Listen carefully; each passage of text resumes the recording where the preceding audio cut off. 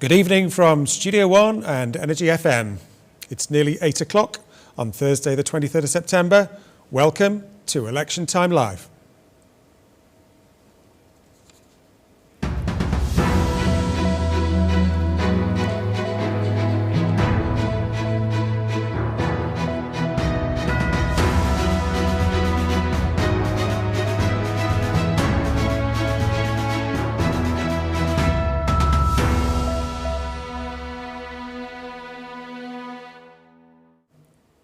Good evening and welcome to Studio One, where over the next few hours we'll find out who will be elected to the House of Keys to serve for the next 5 years.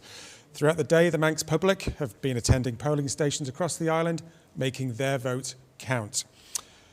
After the boundary review in 2013, this is the second election where each constituency will have 2 MHKs. It means that every voter can vote for up to 2 candidates. But whatever happens tonight, we will see new faces in the House of Keys, as a number of sitting members have decided not to seek re-election.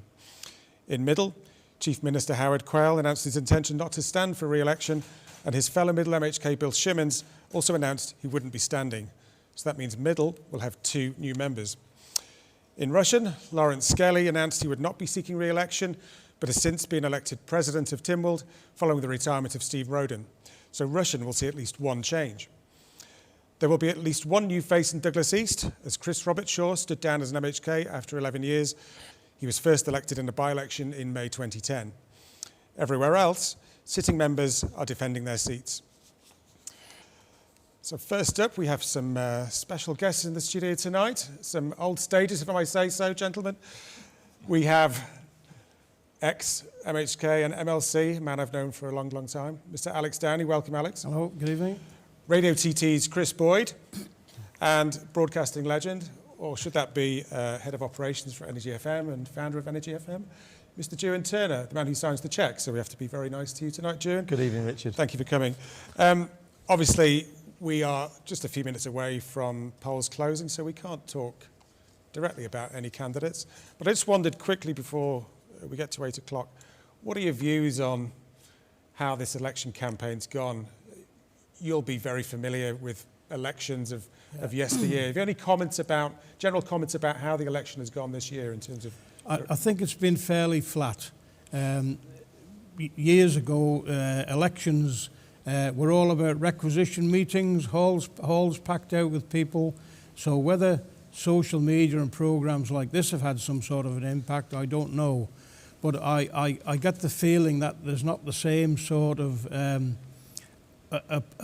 a public response to the candidates, and I think there's been a lot more involvement with the government and the Cabinet Office in organising the elections, where historically all of the hustings meetings were organised by the captains of the parish or the Mayor of Douglas, and I've been to a couple of them, and I must say they've been quite poorly attended.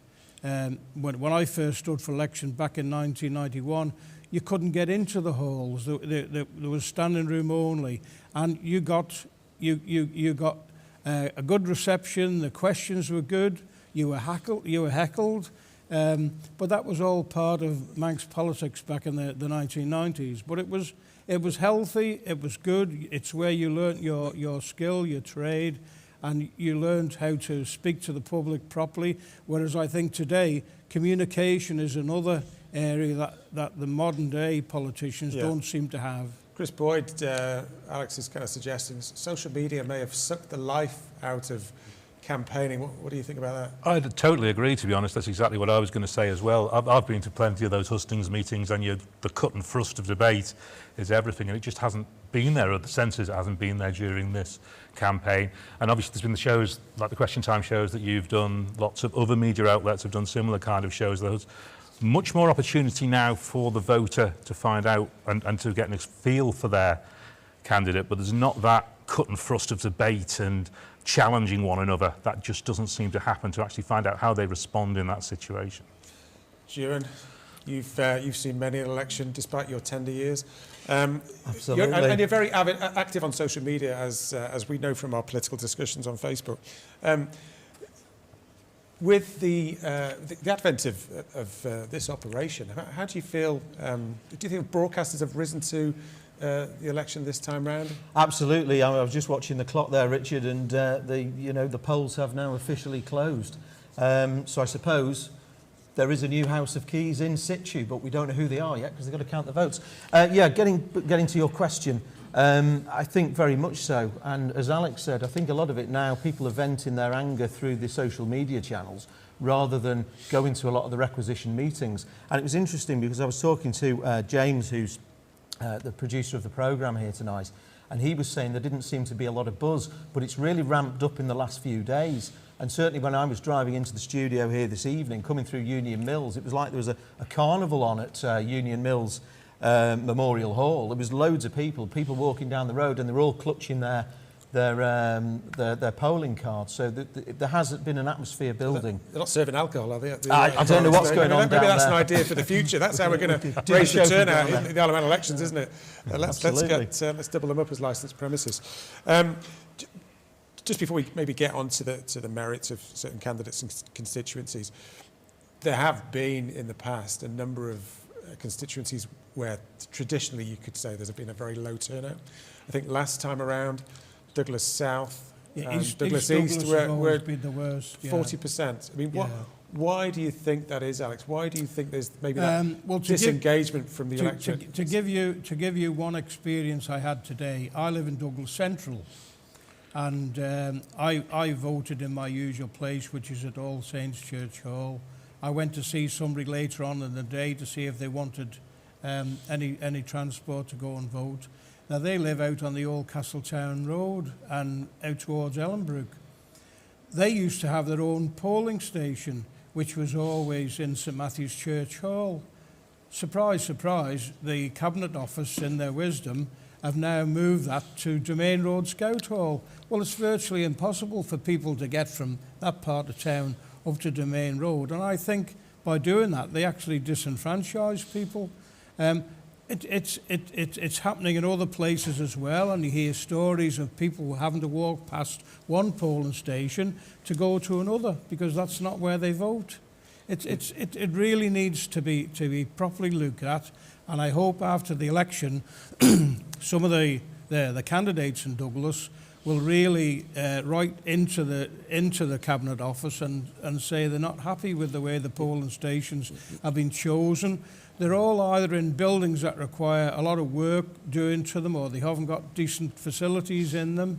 Well, it's not just that. That's a lot of public sector buildings. It's not just that. It's the boundaries are causing a lot of animosity, and they were changed in 2013 by Tynwald for the 2016 election. Yeah. And there's still a lot of unrest, particularly in places like Onchan, and no doubt some of the guests later on will have views on that. And Maloo and that part of the world, and Castletown. Today, I was down in the south, and we've got people from Colby who have traditionally voted in Russian, having to put themselves now into Maloo, which really it's probably further away than their original area was. And we had people come to the polling station in Colby who actually had a voting card for somewhere in Russian. So it just this big push they had to try and get 2 seats per constituency, irrespective of where the boundaries were, I think in some areas has been wrong. Onchan is a classic where people living in Lakeside are represented by the bulk of people in Laxey. All that said, the anecdotal evidence that I've been hearing today is that the polling stations have been busy right through the day. And certainly Claire Christian tweeted out just over an hour ago that the turnout figure in Douglas South was already well ahead of where it was in 2016 and at the by-election that she came in on last year. To be fair, it was 40%. Yes, it wasn't high, but we are only going one way, isn't it? Yes, we're well ahead of that. So hopefully that's a sign across the yard, and we'll see when the figures start to roll in. Okay, let's maybe cut to the chase an hour after 8 o'clock. June, have you been impressed by any new candidates standing in this campaign? Well, I mean, as you know, Richard, we've been involved in the programmes down here where we've had virtually all the candidates through the studio telling us what they want to do. It was quite interesting because I think a lot of the programmes were recorded earlier on in the hustings season, And I kind of wonder that had we shot those programmes a little bit later, maybe they would have been a bit more fired up, because they'll have been to a few requisition meetings, had a few disagreements and fallouts, and quite possibly it might have been a different debate. Yeah. But I am hearing a lot of the same that I've heard over the years, you know. Grow the economy. If I had a pound every time we said we'd grow the economy, then we'd be very, very wealthy. We'd have a booming economy. Yeah. Very few of them have actually answered the question on how they're going to do it. And quite frankly, some of the ideas have been complete pie in the sky. And, you know, whether that's going to resonate with the voters, we will find out over the next few hours. But there's a few that have stuck out, but I think I've done my predictions. I don't know whether I should go on the record we'll keep the viewers in suspense a little bit longer. Maybe a bit longer, but I do fear that we could be seeing, there's a couple of established MHKs which I think could well be not re-elected tonight. Well, that includes ministers as well, doesn't it? I mean, Chris Boyd, I guess everyone's got their eyes on Faber and Peel because the two sitting members are both ministers, and it's a very strong field down there this time around. Very strong field, and both of the ministers have had, shall we say, a difficult time in terms of the last couple of years of their administration. Geoffrey Boot and Ray Harmer have both had issues, and obviously Kate Lord-Brennan not standing down from Ledgeco is in fact the point, isn't it? Standing. That caused an issue. Me asking the question apparently last time in the hustings. And Tim Krukall, who has stood down as Ledgeco to come and fight this election. Obviously, and the other candidates out there is an immensely strong field, and that is the one I think everybody's looking at tonight. Yeah. I think Tim's got a bit of a battle on his hands because, of course, in some respect, he did retire from Ledgeco before standing again for the Keys. So it's not as if he's in Ledgeco and is trying to sort of ride two horses, but he's got to convince the electorate of Peel and Glen Faber that you know, he's worth taking another chance on to represent them. So I think he's got quite a battle there.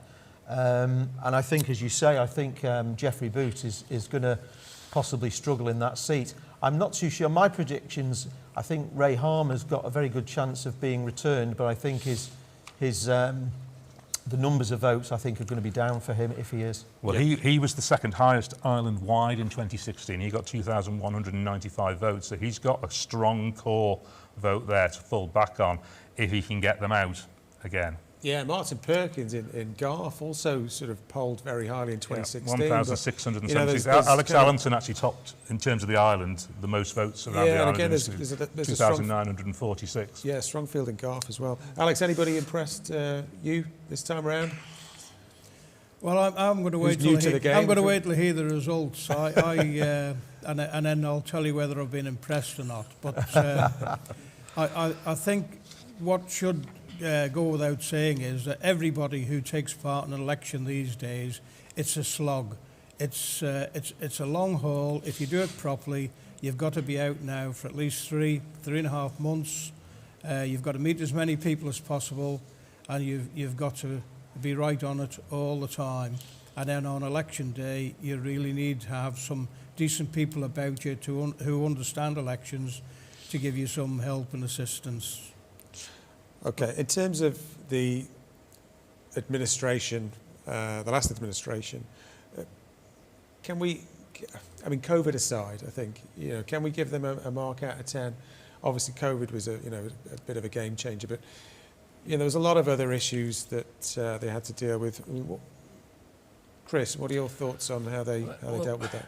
COVID has ruined the last couple of years of Howard Quayle's attempt to do something with the administration, really. All he could do is firefight from the point where COVID came in 18 months ago, but there have been a lot of major capital projects that, in the eyes of the public, don't necessarily seem to have achieved what was expected of them in terms of time, delivery, budget, any aspect of them. There are a lot of things that seem to have gone wrong, and at the same time, the perception that you get is that we were just talking off air before about student levels at Ballacameen, for example. Where's been the forethought of 5 years ago, we're going to need to do something about the school population and what we do to address that? Where's the forethought with things that are coming down the tracks? It just doesn't seem to have been there.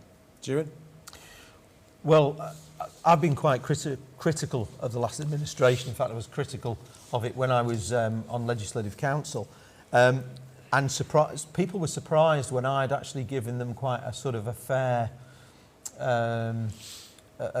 ride over their handling of COVID, because you look at what was coming, and no government anywhere in the world has probably got it right, because things were changing so fast. It started off obviously as this thing that was going on in China, and everybody was sort of treating it with a bit of sort of dismissing it, and then, you know, sort of almost pointing at people who were wearing face masks because that was happening over there, and the next minute it's in Europe, and then it's here in the Isle of Man. So I think on whole, I don't think they've done too bad. They were a bit slow getting support to businesses. In fact, a bit slow. I think they were very slow. The UK set a very high bar with things like cancelling business rates and all of those things. I think they could have done a lot more here in terms of the likes of business rates. But they've done what they can in terms of the rules. I'm glad they relaxed them when they did last year, and we were able to enjoy pretty much the rest of the year in our own little bubble. Time will tell, because we can all look back and say how we should have done things, and this should have happened and that should have happened. But I certainly don't think their handling of it has been a disaster. Sure. Okay. Alex? I would say that initially they got off to a very good start. They got the vaccines organised and so on. But typical of Isle of Man government, instead of having what's practical and what's easily usable or what's within the resources, they go out and they start to spend lots of money on the airport, converting that into a vaccination centre, the same down in the old ShopRite store and things. Whereas our counterparts in the UK and other countries were utilising church halls, museums, some other public buildings. I think if somebody ever analysed the cost of all that and providing these facilities, we could have spent that money in lots of other ways on education or in health or whatever. But in fairness to them, they really got organised on the vaccines. But sadly, for whatever reason, I think they did open the borders far too soon. And I think when we got this other wave of COVID in, that's really affected quite a lot of people. And I'm surprised today, we've heard that there's been another couple of fatalities that have been hidden within the government's figures. It's come out again today. I think there's still people who are suffering with it and catching it. It hasn't really gone away. And I think the message that government should be sending out every day is, clean your hands, if necessary, wear a mask. If you go and shopping, sanitise your trolley and so on. It's still there. And then I hope in the next few months, when most people who are considered to be at risk go and have their flu jab, there's an opportunity to get their booster jab for COVID when they're either in Boots, the chemist, or wherever they go to have it, or the doctor's surgery, so that you haven't got all this carry on again, going to a vaccination centre and booking in there. If people are in getting a vaccination for the flu, it should just be a matter of course to get a booster for your COVID. Chris, something that I get told quite a bit from various sources is that often the government tends to over-engineer solutions to problems, whether it's called job creation. and they've been very, very good at that. And since I left politics, there's been somewhere in the region of 380 new jobs created within government. Now, I'm not saying we don't need people, but if the economy and the rest of government's responsibility is progressing at that sort of rate, well, they should be looking to farm more out to the private sector and give other people out there an opportunity to do certain things for government, who perhaps have a better work ethic, or who are not constrained by some of the issues that government are constrained with. For the promenade, for instance, I would have thought that given the way that job has gone, we would have been having a 2-shift system where we'd have been bringing people in at 6 in the morning, working till 2, and then 2 till 10, and the same outside Braddon School. Why does everything have to not start till 9:30, quarter to 10? I actually trialled that system when I was on the DOT. Yeah. with the scheme that was up the back of the cat with no tail. Yeah. We did the split shift Well, you system. had grief from John Horton then every well, day yes, of the week. there was, because it was a long split shift, but it got a 32-week programme down to 8 weeks or something like that. But I think what they've done is, though, they've expanded the civil service with all the paper shufflers, as I call them. Yeah. So the people down at the delivery end have been reduced in numbers, and that, I think, is the biggest problem with the last administration. And that's where this all ties back to what the candidates have been saying, because there's no point in just reducing civil service unless you've got other jobs for them to go into, because all you're doing is paying them benefits and welfare, and it just goes in a different way. So you need to have the job creation schemes before you can start to reduce that civil service. But all we're seeing is every administration comes in and says we're going to reduce the civil service, and at the end of that administration the numbers have gone up. Yeah, I think there's quite a few candidates who are going in on a sort of smarter, smaller government. But that only works if these people have got other employment to move to. So you need that job creation. Well, I've got an interesting story I tell, and I won't name the department, but when I first went in as an ML... Come on. OK, it was a department that became DEFA. So that narrows it down a bit, doesn't it? Yeah. And I was assigned a role, and I got this memorandum from one of the civil servants, and it said, very nice, welcome to the department. It said, when I started this job 8 years ago, whenever it was, there was just me. Now I've got a team of 10. Now, I'm sorry, but that sums up exactly the problem, doesn't it? And I thought, well, actually, that's nothing to be proud of. There was just me. Now I've got a team of 10. And they eventually did whittle that down during my time under Minister Shimon. But I think, you know, if we've got that mentality right across the civil service, then we have got problems, because, you know, it is just job creation. Well, sitting as outside, somebody who's not been involved in these departments, it always seems that we try to go for the Rolls-Royce standard of everything. Yeah. And the Rolls-Royce standard costs. Do we need the Rolls-Royce standard in absolutely everything we do? Well, do we need government to be achieving that standard? Are we getting a Rolls-Royce service? No, but just to come in on the back of there, not only are we not getting a Rolls-Royce service, but where do you bring the whole level of consultants in? Because they're the ones who seem to be making the decisions, and sadly, some people who I have respect for within the civil service are quite prepared now to step back and say, well, not my decision. If it goes horribly wrong, it's somebody else's issue. And I think this is part of the culture that's crept in right across government. Who's responsible for active travel? Can somebody tell me where that's come from? I mean, I support elements of it, but I'd like to really know what's going on in the government's head, because when people actually go and see what's happened on the promenade and they see how it's going to practically function, there's going to be one awful lot of questions asked about where all the money has gone and for what purpose. That's like a trigger word to me, active travel, Alex. I think I was quite opposed to that whole thing. That was a real job creation scheme, if ever I saw one, within the Department of Infrastructure. They had whole teams of people working on that. But what they didn't do is think about the logistics of it. And I just don't think... I think the whole thing's a bit of a waste of time, because people who want to do it will do it anyway. Well, I thought they resurfaced the appeal to Douglas Railway Line so you could ride your mountain bike into work during. I don't think we've got a clip of that, but well, I'm sure we can find one. I'm sure you can, yeah. But you know, joking aside, there is a role for it, but I don't believe our roads are fit for a lot of it, because what you end up is loads of queues of cars chugging along behind cyclists on all the main roads. So we're building all these things, but then they're not using them. Yeah. I think the complaint, Chris, isn't it, that active travel is fine, but the motorist seems to be getting hammered from a number of directions. So the state of the roads, the lack of parking.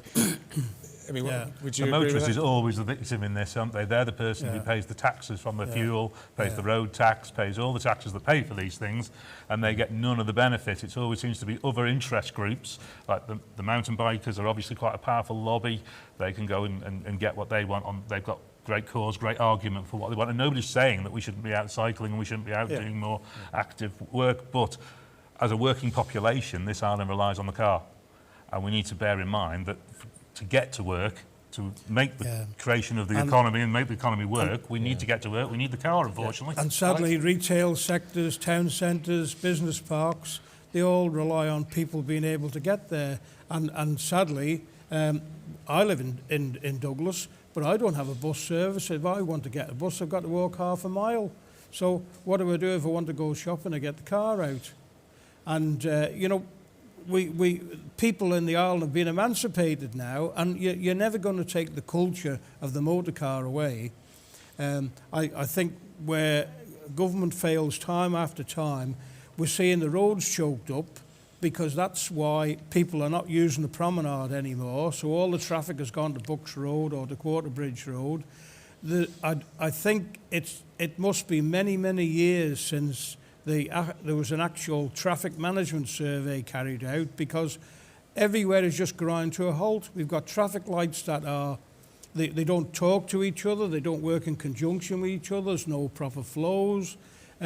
Things are just grinding, as I say, to a halt here, and mostly it's down to the fact that there hasn't been the proper investment or examination into where we're going to go with all these different places. Around about the time June came into Tynwald, David North proposed a flyover to go across the valley, the other side of Braddon Bridge. If they'd had that now, you wouldn't have half the traffic at the Quarter Bridge, because all the north-south traffic would have gone up through. I think you must think I'm older, actually. Avoided. That was before my time, well, Alex. It was, but I mean, there were things that were floated at the time, and they weren't really expensive to do. Not when you look at the sort of money they've been spending now on the promenade, which at the end of the day, in my opinion, a lot of it's going to be dead money. Chris, it's not going to work for itself. Chris, just talking about roads for a second, I mean, you've got strong TT connections. Obviously no TT for a couple of years, and it hopefully shows. returning next year. Yeah. But yeah, I was just going to say, what's the level of investment going to be required to bring the circuit up to the required standard? Because having driven on a number of parts in the last week, it seems to me there's needs to be quite a bit of work done on You a can few be sure areas. it's being monitored. Gary Thompson's been over a couple of times. He will have had a look round. Lizzie Conviga, the Deputy Clerk of the Course, she's over here the whole time. She will be looking at it. They will know which pieces of road they need doing, and that money will have to come if we're going to have a TT. So there is no choice in that sense. It has to happen. Yeah, and pro or anti-TT, you know, it's the TT course that is the priority, isn't it? Yeah, I know that's a bugbear with a lot of motorists Yeah. as well. Is why does the TT course get all the investment and then everything else your car suffers on? But the TT, as we've seen by not having it these last couple of years, we're desperate to get it back. We need it back next year for the whole sake of the island and the economy. We talked a little bit about candidates who may have stood out. Has anybody seen any or heard any new policy ideas of interest or interesting policy ideas from the candidates?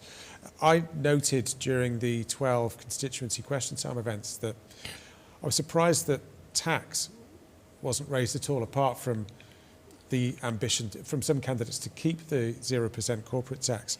Yeah. However, a lot of candidates had wish lists, but these wish lists need to be paid for. And I personally didn't hear any kind of big ideas about how we're going to generate more tax revenue. There was one candidate from Douglas South, Gerard Higgins, who has been an insider in the civil service, and he has some interesting ideas that maybe we're floating the boat. We'll see whether or not he gets a chance later on this evening, but at least he came forward with some ideas and some alternatives, having been on the inside and understanding what's needed, which I think is the key. I think, as you say, a lot of people are coming up with wish list items, but you need to actually make them workable propositions. Definitely. And that's where people are falling down. Yeah, I think there's too much...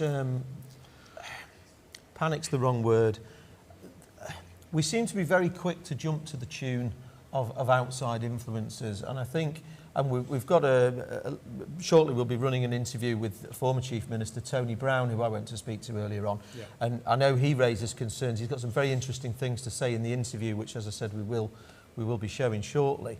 But you know, I don't think we should be just jumping to the tune. Let's wait till other countries start implementing these things first. Absolutely. But the Isle of Man seems to have some obsession sometimes. We're the first, you know, with our international reputation. And one of the candidates also mentioned that all about climate change. And I think it was a question you put, Richard, which was, OK, whatever these policies we're going to bring in, how are you going to make sure that they don't impact the poorest of society? And one of them basically said, well, sort of that doesn't really matter because our international reputation is more important. Well, I mean, that's a shocking position to be at. And linking to that is the exploitation of the gas. which I don't know how much gas is in the territorial seas. You know, who knows? There's all sorts of... a lot. Well, there's potentially a lot. Manx Independent article. But what they're all terrified now of saying, let's go and get the gas because, you know, climate change, we can't touch the gas. But meanwhile, we're being ripped off by countries all over the world because we still need it. So why don't we exploit that for the now? Absolutely right. As a pathway to going green. But if it's there, we need it now, we need to use it now and think of the economic benefit, which will be worth millions. To add to that, by the time we do exploit the gas, the scientists will have come up with an idea where you can actually burn the gas, utilise the gas, but you can encapsulate any heat loss. And this is happening with other technologies in Europe now, with cryofication and things like that, and plasma. That's all coming into play. And hydrogen is another issue. But I think, as Ewan said, we would be extremely foolish if we ignore a resource that the Isle of Man government and the people of the Isle of Man has bought and paid for from Crane agents to leave that gas there and not be able to either utilise it in some way ourselves or allow somebody else to take to pay us the royalties for it and them to utilise it. Particularly as we're still buying it in. I mean, that's just the bizarre thing. We hope so. Let's hope that the current crisis that's developing in the gas industry isn't going to mean that the Manx government might have to step in and bail our gas company out. Well, the CEO of the group that owns Manx Gas was on the radio today saying that, you know, that initiatives would be in place to help Manx Gas customers who have, I think it was inherent affordability issues. So we can only hope that we don't get in too much of a situation, but obviously, you know, gas prices have been high on the agenda for the last 5 years. Well, not only that, it's going to affect electricity prices as well. So I think what government should be looking at here now is trying to put measures in place where they can actually assist people who can't afford to heat their homes during the winter time. I think that's the point, Alex. This inversely affects the poorer, so they need the help. Chris Boyd, I think we understand that the next administration will have a really big decision to make about the future electricity generation, power generation in the Isle of Man.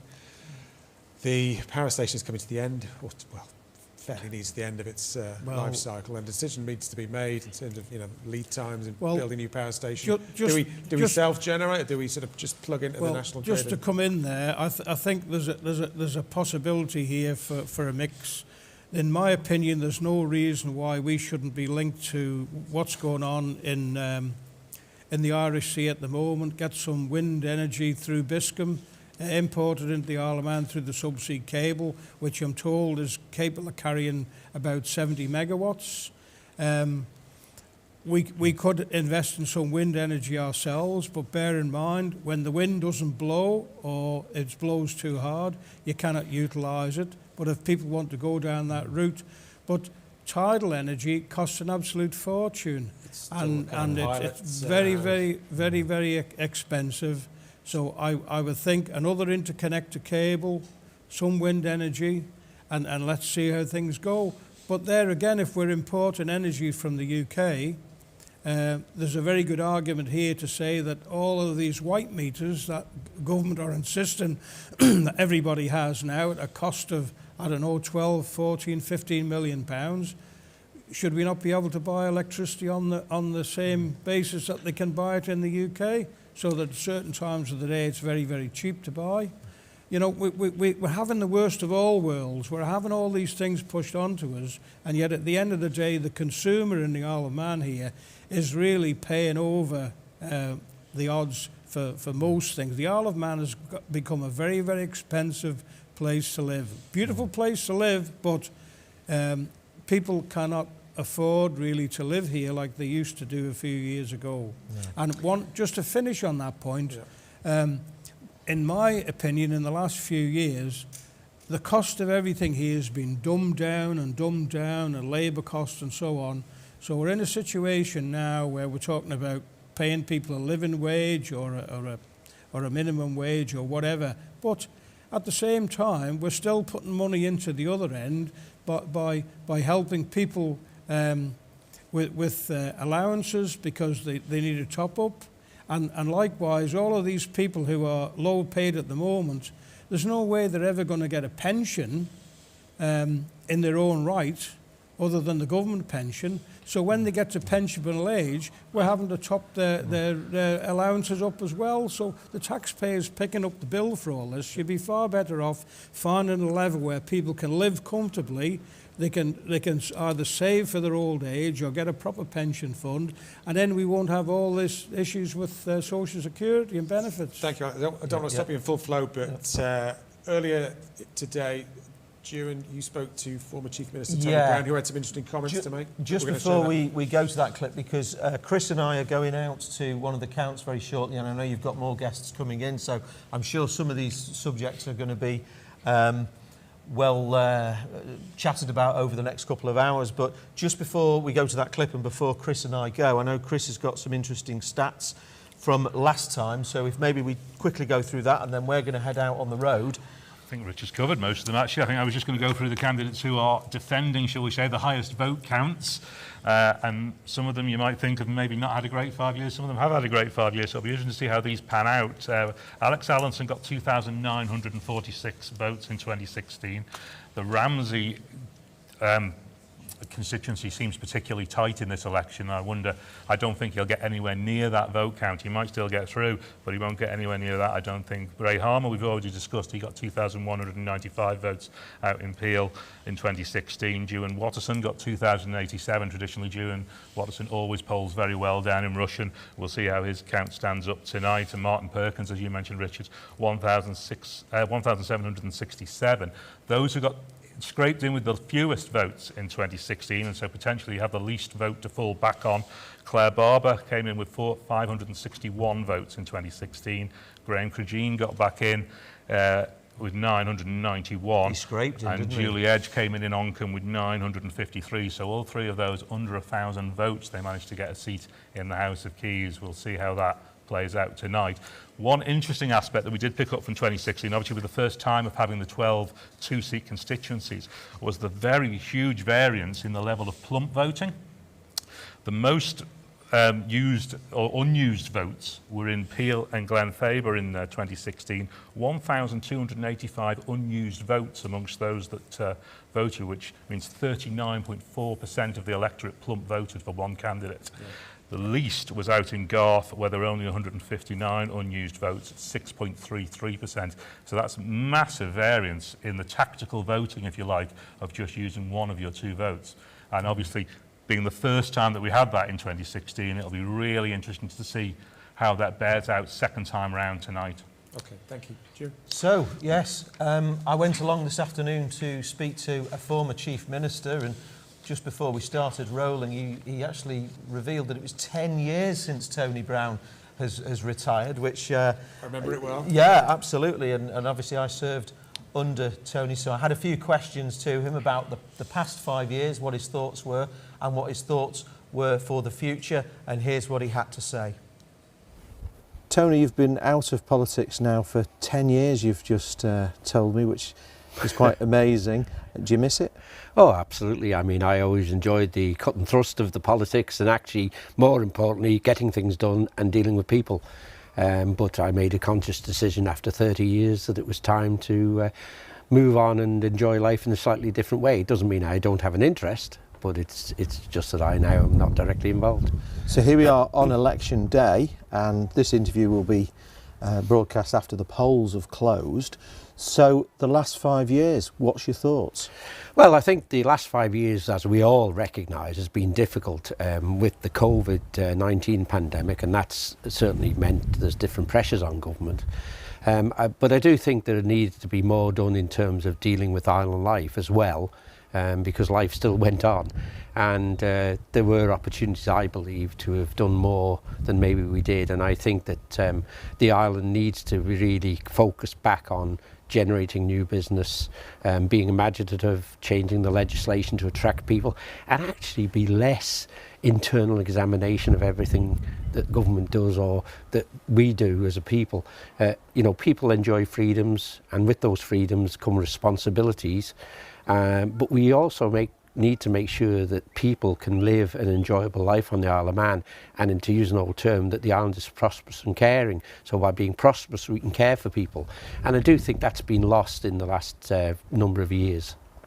But your term in office also came off the back of one of the worst financial crashes worldwide in history. So you're no stranger to having to deal with rebuilding an economy. How do you think they have performed in the 5 years up to the COVID crisis? Well, I mean, the economy has done well. In terms of our investments have done well. The island has still got a lot of money in reserve. Those reserves, the General Reserve, have helped us out without doubt to keep the economy going during the COVID-19 crisis. And without that, we would have been in difficulties. But I think it's more about making sure we secure that future further on. I think that it's become over-bureaucratic.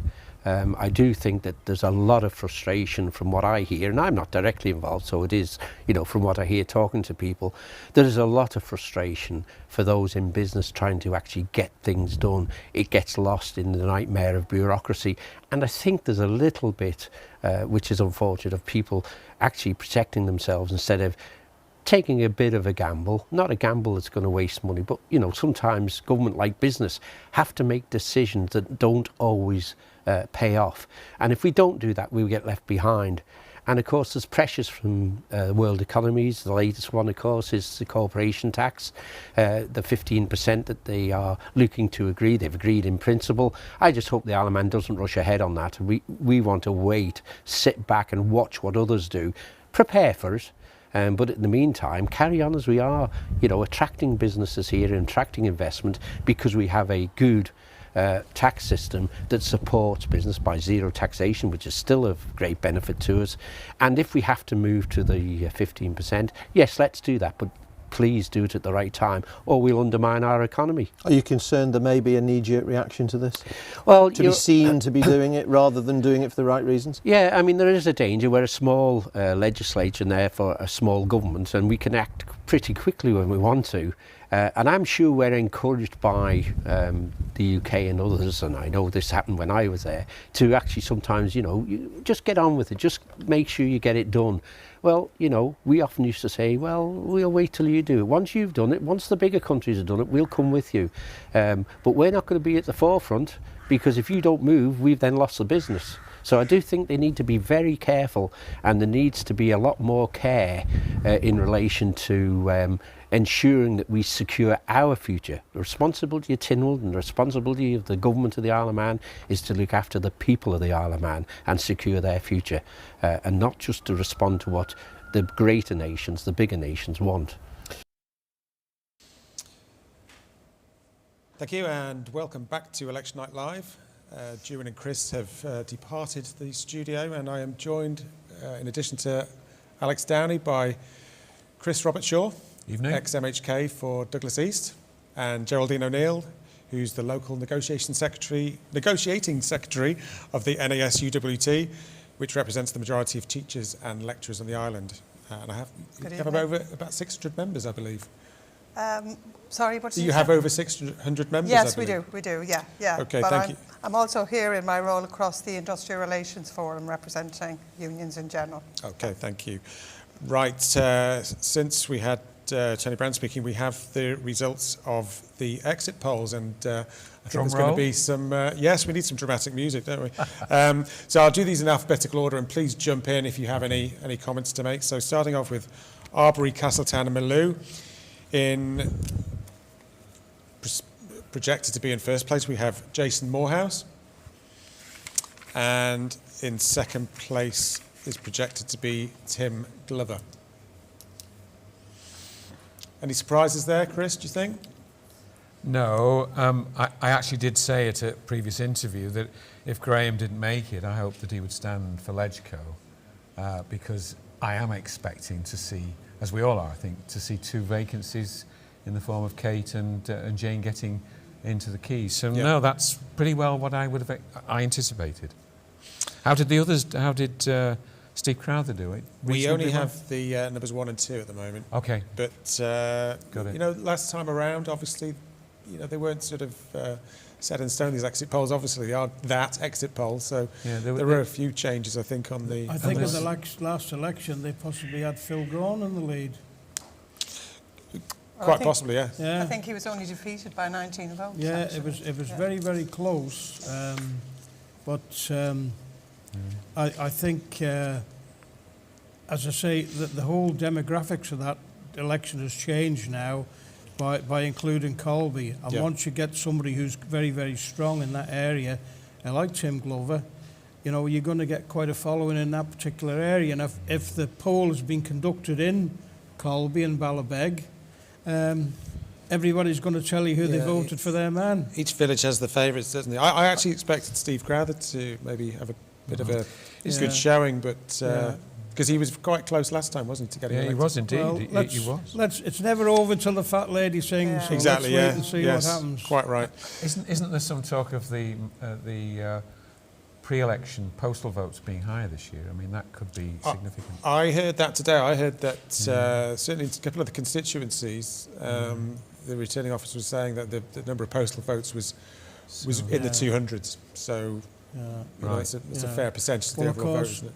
once the universities have opened up again, lots of students gone away, so there's a whole raft of postal votes that can come in. Yeah. Moving on to Aaron Michael. First place projected to be Alf Cannon, Yeah. and second place projected to be Tim Johnston. Wow. Yeah, I don't think that's a surprise. Tim Johnson is very, very well known in the agricultural community in that part of Ireland, and quite well respected. Big man in National Farmers Union. And let's face it, it's a rural constituency. You know, lots of people rely on agriculture for their income, and I think it'll be very, very interesting to see the final figure. But I think Alf was always going to be the man to top the poll. Yeah. And do we anticipate he's going to go for the top job? Well, I hope so. Geraldine, what would your thoughts be about Alf Cannon? Well, I would hope that he isn't going to be the Chief Minister. We were in dispute for nearly 18 months and found him to be less than sympathetic to frontline workers. So we would hope to see a change in the old guard in Comen. We might move on to that Well, later. I think he would have got the top job last time. Only a certain lady threw a cap in the ring, and that split the whole vote right down the middle. So, Yes, but look what that eventually did, because Yeah. Keys was so cross about it. He turned round to Ledgco and said, henceforth you will not vote for the Chief Minister. So, yeah. Douglas Central, yes. we have in first place Anne Corlett, Really? Yeah. Now that is a and surprise. second place Chris Thomas.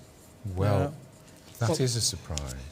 it's Now, not- I've heard that Anne is she hasn't been one for asking sort of questions in Tynwald or Keys, but I have heard that she could be a very effective constituency MHK behind the scenes. The work that most of the public don't get to see. She's a member of the Department of Education. She's worked very hard in there. She's been good to support the schools.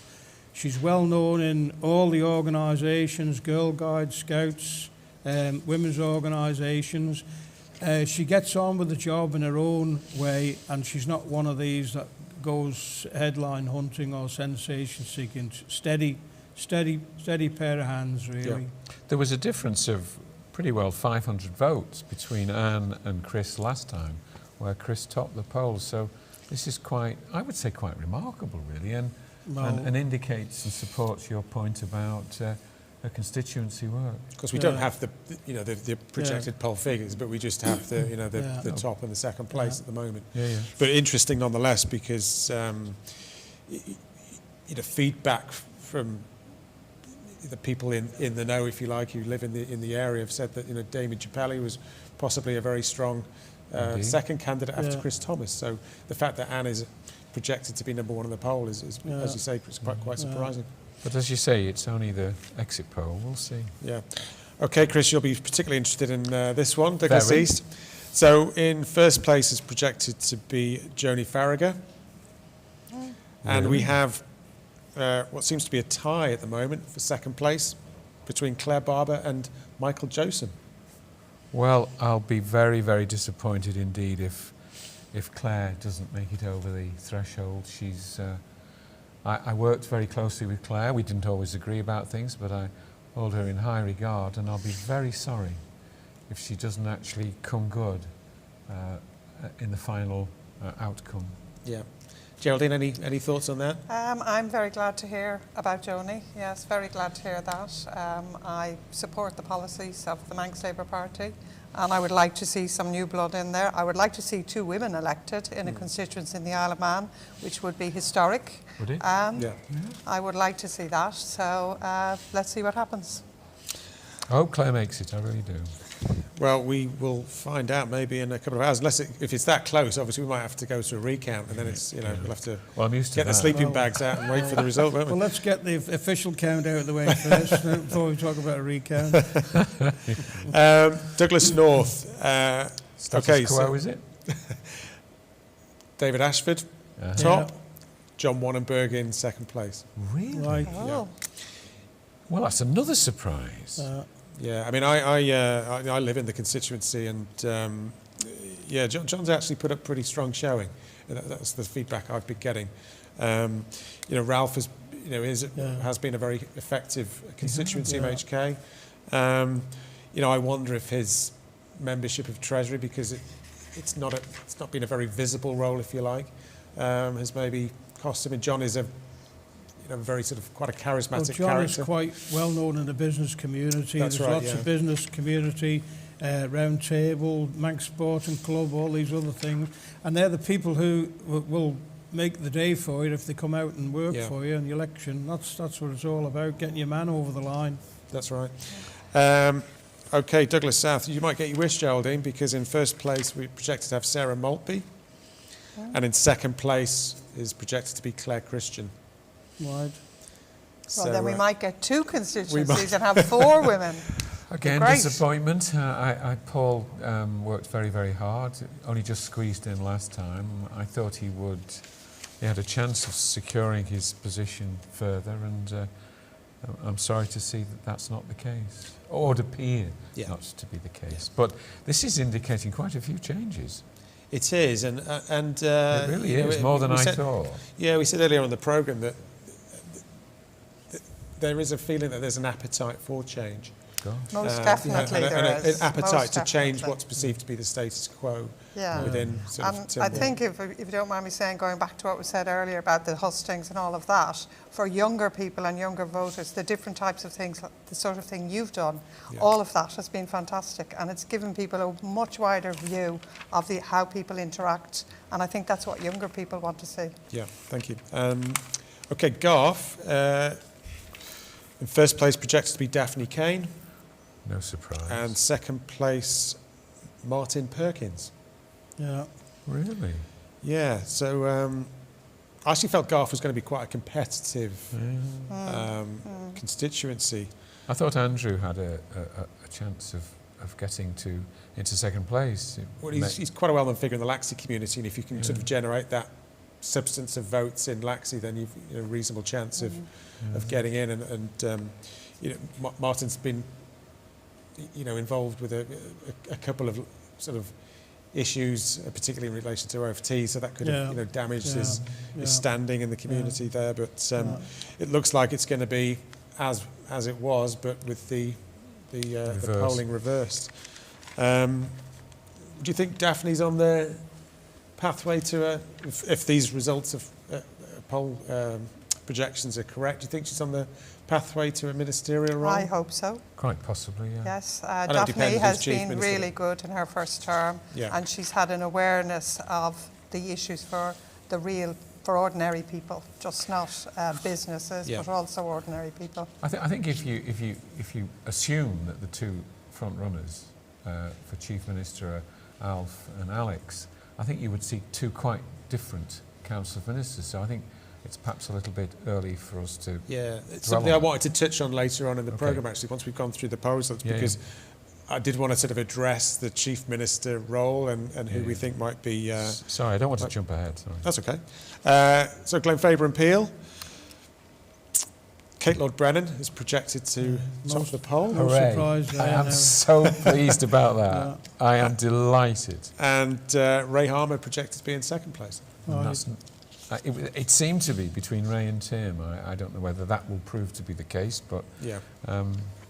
But Kate's she's run a very impressive campaign. very impressive. And, she's obviously been a very impressive member of the Legislative Council from She'll just grow and feedback. grow Kate into that role, I believe. It's all hypothesis, obviously, but because of that experience she's had in Legco, if she did get elected to the Keys, could she potentially be a minister as well? Well, People my have view, in the past, haven't they? my view on that is that, I mean, and I've had this discussion elsewhere in recent days, that the determination of Keys to recognise that our gender balance was shambolic up to very recently, and that Keys encouraged more women to come to consider Legco, and then for them to realise they had a chance to engage even more closely in Keys.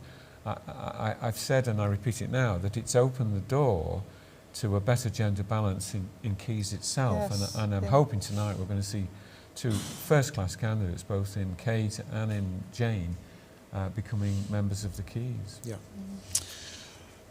Okay. In middle, we have Jane Poole-Wilson. No surprise No there. surprise. Topping the poll, there, no. projected to The top the poll. second one will be the one that Go will... on. Come on. The middle voters seem to be hedging their bets because in joint second it's Alison Lynch and Stu Peters. Right.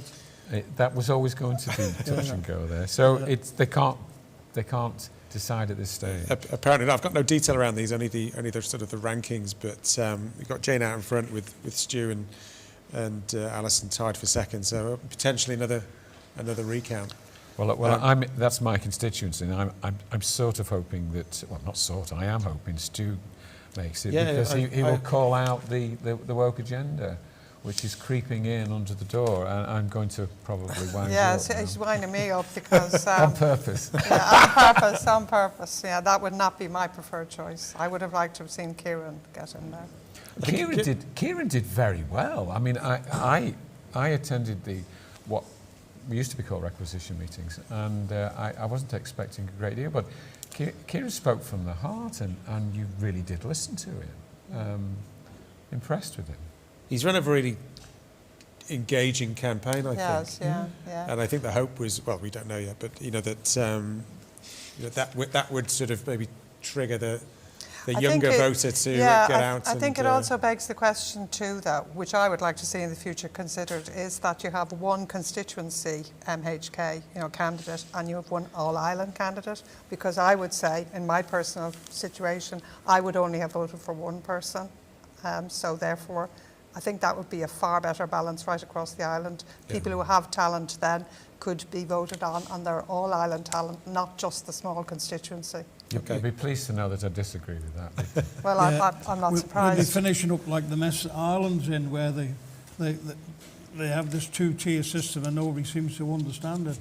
Well, actually, proportional representation is an excellent Well, system. proportional representation was very good in the Isle of Man until It failed. Until it wasn't. They allowed people to plump, and then it just destroyed the whole. It just didn't work. The whole system, and it was unfortunate, really, because I think if they'd just stayed with that system, you would have probably had a more accurate election result. Richard, have you got any idea of the turnout at the moment, or it doesn't indicate that?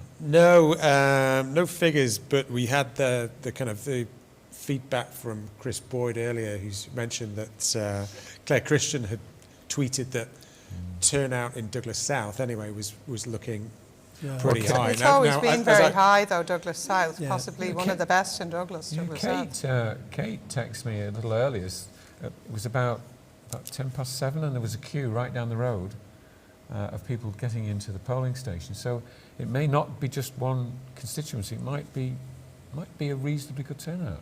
Is that what you said? Quite possibly. Did you think it was? Yeah, my own view, I think it'll be a reasonably good turnout, but don't forget the way the boundaries have moved. It's a different animal now. Yeah. I mean, one reason for a potential high turnout could be people's drive to engage, to instigate change in Tynwald, and the projections are that we'll have 10 new members, and five losing their seats altogether. I think it's really getting the young vote out, though, is the thing that needs to happen here. Yeah. And we're going to have online voting here, you know, in the future to get young people to vote. You're not going to get them out. Okay, Onken. No surprises? No surprises, no change. First place, Rob Callister. Second place, Julie Edge. No surprise, did it? So we had quite a lively debate here with the Onken candidates for the Studio One question time a few weeks ago. I think Rob started slowly when he first got elected, but he progressively got better and better. And I've said recently that he got to the position where he could hold Tynwald in a debate where he had a particular interest, and I was quite impressed with that. So. Yeah. I know he gets a bit of stick for his weekly blog, but... well, he's promised to stop that now. But does it, I mean, Gerald, does it actually provide some insight into the just repeating what actually government really say. I have to say I find his brand of politics quite aggressive when he doesn't agree with you. I don't find him a person who actually is able to see another side of an argument. I have great respect for Julie. She challenges, she's well informed, she knows exactly what she's talking about, and she is there to question, and especially to question things that need to be questioned in relation to accountability in government. So applauds to her. Yeah, I think Alex, that's as much as I should she's say. been a thorn in the side of Coman, especially over the last 5 years. She has been a bit of a campaigner, and I mean, when she went into the post office, she knew it was a bit of a poison challenge, but she's actually taken that on, and sadly the post office, in my opinion, is suffering from what a lot of other places in government are. There are too many suits, too many managers, and at the end of the day, the work ethic and the delivery ethic isn't there. And I was chairman of the post office some 15, 16 years ago, and the profit then was over £5 million a year. And we had a super workforce. They were well paid. I introduced job and finish. You couldn't ask for anything more than the postman actually did. It was a pleasure to go into that place and see the way they work. But it's all been whittled away and it's changed, and you haven't got a happy place now that you used to have a few years ago. And I think that's reflected. And what's happened is we've allowed every Tom, Dick and Harry to come into the Isle of Man, open up a parcel service and steal all the business. Yeah, I was going to move on to that. Geraldine, there's been a lot of new competition. Yeah. It's, the lucrative parcels business for the post office, hasn't there? Yeah. So that's put a strain on the other services that the post office as the letter post has dropped away significantly, so things were bound to change on this. But I don't think the post office was ever given the opportunity to embrace the slightly larger parcels. Well, I would tell you now that that's not true, because during my time they brought a scheme in called Panther. And it was very similar to what UPS, DHL, TNT, all these other people have. And the vision then was one van went up Athol Street or the end of town and collected for everybody. And now you've got a situation developed where there's been a massive amount of new business generated with Amazon and parcels and so on. And yet we've got a post office that seems to close at lunchtime on Friday and doesn't get going again until Monday lunchtime. I mean, if you're in that business, logistics business, and customers are out there, they expect to see the Hermes van come round on Sunday morning delivering. That's what people expect now. So you've got to accommodate that. And really, there's a culture change to come. But at the end of the day, I think you've got some very good people in the post office, lower and middle management, and people on the cold face who would actually prepared to take that on. But it's... I think you're trying to disagree with me, Alex, but actually I don't think we are. I was arguing that some of this business that has gone into these private logistics companies that are employing people on 0 hours, etc., should by law, legally, have been transferred to the post office. So the same arrangements with letterpost could apply to small parcels, and then let the bigger logistics companies run bigger, huge parcels rather than the small ones, the post office. Well, what's happened is in the post office, the actual terms and conditions that they used to be employed on have been dumbed down, and lots of the old stages, when they leave, they're replaced by people who are on a much lower pay scale. And sadly, with that, you've lost a lot of the experience and a lot of that logistics experience. And some of those people who worked in that environment are now delivering for Hermes and people like that and enjoying it because that's what they like to do. But in fairness to people like Manx Independent, they've seen a gap in the market, they've stepped in, and they've produced a fantastic business model. And without it, I think the Isle of Man would be in trouble now, because I don't think the post office could cope with the additional work too much anyway. Okay, we'll move it on to Ramsey now, and in first place projected to be Alex Allison, yes. Yeah. And second place, Laurie Hooper. Yeah, there's a surprise. Well, the question is, rather than this 1 and 2, it's the vote level compared to the previous one, which you talked earlier, for Alex was 2946. I'd be surprised if it was that high this time. Yeah, I actually thought that Laurie might struggle a bit, because there was a much more sort of competitive field this time around than there was in 2016. The interesting analysis there will be the candidates who were anti-Marina, how close they came to the people in the lead. Because one thing about Ramsey, it's been the only issue that's actually encouraged people to get out and vote, because under normal circumstances in Ramsey it would have been a very quiet election. I think people are happy with their representatives, and they really don't want to change. So you've got that to consider all the time when you work these figures out. Yeah. And finally we have Russian, first place, projected to be June Watterson, yes. Words out of my mouth. And in second place, interestingly, Andrew Langan Newton. Wow. Yeah. Right. So,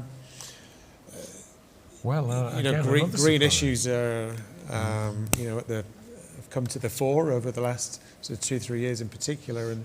And although it doesn't look like at the moment that the Green Party candidate in Peel, Leo Cousins, is going to make it, Andrew Langan Newton has had, built himself a reasonable profile, I think, hasn't he, in the constituency, and in he's well informed, and in business circles within the local community as well. Yeah. So is that 10 changes then, Richard? Is it? Yeah, 10 new members, and 5 incumbents losing their seats, and also projected that 3 ministers will lose their seats, which is Mr. Baker, Mr. Grugin, and Mr. Boot. Yeah. So could be a pretty radical new House of Keys if projections are anything to go by. Well, what is even more interesting is when they have the vote for the Chief Minister then, because with quite a few of the old guard missing, it might be the new people who decide who they're going to have. Well, let's get on to that, because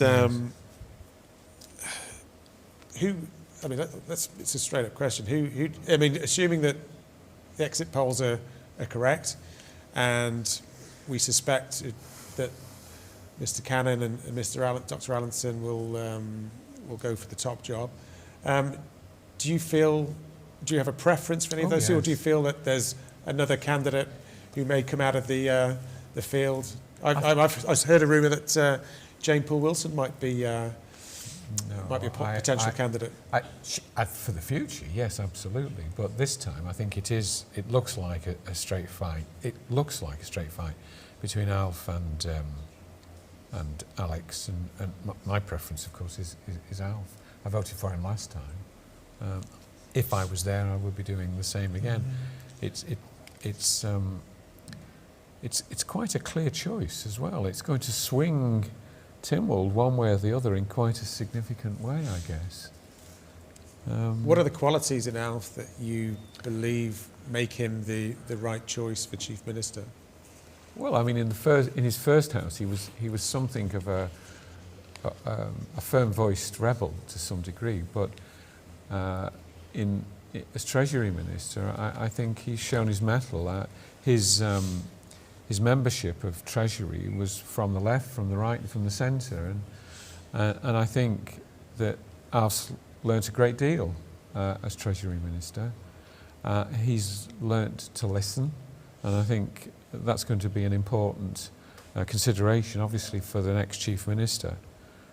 So I would certainly back him. I would be uncertain about Alex.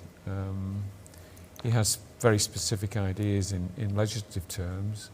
I'm not clear about his position after that. I think Alex has been doing quite a bit of lobbying before the last House ended. Alf has quietly stepped back and kept his own counsel. Of course, everything will change from tomorrow. Yeah. I mean, Alf's often referred to as an establishment figure. Do you think that's a bit of an unfair title to give him? I think it's unfair. I think when it's necessary to take significant moves, I think Alf's done it. For example, the nationalisation of the steam packet. That was a bold move, well done as well. And rather than just enter into another cycle of, oh goodness me, what should we do with the health service, Alf, leading the Treasury, stepped in and effectively ensured that Sir Jonathan Michael's review took place. So I see him as a man who will make decisions carefully with due deliberation when those decisions have to be made. I don't think he would go off, though, as I would suspect Alex might, in a more radical fashion for its own sake, I suppose. Yeah. Geraldine, do you have a view on next well, Chief? I think I'd like to see what the makeup is, really, and I would like to see it not being just a two-horse race. I don't like this idea that it's all decided just by that, and these are the only people who should be considered. I also think we need a whole new way of thinking who's in there, what way the Council of Ministers works, the block vote, all of that. We want to see something that really represents democracy, you know, not the old boys club as we've had up to this. So I hope that the people who come in this time, some of them will shake the place about a bit and bring some changes. So I'm not going to say one way or the other, because if it is, for example, I don't think you can ever judge someone until they're in the job, in fairness, despite what I've said earlier. So therefore, with a different makeup of Tynwald, maybe whoever is the Chief Minister, even if they do come from the old guard, may have a different perspective, because it won't be the same kind of group of people as it has been in the past.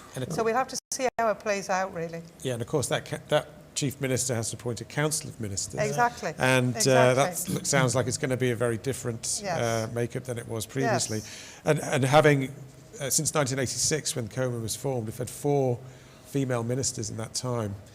The promise is to be perhaps near that number in the next Coman alone, do you think? Yes, and I think it's not just a question of stereotypically, you know, having women there. It's about the differences that brings. It needs to be a balance of the way we operate. We operate differently, men and women.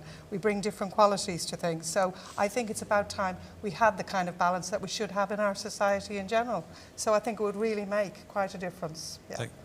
Alex, do you have a view on Well, I'm going to be next really Chief? controversial now. All of that, a little bit of controversy. I would have thought that if Alf does get the top job, Sir Cannon, the next key job in government is a Treasury Minister. And personally, you have a fully qualified accountant and auditor who has been Speaker for the last session. He might make the move across. I don't know. He would probably be a good Treasury Minister because he's intelligent, he's got a good brain. It's quite forensic, isn't he? Pardon? It's quite forensic. Yeah, but you really want somebody now who's got to get a grip of the purse strings, because there are so many threats facing the Isle of Man. We've got so much money that we've expended on all sorts of different things.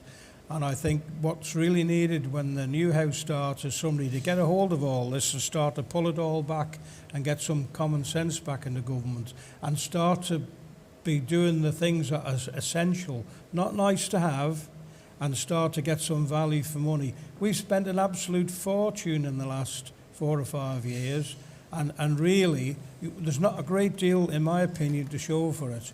And I think if we're going to be settling issues like the teachers' pay, I'm going to try and make working conditions better for people.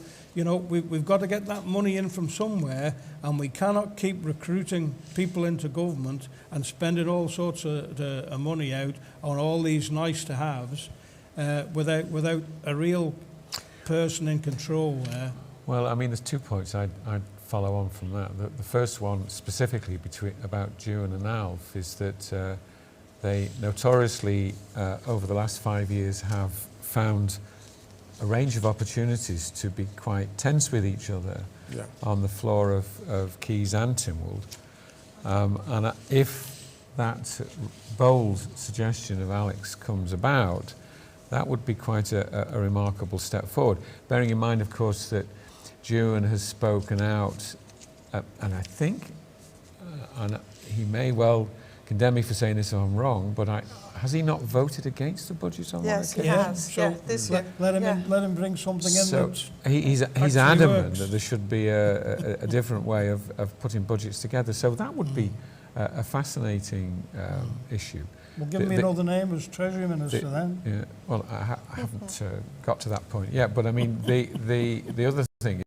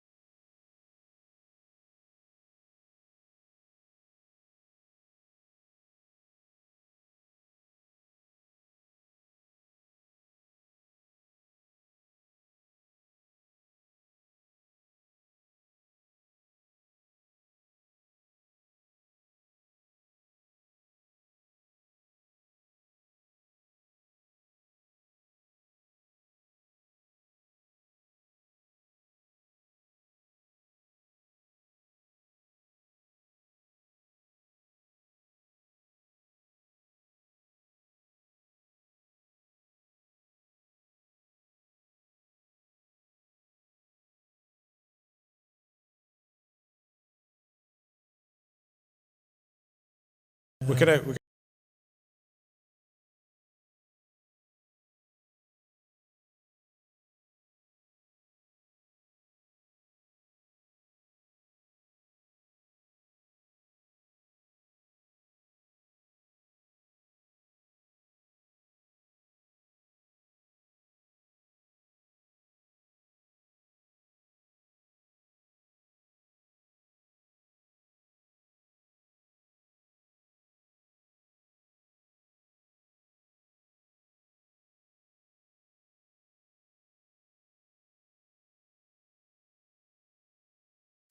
NASUWT capacity, you put out a manifesto for candidates ahead of the election. Yeah.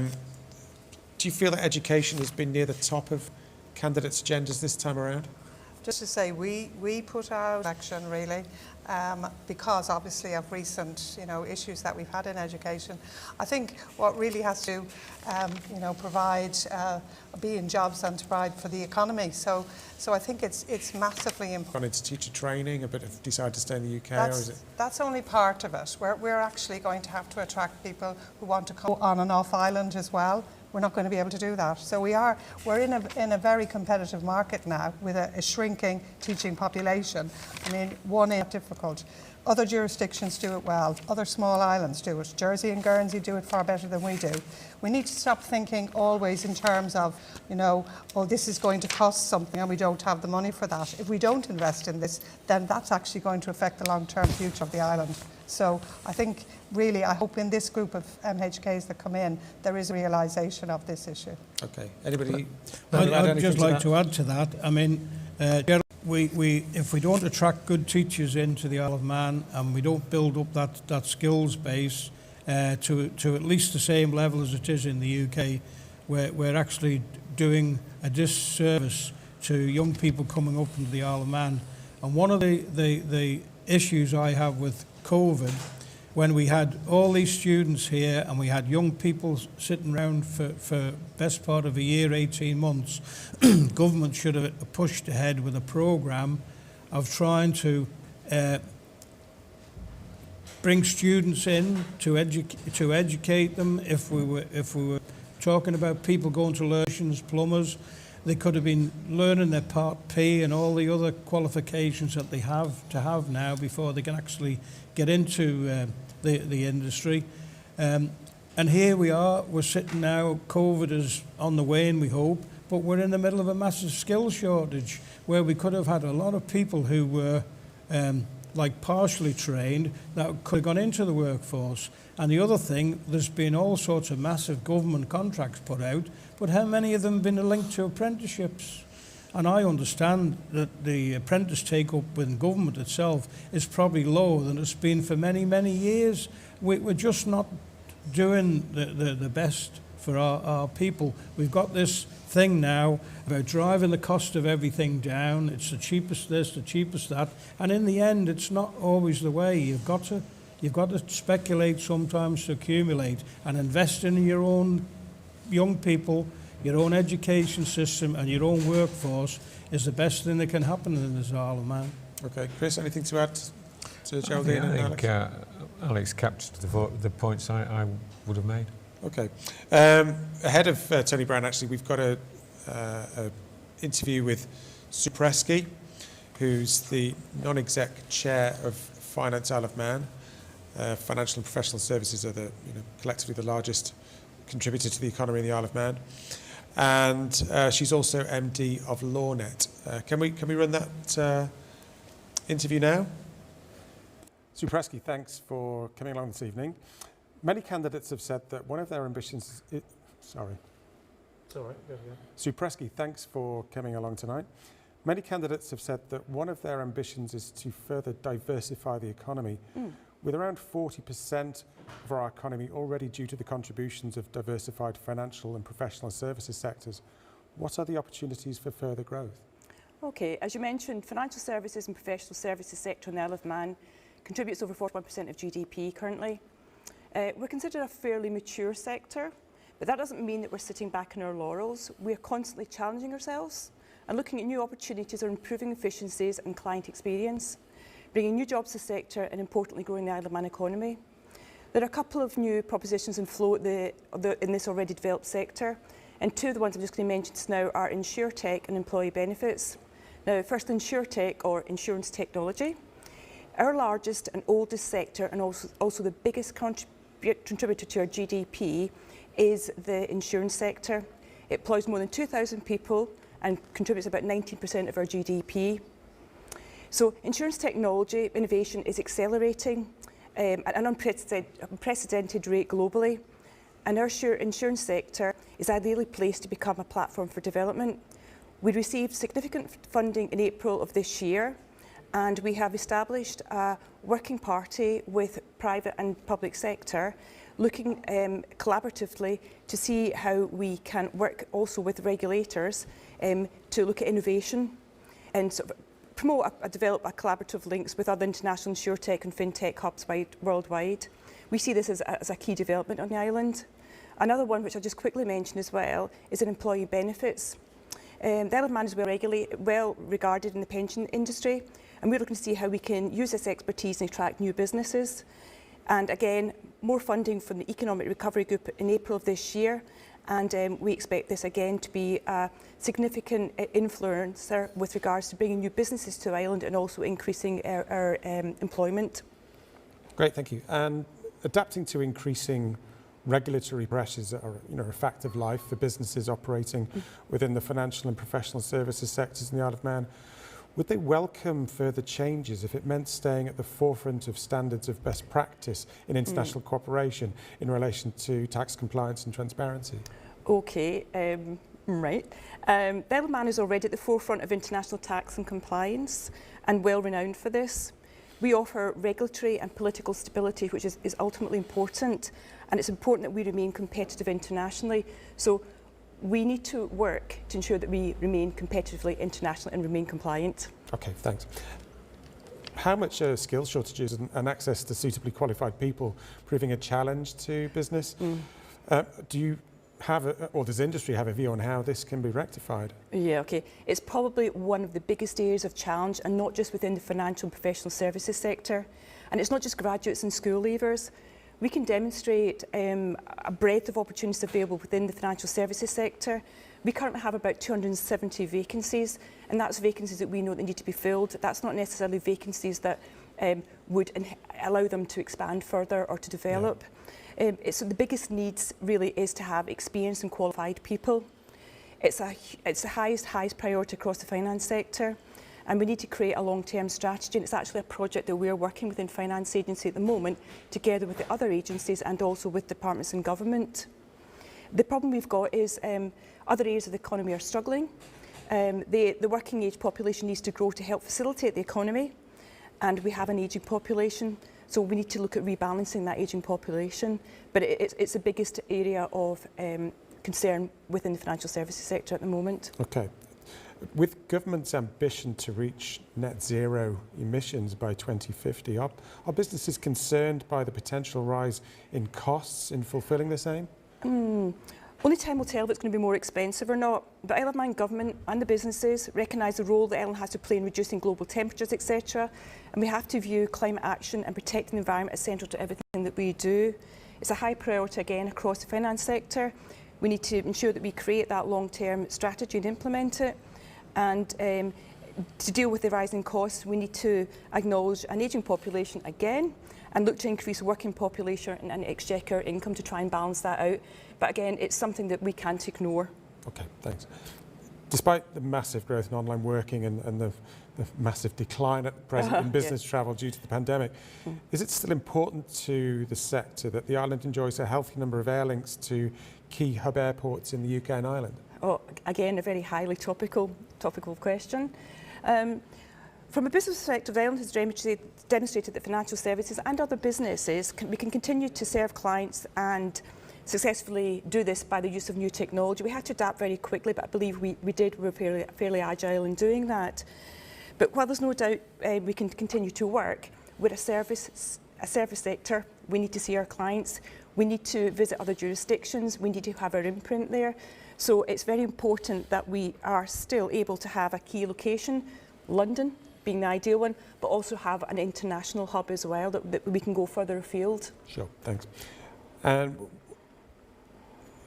appreciate everything you've been telling me here, but what would the industry feel is the key issue for the new administration to address? Is it one you've already highlighted, or is it something else which they feel is at the top of the list? Yeah, I think the thread going through all of this is that we need more working people to contribute to the exchequer, to allow diversification within our industries and to bring new skills and techniques. So certainly I would say bring people to the island to work, and also to continue to develop proposition to make sure it stays at the forefront in anything that we do. We need to keep that drive and ambition and energy, and we need to also make sure we keep up that jurisdictional awareness.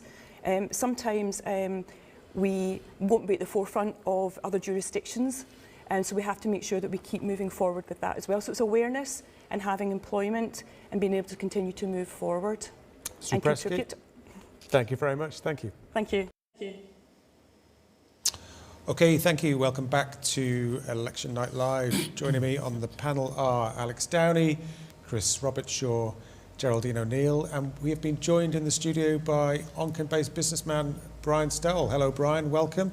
How do you do? How have you found the election campaign so far? I'm very disappointed.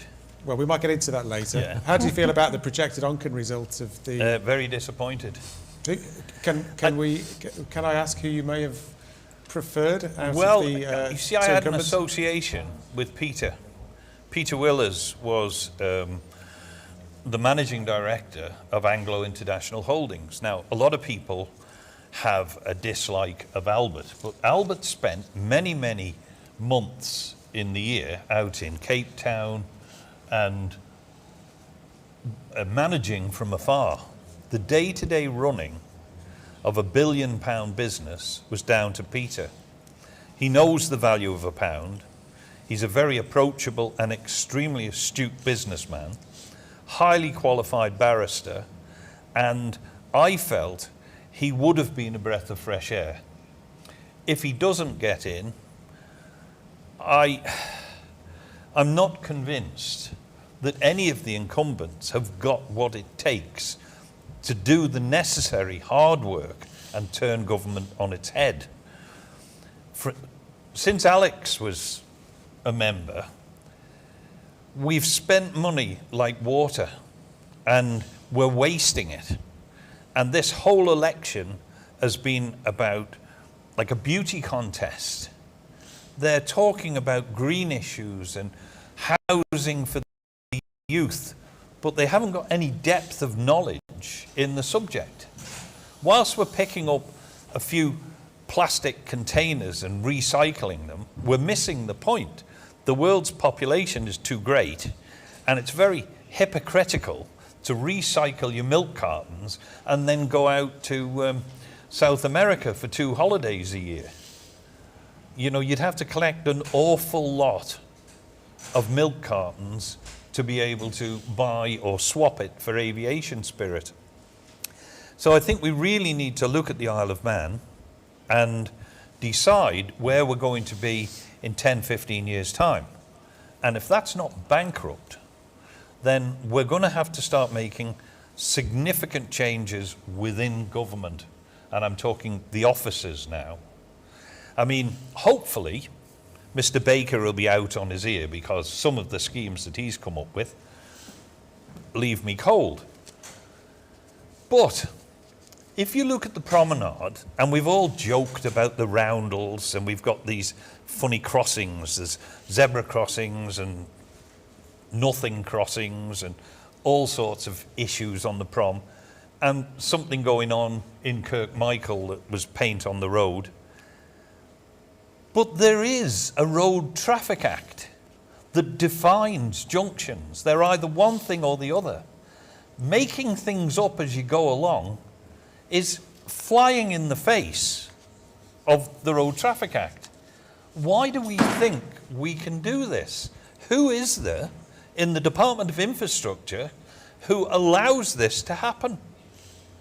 You know, Europe, we lost our halt at major road ahead signs because we had to standardise.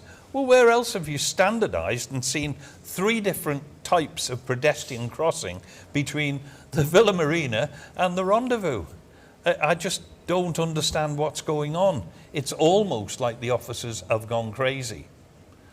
Do you feel that, I mean, this may be a question for the rest of the panel as well. Oh, don't let them say anything. That Chris Robertshaw, we want to get our money's worth, Brian. What money? That's out of my remit, actually, but you have to speak to Mr. Turner about that. The DOI, I'm not here to defend or criticise them, but it's a big department, isn't it? It's really big, and it's got a lot on its plate. That really is that the issue? To me, it's massive. Not only are they responsible for the roads and highways, rivers. You also have them doing all the work in the schools, government buildings, local authority housing. It's massive, And really, I think we need to go back to horses for courses. I think education should have its own maintenance people who understand how schools operate and how critical it is to get work doing outside of term time and so on.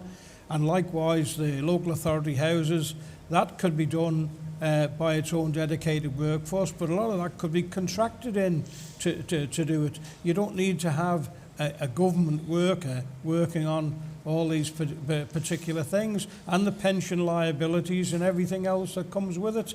As far as the roads go, I have never personally in my time seen them in such a dreadful state.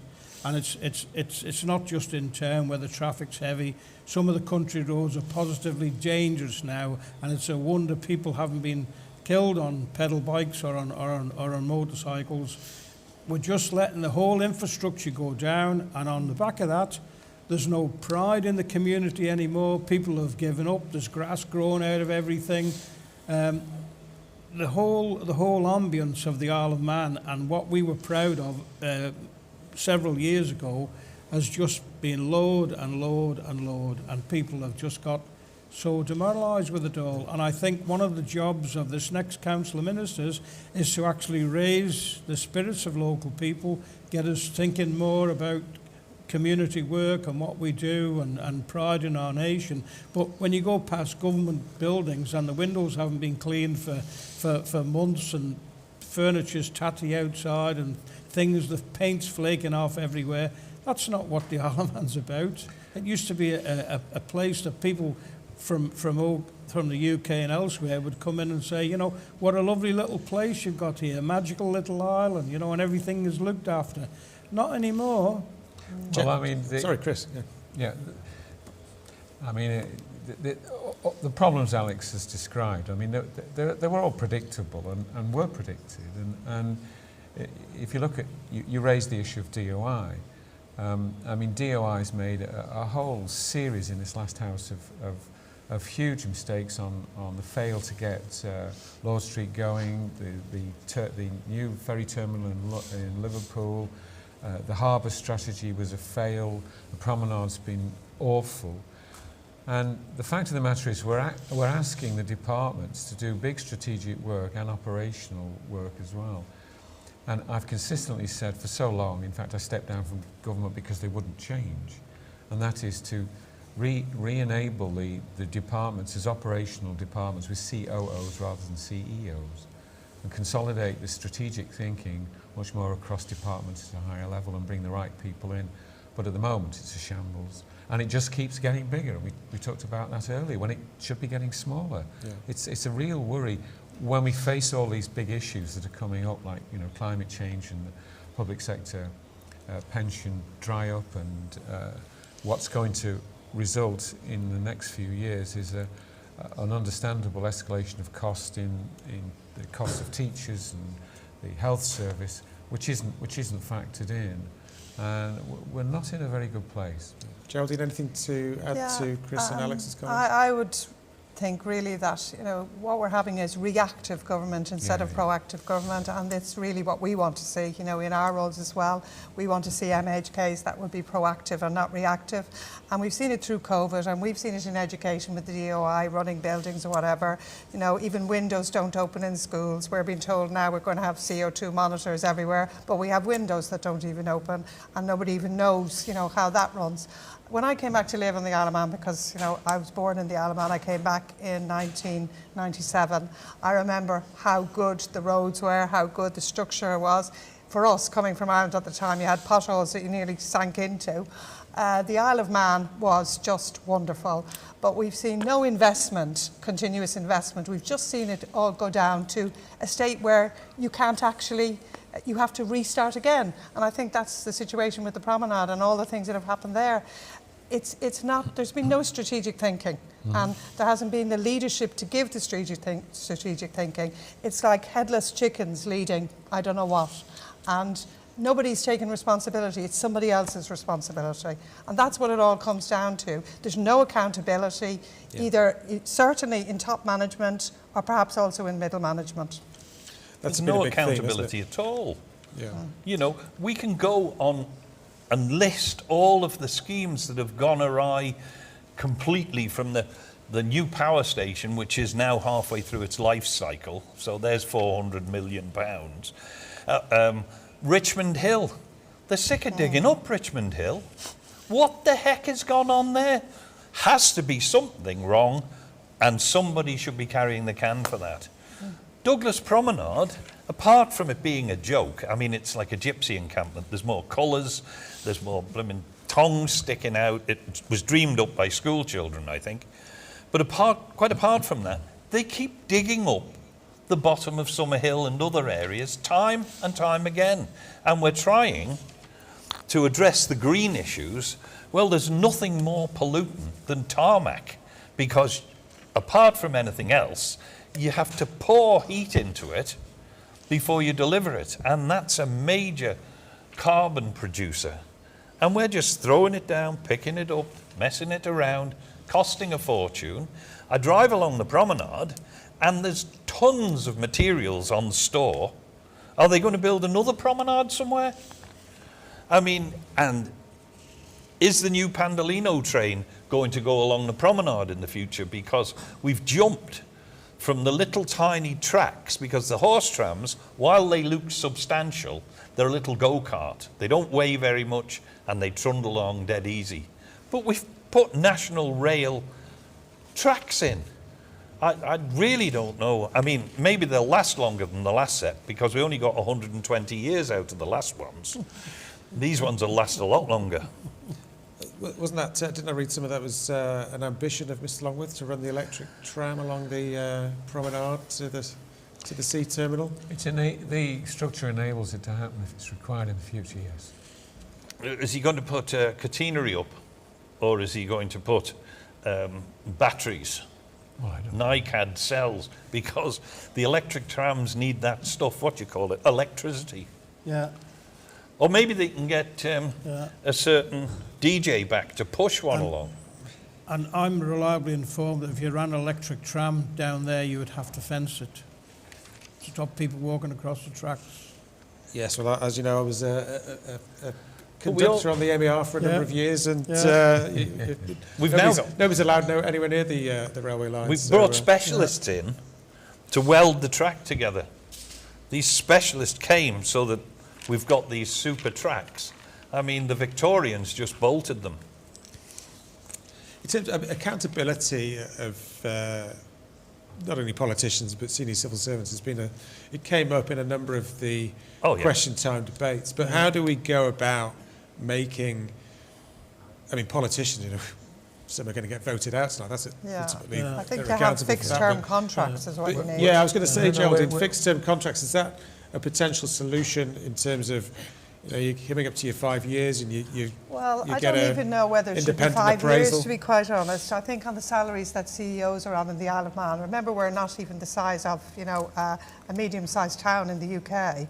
Think of the salaries that we have in these departments. That really, if they don't deliver what they're supposed to deliver, like all the rest of us, what's their value added? Yeah. And then they should be held accountable in that job. We've seen in our own, you know, issues that we've had in education how difficult it was to make certain people accountable, and we did have change take place. However, we'll have to see in the long term whether that change is going to be systematic change in how the civil service is run and how government is run, and I'm not sure that we've seen that yet. Well, I mean, if I can just come in on this thing about what a department should and shouldn't do, and at the moment we're asking the departments to be both operational and strategic at the same time, and then bestowing the appropriate authority on a CEO. And that's where the departments are consistently falling down. And you do need this restructuring of government. I mean, we've been talking about it from the scope and structure right the way through, single legal entity, one whole government and all these sort of things, but we actually won't take the steps to do it, and we'll have to. I mentioned earlier that we were going to show the second part of the Tony Brown interview because he sort of touches on this subject. Just before we get into that VT of the interview that Ewan Turner did with Tony Brown, just to note that there's a second count underway in Douglas South. So things may not be as clear cut as we originally thought. So we had Sarah Maltby and Claire Christian. Unless it's 1 and 2. between the two. Oh, quite possibly, yeah. Yeah. Oh, I Yeah, see. So we didn't have. It's my inexperience in these election matters coming to the fore here. But So Paul Quine's not out of the count yet, then, is it? Well, you wouldn't possibly know. not. We don't know yet. You wouldn't We know. don't They know might yet. be see who's won the election. They might the two first over the line might have had a similar number, and somebody's pushing to make sure that they've got the. Oh well, I would think it was more about. No, it does happen. I've seen it happen. Perhaps, but just say on the screen as well that Onken turnout is just a touch over 45%, which is down really? 4.15% on 2016. Oh, Brian, you got any comment on that? That's a lot more than I thought they'd get. Really? Yeah, I thought the turnout in Onken was going to be very low because interest has been very low. Douglas, alternatively, Douglas South is, or contrasting that with Onken, Douglas South turnout is up 6.95% to 46.95%.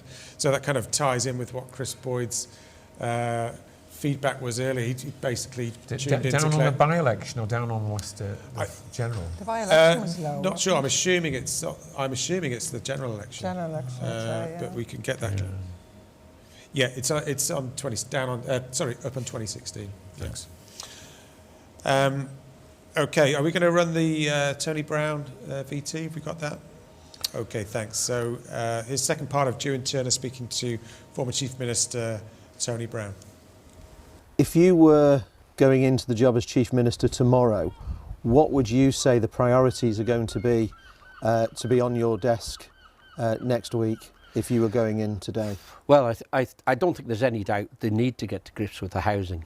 The housing issue is a big issue for the people of the Isle of Man. I have to say there have been changes made which are causing real problems for many young people and not so young. In fact, I mean, and I've mentioned this before, you've now got a situation where a person goes in to try and get on the public sector housing list and they're told they earn too much. So they go to the bank and they say, I'd like to get a mortgage to buy a house, and they're told, you don't earn enough. And all they've done is push them into the private sector where they're paying more in rent than they would have done if they got a mortgage. Now, we need to resolve that. Government's done it before. In my time, you know, we gave substantial grants to let people and help people get onto the housing ladder, first-time buyers and second-time buyers, and we should do that again. Government shouldn't just step back and say it's the private sector who are going to provide the mortgages, because they'll never do what government can do. We're a small nation, and the most important thing is to make sure people are housed properly. The other important thing is to make sure people have good jobs, and if there are opportunities, training and everything that comes into that, and it is going on, but maybe we need to do a bit more. I'm not really sure. I don't have all the ins and outs of it. But one thing I was always keen on was using our ability to make legislation to make the Isle of Man attractive. And I'm talking about good quality legislation, high standards, and making sure that we can attract business to the Isle of Man. But you know, the Chief Minister and his ministers have got to lead and make sure that they bring business with them, and importantly make sure that the senior civil servants know this is the direction we're going in. And also, you know, just get them to accept sometimes they may make decisions and they may not work out how we hoped, but it's better to make a decision and made some decision to move forward, and if it fails, then not to have made a decision at all. And I do think those things are important. So as Chief Minister, as I did when I was Chief Minister, I got my team together. I made sure the team knew exactly how I wanted to operate. This issue about silo mentality is, and you've been there, is really a bit of a nonsense. You know, the Chief Minister is there to make sure there isn't one. And if there is any problems between ministers, which is natural, they're all politicians, then, as I did in my day, you sat around the table and you sorted it out. So single legal entity, is that a bit of a red herring? Oh, I am very concerned about that issue. I'm one of the ones who is. I remember talking to a very knowledgeable Attorney General who took us leaps and bounds into modern day, and that was William Kane, and he was always concerned about the legal entity. At the moment, if there's an issue, you can sue a department of government. You can't sue the Isle of Man government, and that's a big advantage to the Isle of Man. You know, having a single legal entity will not stop what they call the silo mentality. It will not change that aspect of it, because statute gives responsibilities to departments. So whether you're a single legal entity or not won't affect that. It won't affect how it operates. But what it will do is take us into a whole different field of potential dangers, which I believe are not in the island's best interest and always have done. Thank you, and welcome back to Election Night Live. On the panel tonight are Brian Stowell, Geraldine O'Neill, Chris Robertshaw, and we have swiftly, by sleight of hand, replaced Alex Downey with Barry Murphy. Welcome, Barry. Thank you. Barry's been invited. He's been, dare I say it, very politically active over the course of the last administration, particularly, as many of you will know, in terms of the lobbying, his lobbying of government over gas prices. So welcome, Barry. Thank you, Richard. Thank you for your time. Chris, just going back to the words of Tony Brown, you've been a very active proponent of single legal entity, and you said that in terms of the Alan Bell administration, that his administration had suffered at the hands of departmental fiefdoms. Now, as you heard from Tony Brown, he's very much against the concept of a single legal entity. You're very much for. Can you just... Well, clearly from what Tony says, he doesn't understand what the single legal entity is. The single legal entity is it. I mean, Tony refers to the concept of the Alaman government. In legal terms, there's no such thing. There are only a number of legal entities which are the departments, and effectively the minister is the department, but in reality the power lies with the CEO. And if you trace back any of the things we talked about earlier, you will constantly find the same root cause problem, which is that strategic issues emerge from operational departments rather than being developed cross-departmentally with the right and appropriate support and advice and consultation. And we constantly keep hitting brick walls. So I'm completely at odds with this and utterly frustrated with a world where increasingly politicians are appearing more and more to be window dressing to the power of the bureaucratic process. If you had a single legal entity, you would still have a minister in each department, and in my world you wouldn't have all these departmental members with silly little delegated powers making them feel important. You would have a minister and a deputy minister. And they would be responsible for the operational delivery of services. That's what they're there for. The Council of Ministers as a whole, and Tymel beneath it, seeking appropriate advice, would form the big strategic decisions rather than them emanating from operational departments and then later finding how wrong they are. I mean, I can't capture what I'd like to say in this programme because it's too short, but in essence that is... plenty of time, Chris, I think. They haven't started counting in Peel yet, apparently. Well, if you look at the harbour strategy, which Tynwald agreed was an £80 million project, it was completely flawed, and it's now a silly proposal in a dusty cupboard somewhere in DOI. We've failed for 30 years, I think it is, to get something to happen at Lord Street, because DOI operationally don't know how to deal at that level, because companies coming in would only touch projects for 30, 40 million pound or more. DOI were allocating officers to that who were more capable of putting together a tender document for office furniture. I mean, it was that ludicrous. The approach on the promenade was initially to see it as a road renewal programme when it was a major engineering project. And I've said publicly many times, the Liverpool landing stage problems, or the terminal there, was effectively us sending a third division team across to play an away game with a first division team. I mean, and they were talking about millions and millions of pounds there. And then when you look at the various reports, the Beeman reports that have looked at education and DOI, the Sir Jonathan Michaels reports, they're all trying to migrate to the issue that when at a general election people elect people to represent them, that those people gather together and form a high-level strategic policy mind as to where they want to go. Now, if you, and many people say, well, the way we can get the electorate's voice forward is to have party politics, but it doesn't work in just having 24 members.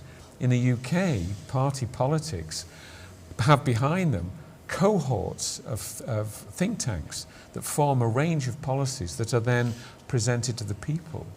Now, we don't do that. We simply rely to find solutions to issues to operational officers who, frankly, are asked to do far more than they are trained or capable of doing.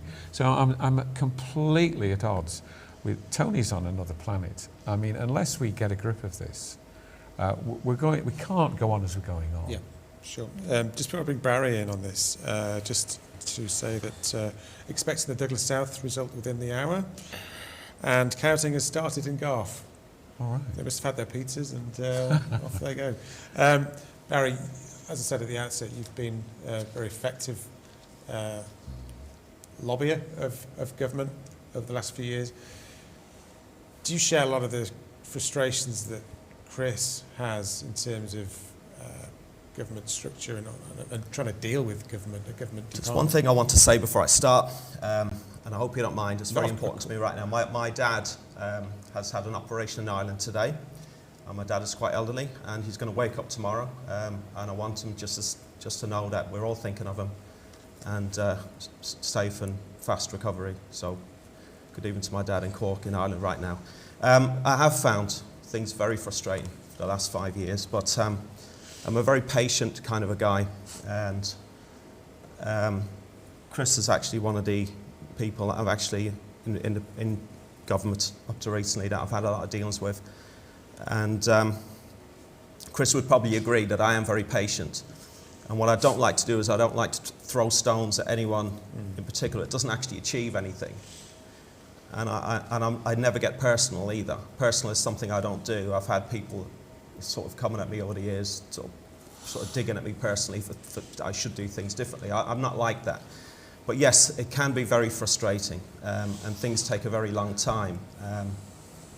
And I think, looking back over the 5 years, it's nearly 6 years now, but we're actually the whole gas scenario is actually coming to an end, although if you watch the news over the last couple of days, it seems like problems are only starting again now. Yeah, but it's breaking down ministers, really, is the problem that I found.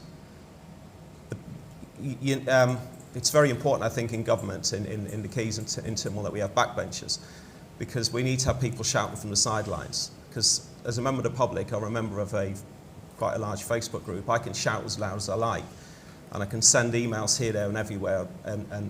But most of the time, my success has really been focusing on the backbenchers who can shout in from the sidelines, put pressure on the ministers, because unless you can get the ministers on board, it's so frustrating. That's my experience of it.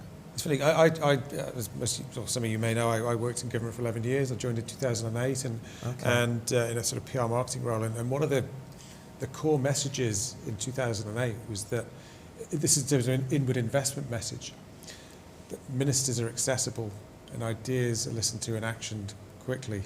So it seems that we may have lost some of that advantage, if you like, that we offered to inward investors, let alone residents with issues. So it's probably true. I think the gas situation, of course, was probably a lot more complicated, maybe, than just getting ministers on board. You know, either way, you know, we're dealing with a monopoly, a very powerful monopoly, and we're dealing with a government that uses a lot of gas. I think half the gas annually that's consumed in the Isle of Man is actually consumed by the Isle of Man government. And some members of the panel would probably agree that actually know more about figures than I do, that the government actually gets a very, very good deal for gas here on the Isle of Man. And probably, in fairness, probably too good a deal for gas on the Isle of Man, which actually one would have to question whether or not the deal is so good, whether there's been an element of cross-subsidisation that domestic customers have had to suffer. And one of the very good things, of course, that's come out of all of this is curious. The Communications Utilities Regulatory Authority, which was set up earlier this year, after the ongoing failure of trying to reach, government trying to reach a deal with Manx Gas.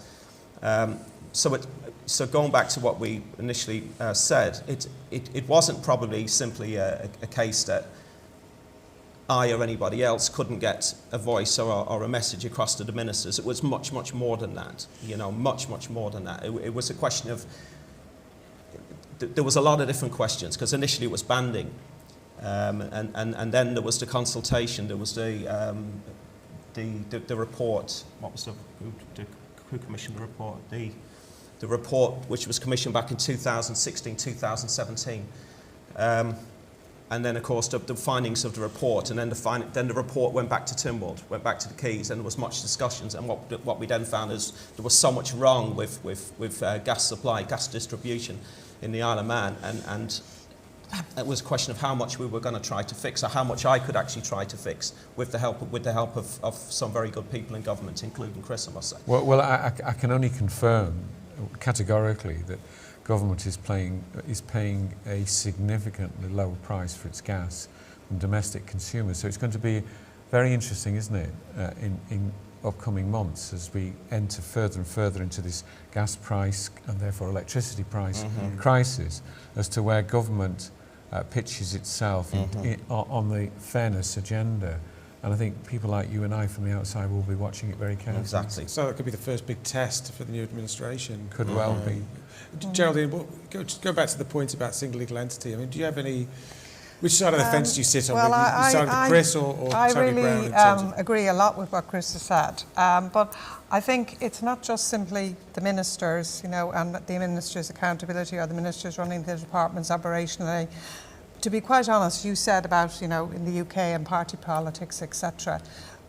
What we don't have here often are people who have actually, you know, the knowledge in the specific areas as ministers, and therefore they're relying on civil servants to provide them with knowledge. And sometimes, I know in our case particularly, sometimes those people have no knowledge whatsoever of that situation, which leads then to a very dysfunctional relationship, because they're relying also then on civil servants who are not professionals in that area.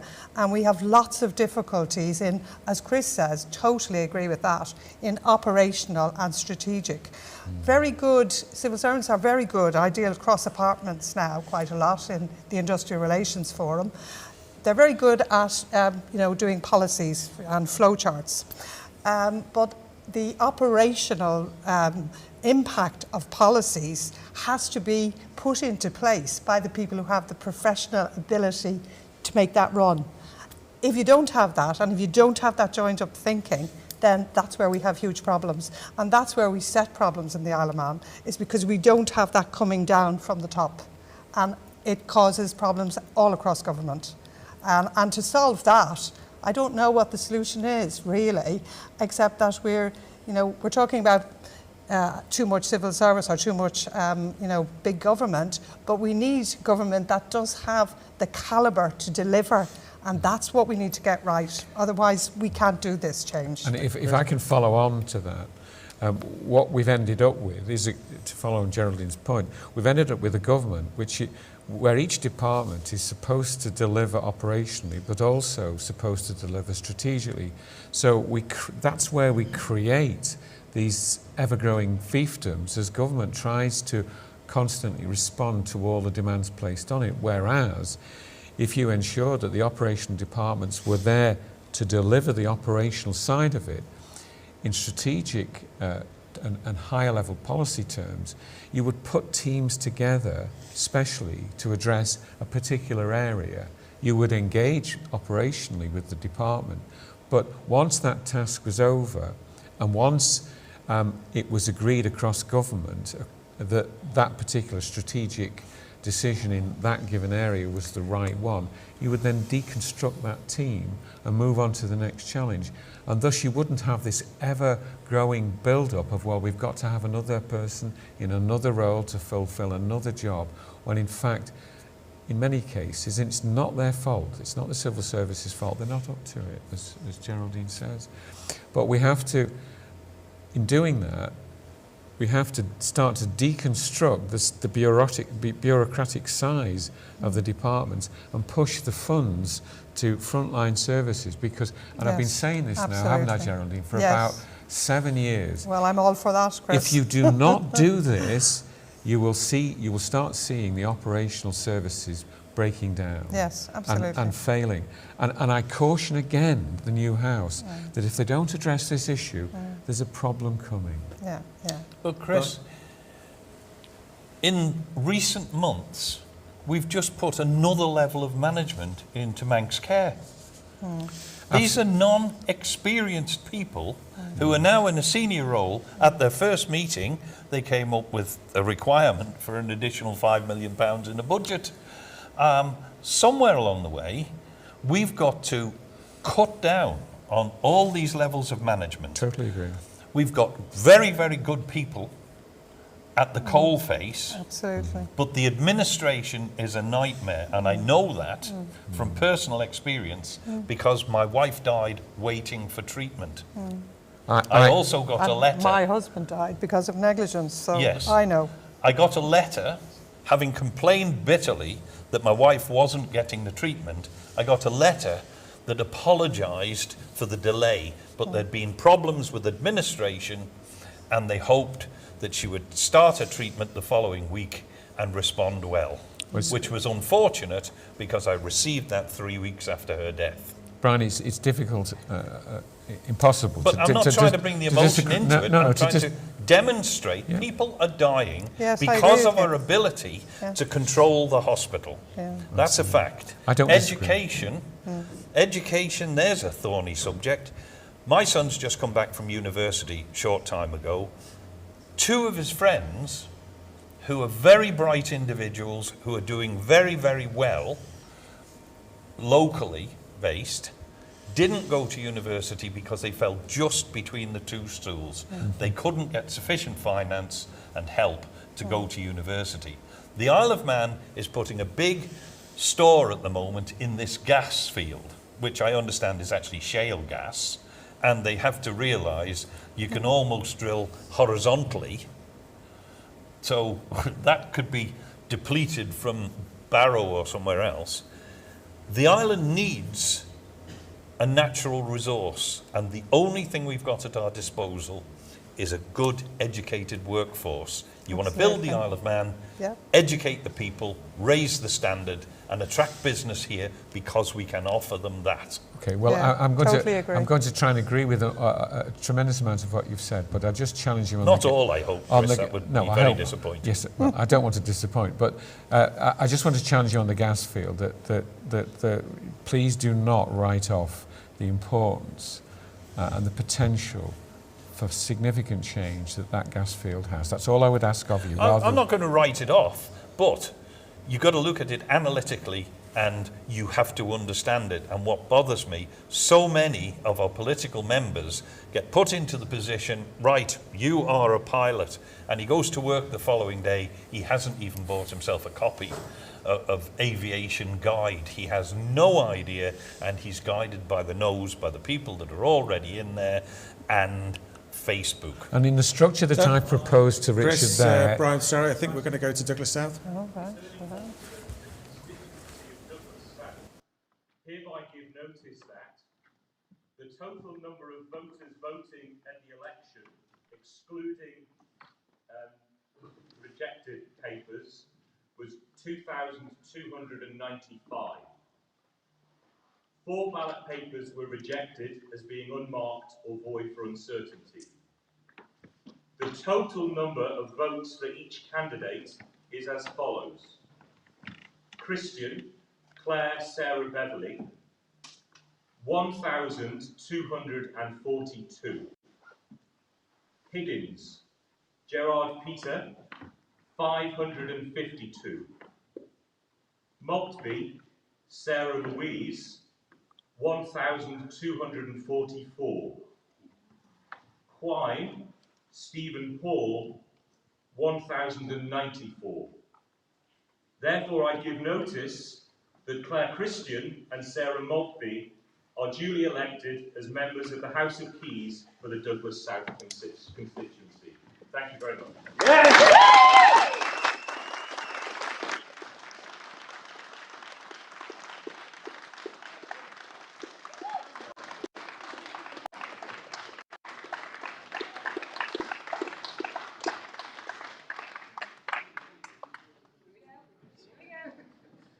Chris says he's got to go in a minute.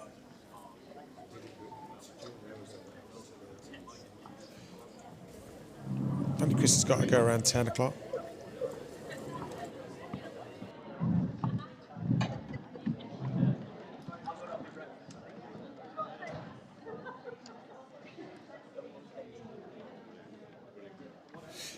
Yeah, Chris is saying he's got to go. Oh, yeah. Let's just go to a quick commercial break. Thank you.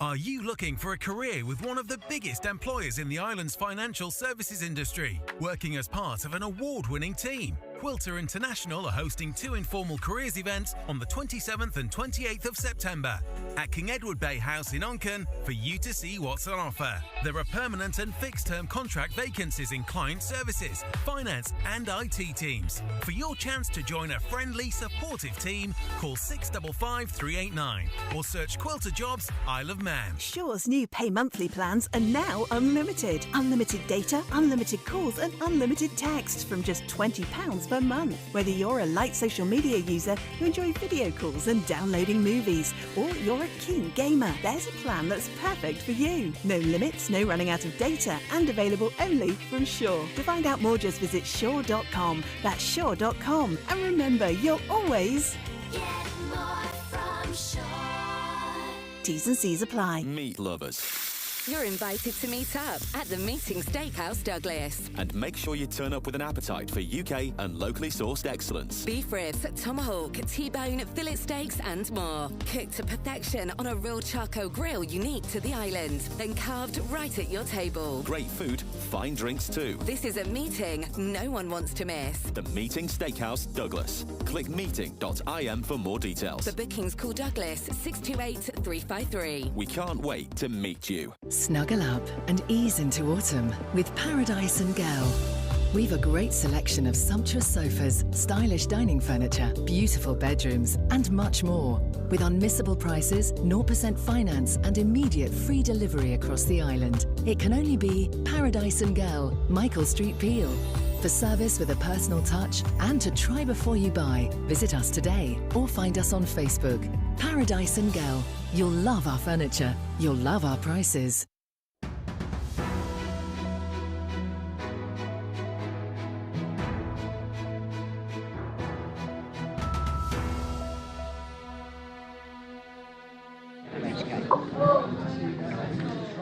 Oh, I think it's very early to say that, but 5 years is a long time.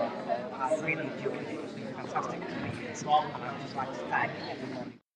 Are you looking for a career with one of the biggest employers in the island's financial services industry, working as part of an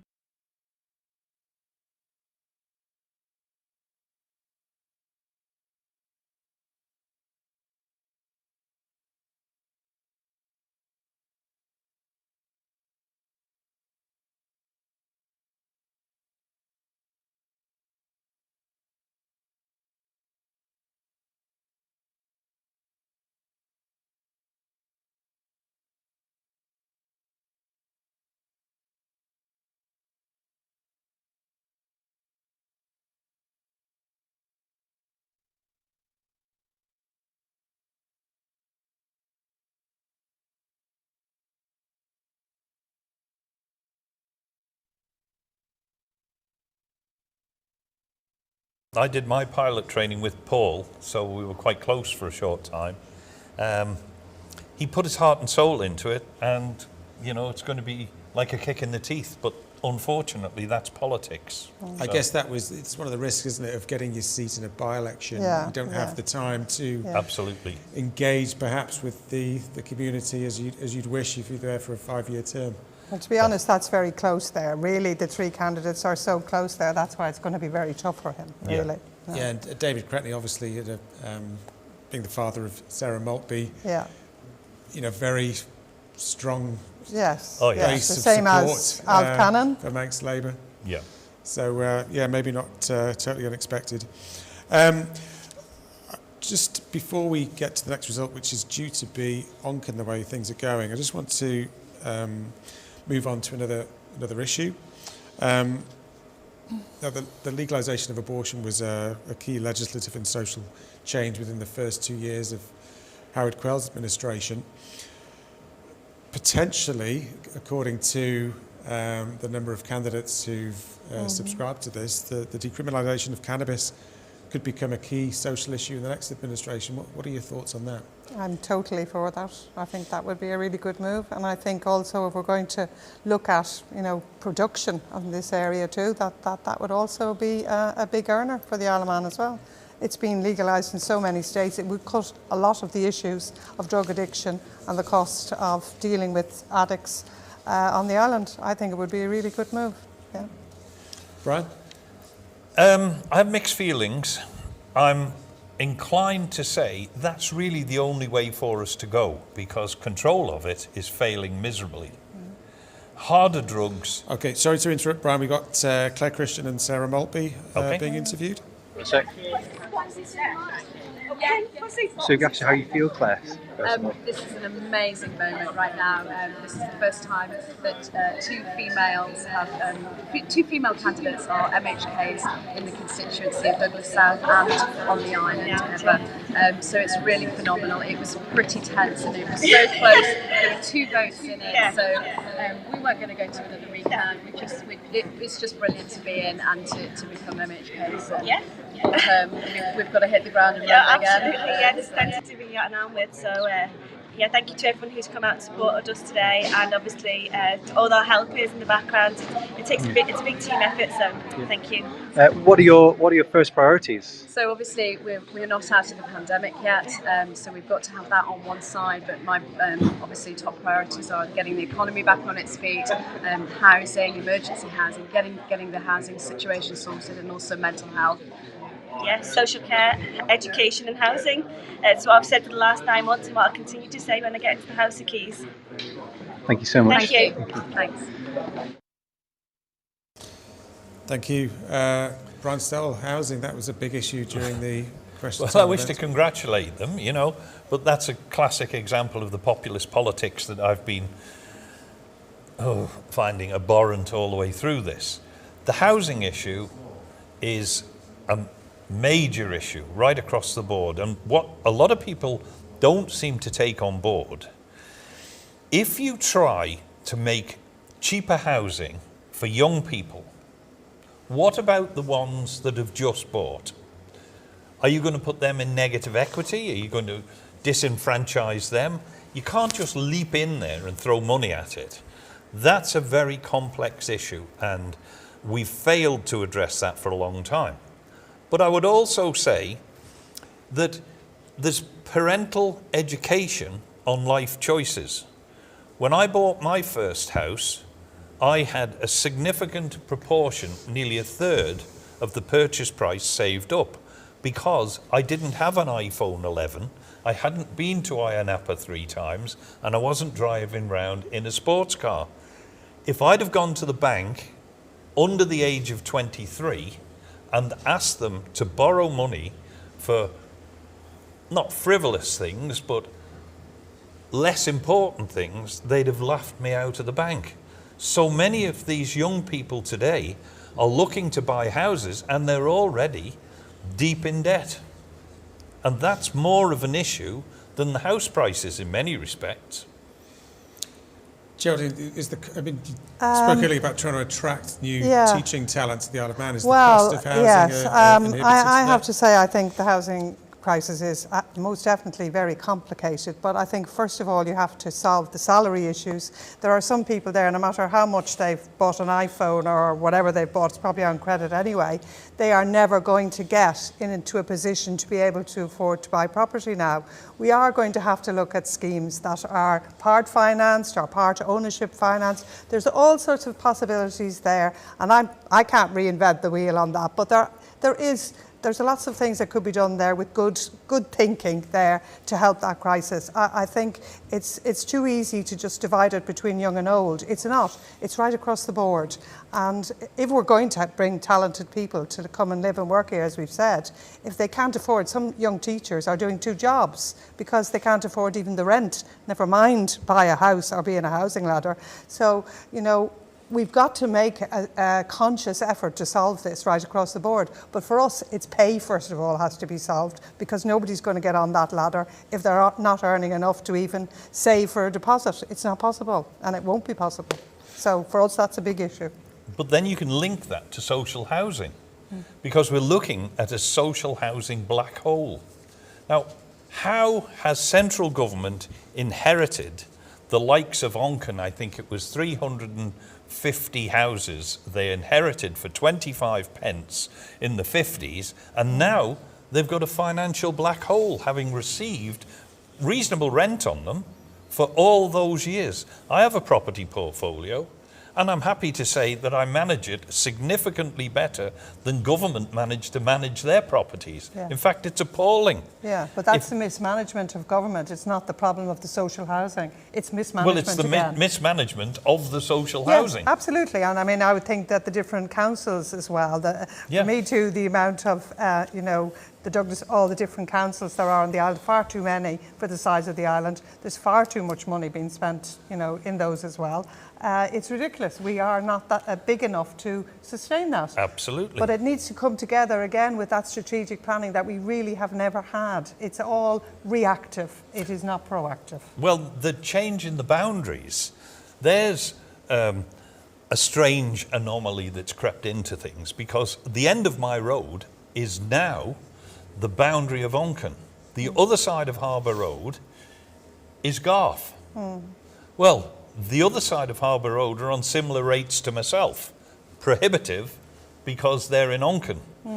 But they're voting in Garth. Yeah. And I have a friend at Fairy Cottage, and his rates are negligible. Yeah. So, we've now almost embarked upon a whole process of looking at local government and reducing it, I hope. Yes, absolutely. I was the first person to reduce the membership in Onken. We set out, when I joined the board, we had 2 rural members and 10 members on the board. I got that reduced to 7. Wasn't easy. I wish I'd got it down to 5. And the sooner we get to a 4+1 and an all-island rate, absolutely, yeah, then that's, a more fair and equitable system. And a more fair and equitable society. Society, yeah, absolutely. And we've got all sorts of anomalies in the situation where you've got people who have got very expensive houses because they've been in their working life, been able to buy these nice homes, maybe one or other partner has passed away, and electioneering out King Edward Road is heartbreaking, because there are people out there that are in very prestigious properties and cash poverty. And they're cash poverty. Yeah, yeah. And the only way out of their situation is to start thinking about moving, which isn't a realistic possibility at that time in life. You could say they should have moved sooner. If you're going to apply that logic, then the kids shouldn't have bought the iPhone, and I shouldn't have bought Manx and overseas shares. But that's another matter. And I think the speculative buying of property too by investors on the Isle of Man, that's come up quite a lot over the course of this election. That's really affecting where people are buying just on investment. It's not for the residents of the Isle of Man. I think we do really have to have controls on that. And again, other islands have that. We need to have it too. I have to be careful what I say there, because I do own a number of properties. I can understand that, but you actually live here then as well. There's a difference between, you know, and you can't actually get rid of the market. I'm not talking about doing that, but I think there has to be some kind of balance there, you know. Well, Mr. Baker managed to get rid of a lot of the market by trying to introduce the proposed bill. And that's forced an awful lot of landlords, particularly elderly couples that had an additional property left to them, the threat of 2 years imprisonment and £50,000 fine if they don't comply with some ridiculous suggestions that have been put forward by virtue of the fact that they made 120 odd amendments to the proposed bill once they started talking to the Landlords Association and still haven't managed to get it through. So that's coming back to the next House again. I just want to move on. The result from Douglas South, although there was an increased turnout, it was only from 40 to just under 47%. Still very low. How do we get that engagement with the electorate? Brian, we touched on this earlier with the other panellists, but what do we do to engage the electorate, to encourage them to get out and vote? The vast majority of the electorate sadly look upon politicians as people who are going there for the money and to line their own pockets. A lot of people say to me, I'm just not going to bother voting. Why should I? It makes no difference. Well, when you get things lying in abeyance for years and years and years, I saw somebody on that little clip, and I remember a meeting with them who was at that time a minister. I was with Albert Goubet and myself, met with him and Mr. Ball, and we were looking to purchase the Summerland site. Summerland we've inherited from the 70s. It's still there, it's still an eyesore, and it's making no progress whatsoever. And Castlemona as well. And the Castlemona Hotel, dreadful. I mean, the Castletown Golf Links Hotel, lying as a derelict. Yeah. I mean, the site next to the AXA building that used to be Loch Promenade, that's been a mess for decades. Now, unless we actually start doing something and moving forward and coming up with schemes, not necessarily throwing money at them, but putting the encouragement in for them to carry the schemes out. We'll have something vibrant in the Isle of Man. Absolutely. You know? Yeah, I think that's what, you're quite right. But I've said before, I really do think we need to capture young voters much more than we are. So we need education, really, and as an educationist I can say this, the knowledge of what Tyndall means and what MHKs do is very limited. We really need to educate our young people to know that actually, you know, their future is going to depend on the people who become members of government here. And unless they see the connection between that, then you're not going to get them involved. And youth is going to be what's going to, you know, be the future of the Isle of Man. So it's not just the older voters that we need to get out there. We need to get younger people out there. And I think even if you go from like the ages of like 50s, 40s. The total number of votes cast this evening is 2,346. Which is percentage turnout of 45.05%. There were 11 spoiled papers. The number of votes cast for each candidate is as follows. Colster, Rob Edward, 1,600. Cherry, James Alexander, 570. Edge, Julie Marie, 1,363. Leather, John Michael, 177. Willers, Peter Allen, 433. And I accordingly declare that Rob Edward Colster and Julie Marie Edge are duly returned to serve a 5-year term in the House of Keys. Thank you.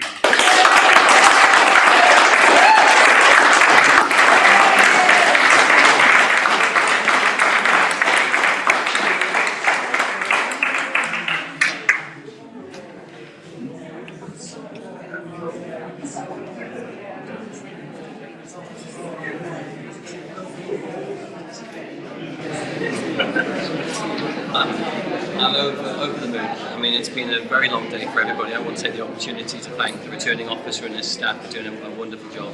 I want to thank my colleague Julie. I look forward to working with her for the next 5 years, but I also want to take the opportunity to thank the other candidates for a very fair contest. I'm under no illusion the next 5 years are going to be incredibly difficult, but I'm ready to start work tomorrow morning on behalf of the people, and I thank them so much for putting their trust in me once again. I will work tirelessly for the people around on this island.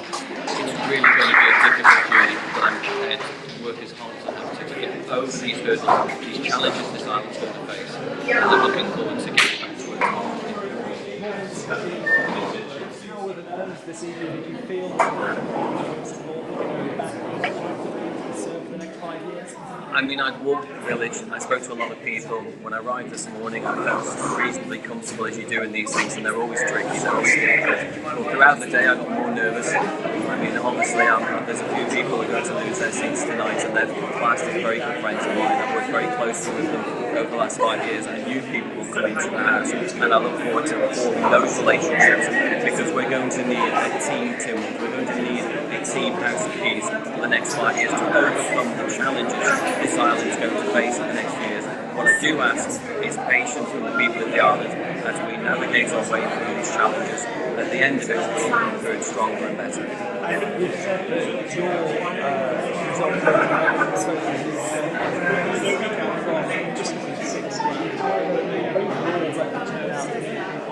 has actually gone down. So whilst it's a pleasing night for you and you'll celebrate this success, do you feel that overall voters may have become a bit disenfranchised with politics here in this particular part of the island?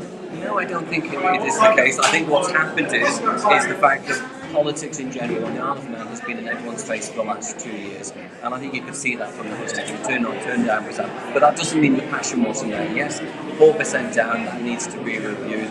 But I think at the heart of it, the people of Onken actually want two strong candidates to represent them over the next 5 years. And I know myself and Julie do things slightly different, but that could be the positive in many ways, because we'll come through things at different angles, we'll look at things differently, and as you say, we'll overcome those challenges. And I look forward to working with the people of Onken and representing them as strongly as I can over the next 5 years.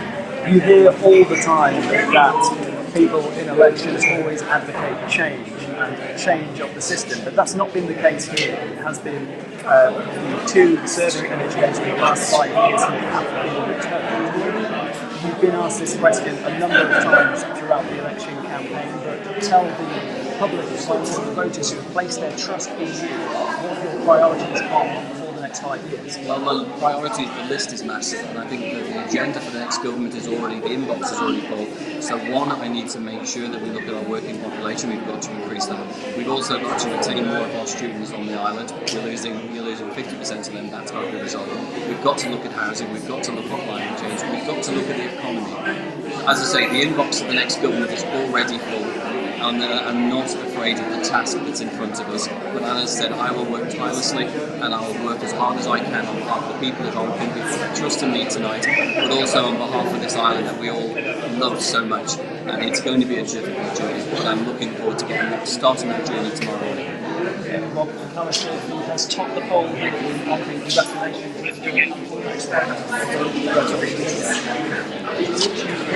Julie, first of all, congratulations. Is this vindication for you on a personal level, because you were elected last time out as a Liberal Bannon candidate? You put the party in 2017, but you have been returned here with more votes than last time as well. I think that proves, and I thank all the people of Onken for putting their trust in me. I think it proves that I still delivered on my manifesto pledges to them, and just really thank everybody for coming out today and voting.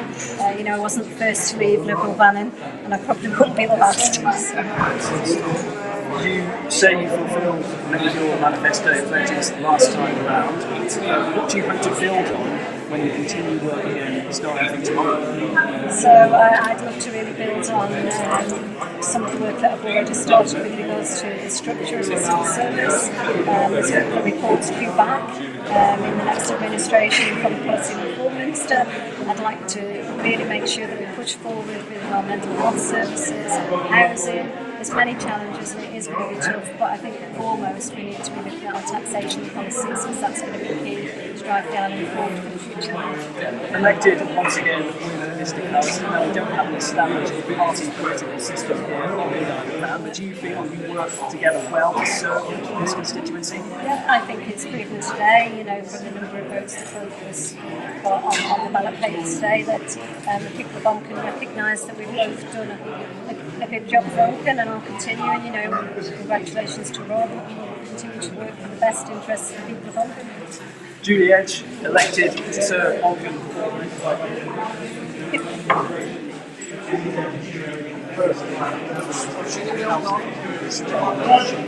some of your feelings at this moment. Okay, welcome back. We are just going to go to a quick ad break. Thank you.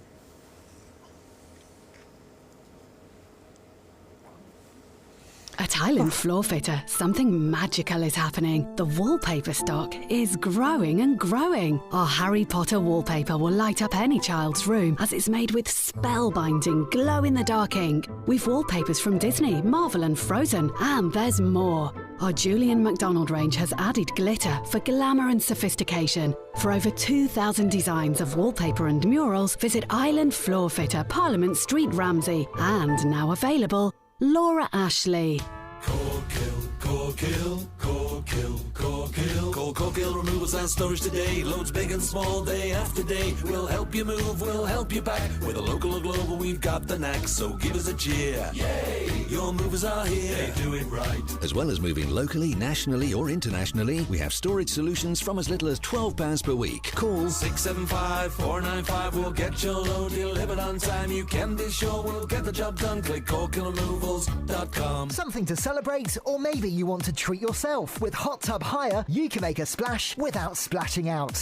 Hiring a hot tub couldn't be easier. Hire for a weekend, a week, or longer upon request. For a birthday party or a hen weekend. Or just to relax and have your own spa. And contact Hot Tub Hire Isle of Man for spa sales and supplies too. The island's only Roto Spa retailer. Follow us on Facebook for competitions and offers. Drop us a message for any queries and to reserve your spa now. Take everything you know about Indian cuisine, rip it up, and start again. Cause the heat is on. Oraban Bistro in Douglas invites you to try something new, something different, something special, and of course, very, very tasty. From the fresh local ingredients, fused with Eastern flavors, to craft beers and cocktails, Oraban Bistro has no equal. Try a thali feast and listen to your taste buds sing. Oraban Bistro. Find them on Facebook. For bookings, call 620-999.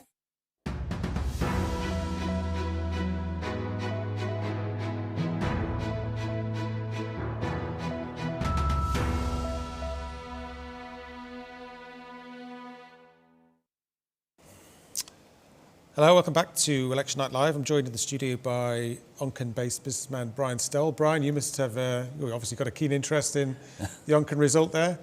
Probably wasn't what you were wanting, but fair play to Rob and Julie for getting it. Yeah, I should congratulate them both because, you know, I like them both as people.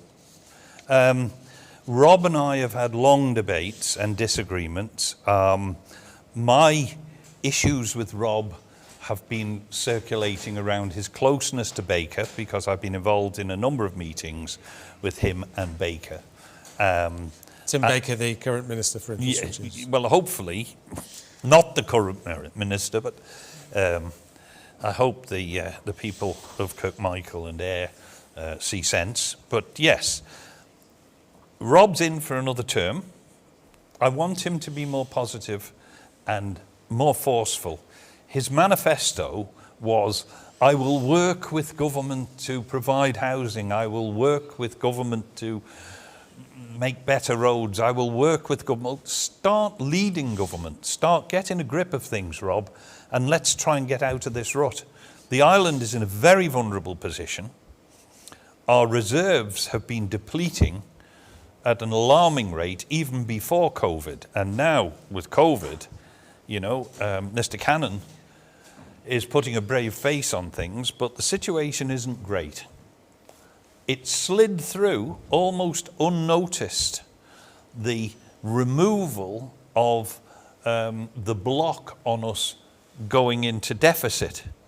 And nobody seemed to mind the fact that we've done that. That was the first time, as far as I'm aware, in our history that we've started living on credit. And I just don't like that.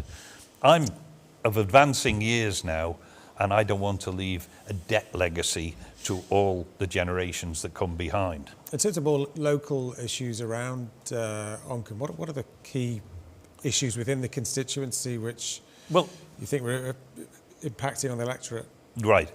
I think what we're seeing a perceived, and I don't know whether it's real to that degree, a perceived youth issue.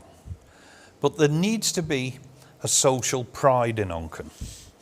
And that social pride has to be led by the commissioners. And Rob was a commissioner for some time. I keep complaining the commissioners have been struck blind. They expect the public to report streetlights and things. Well, there's 40 odd members of staff and 7 commissioners there. Do they not notice? There's a street light at the end of my road. It's been non-functional for 2 years.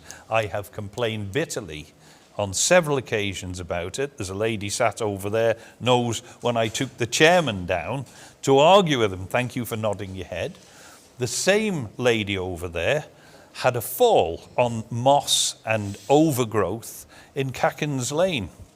Quite a serious one that involved a hospital treatment.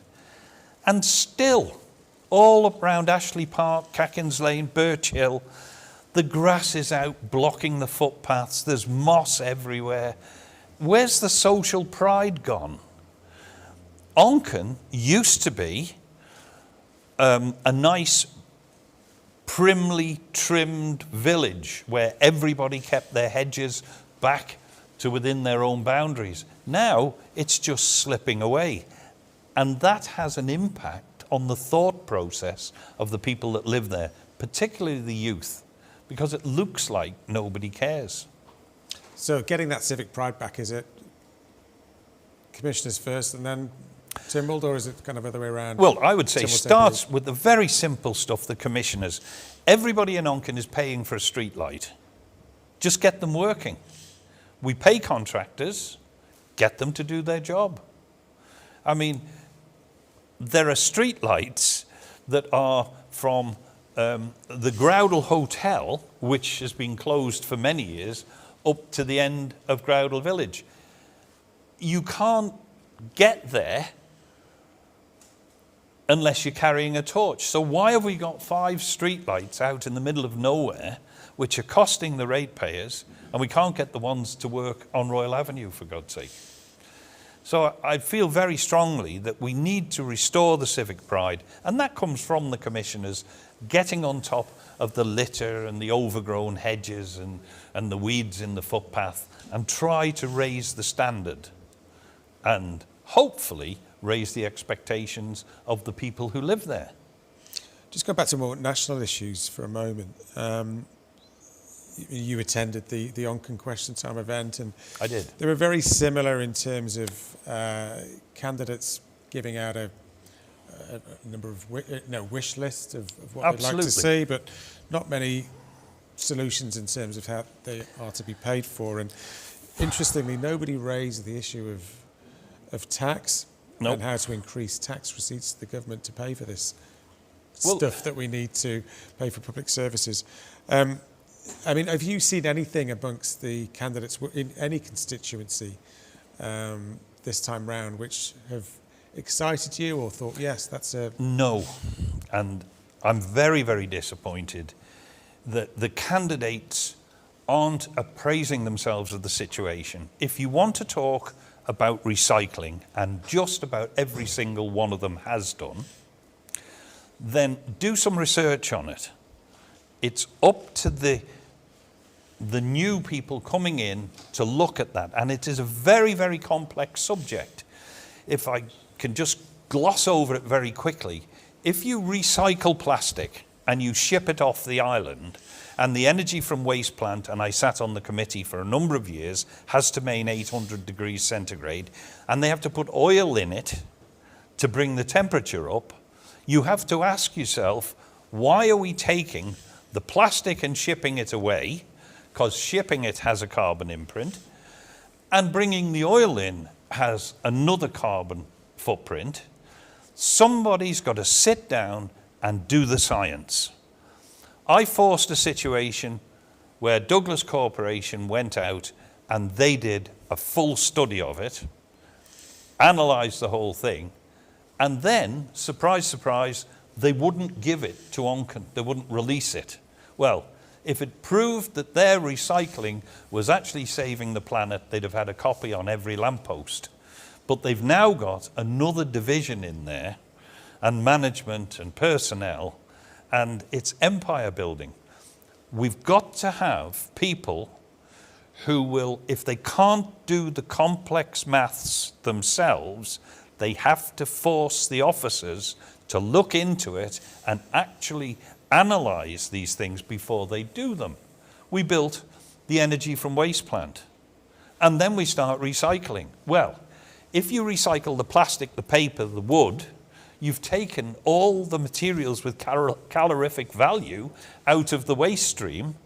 So now what you're left with doesn't burn, so you've got to burn oil to keep the temperature up to comply with the regulations. So bizarre.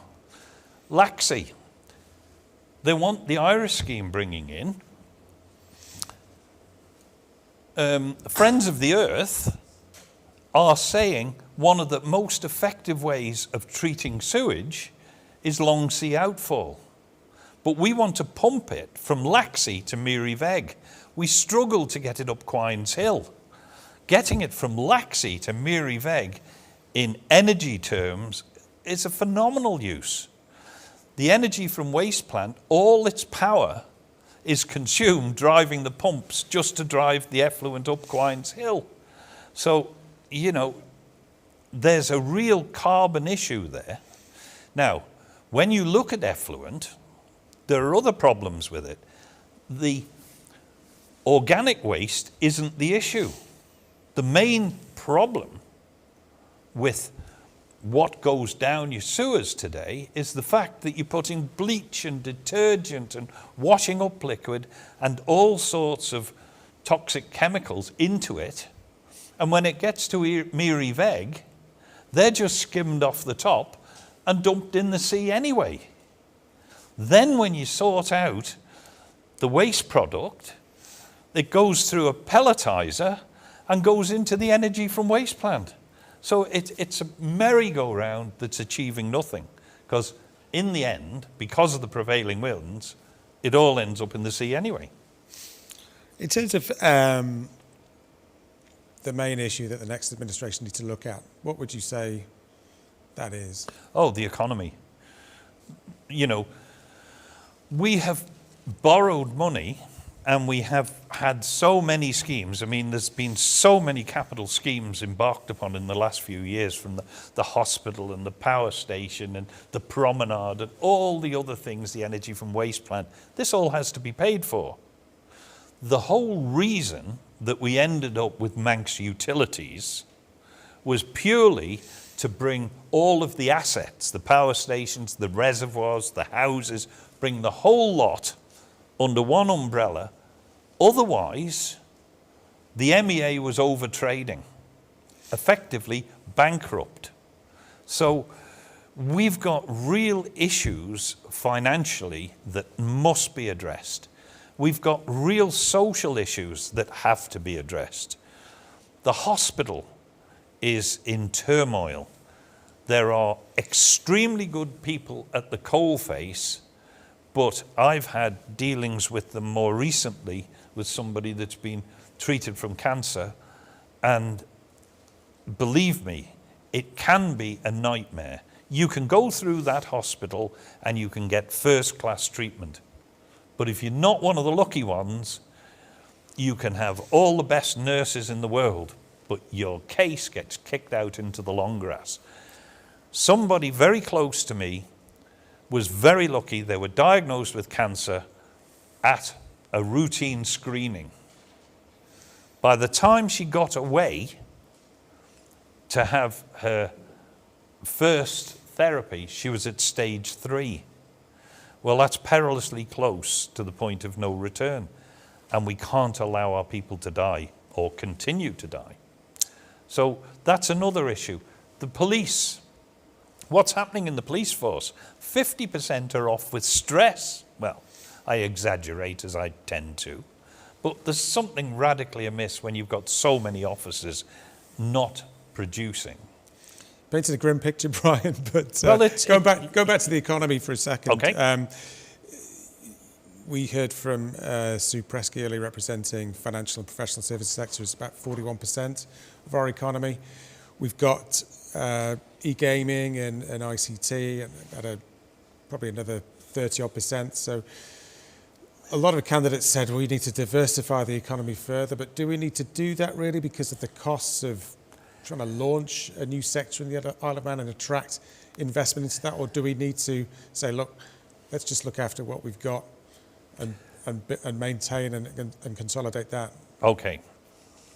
If you want to attract business, whatever the business is, you need to attract businessmen. Now just imagine we're trying to attract a businessman from Jersey, and he comes to the Isle of Man with his wife and his children, and he's thinking about setting his business up on the Isle of Man. And he trundles off the steam packet boat. The promenade's been a mess for 3 years. You can't get up and down Strand Street. Half the shops now have gone into liquidation. Summerland's at the end of it. You know, we've got to sort all these issues out to make it attractive for the family to be here.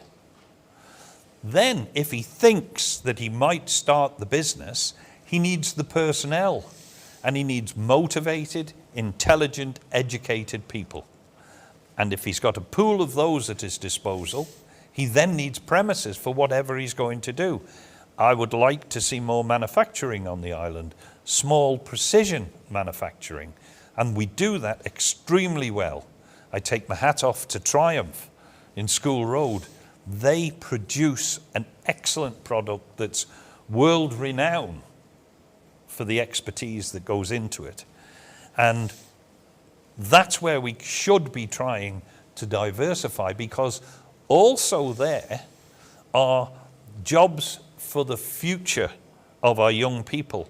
And engineering has changed. At one time, it was your ability to work a lathe.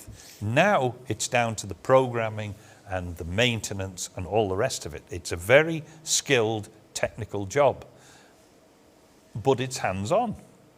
And that suits a significant proportion of the island's workforce. We're wasting our labour force in many respects.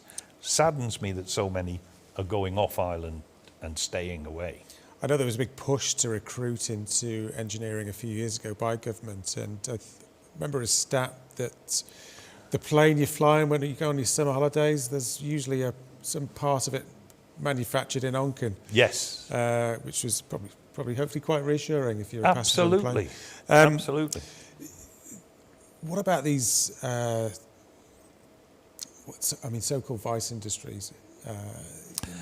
Like e-gaming, etc. I mean, we don't consider them vice industries, but they carry a certain tag, a negative tag among some people.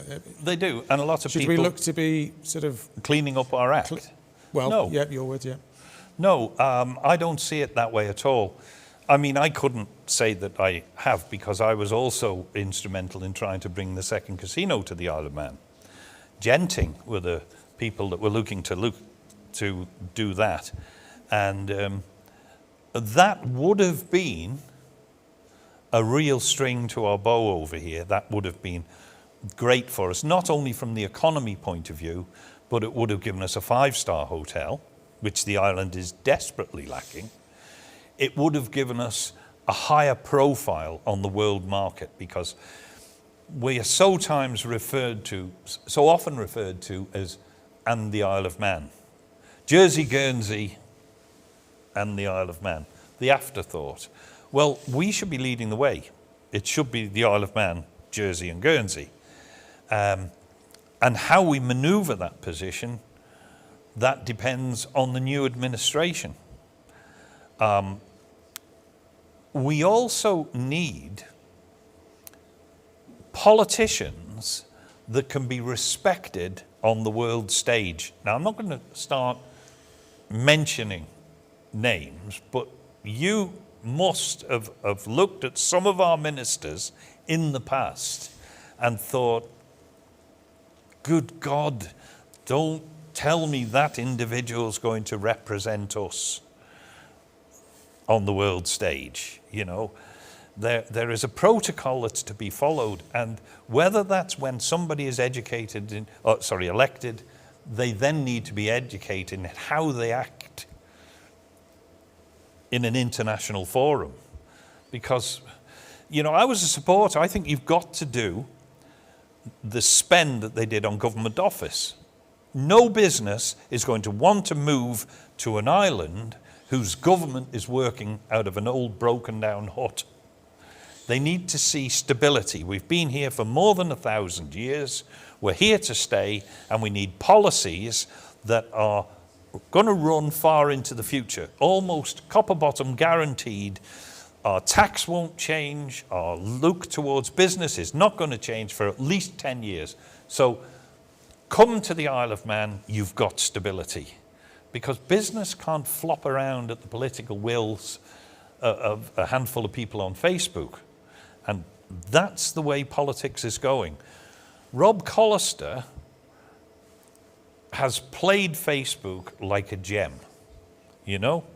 He hasn't been elected on his ability or his policies. He's been elected on his blogs.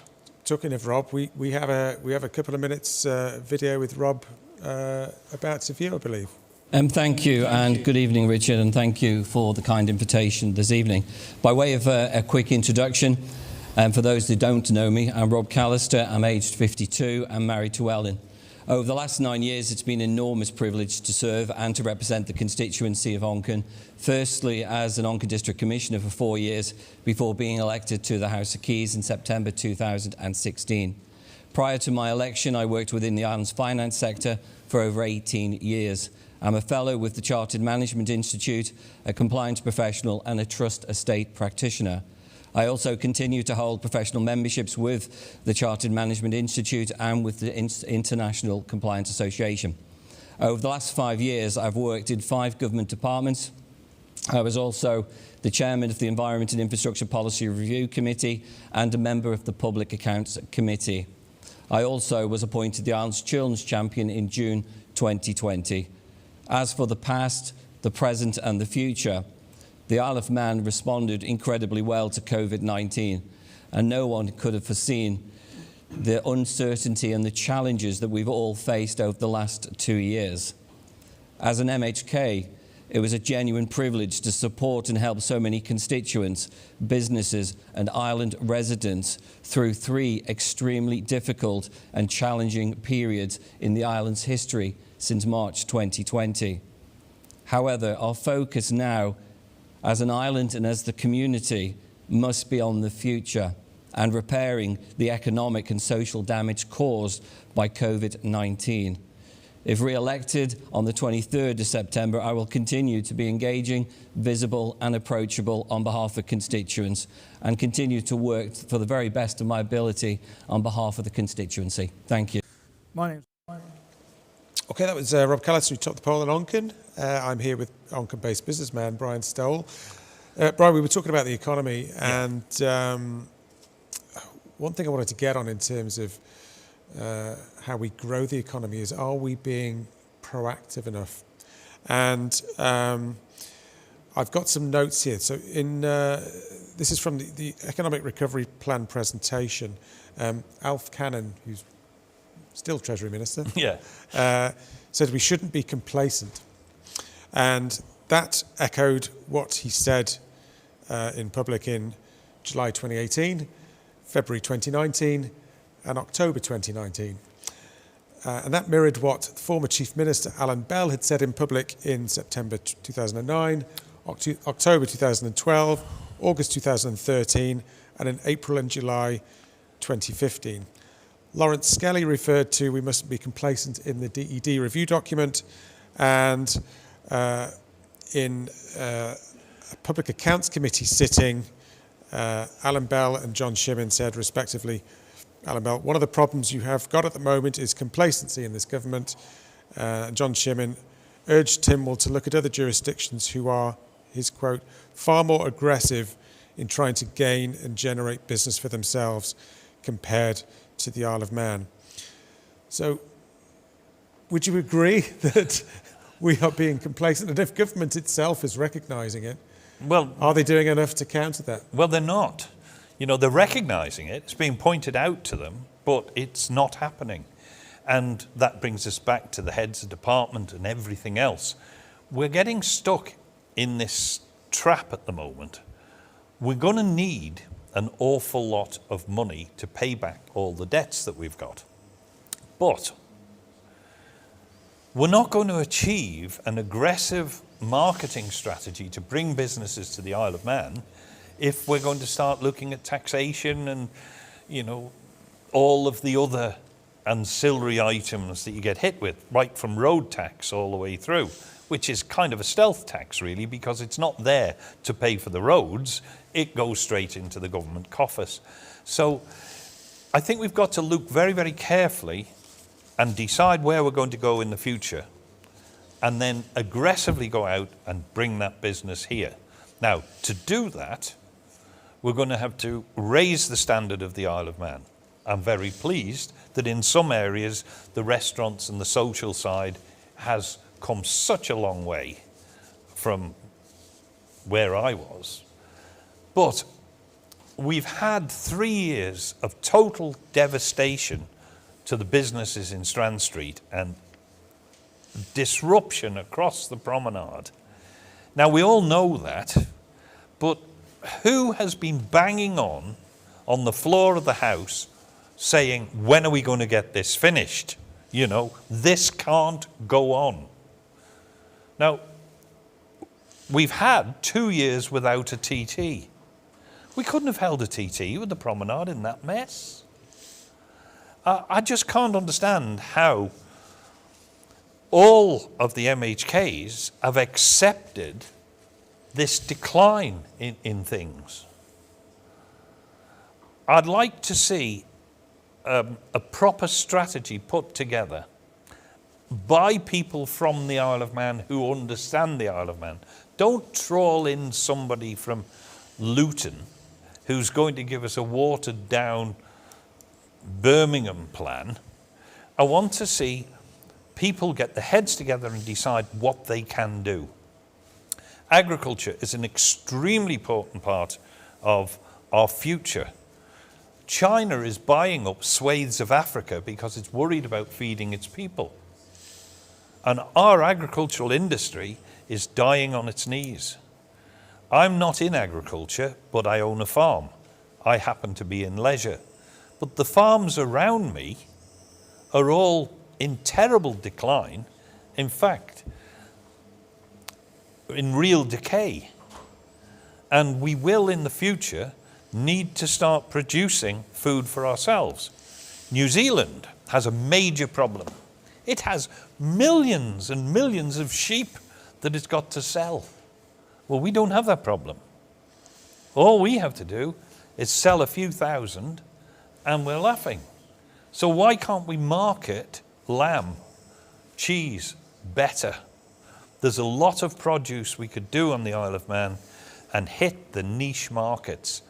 My son lives down in Redbourne, near Harpenden, and he took me down to a stone mill. And they're producing home-baked bread with flour from the mill. And people are paying £5 for a loaf. There are niche markets there, and it only becomes a problem when you've got a lot of produce to sell. We haven't. Just going to interrupt you for a second, Brian. We've got result from Arbury, Maloo and Castletown. No signal, I'm afraid, but top of the poll is Jason Morehouse. Really? 1,988, and Tim Glover in second on 1,818. Steve Crowther third on 1,488, and bottom of the pile was Graham Crageen. Any thoughts on that? Well, that's a kick for Graham. I mean, Chris said earlier that he hoped Graham would go for a seat in Ledgeco, but he's obviously not got that mandate from the voters. He hasn't got the mandate from the voters, and it'd be hard with such a bad poll to put himself forward for Ledgeco because, he's carrying that stigma now. If he was going to go for Ledgeco, you could almost say it would have been better for him not to have stood at all.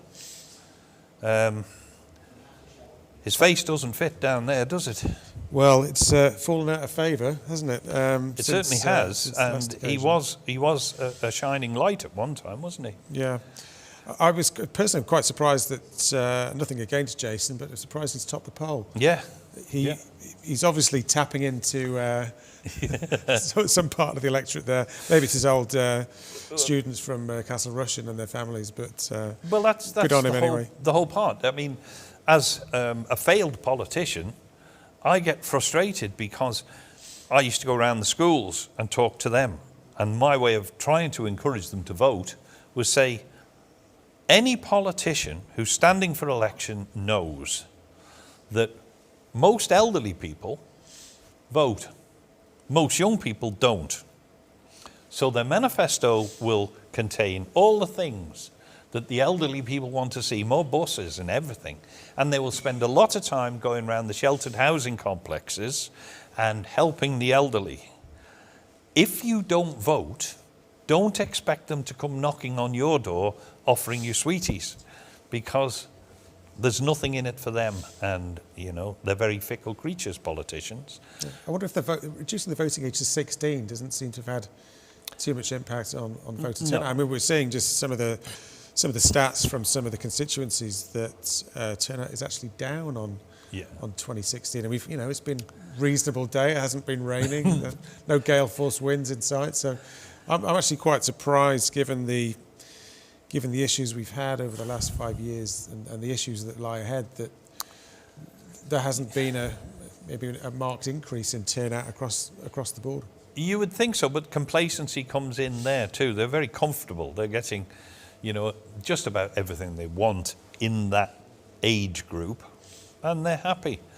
If they were struggling in some area, then they would engage with that particular issue. We've had one or two standing that are comparatively young, and it's difficult for me to imagine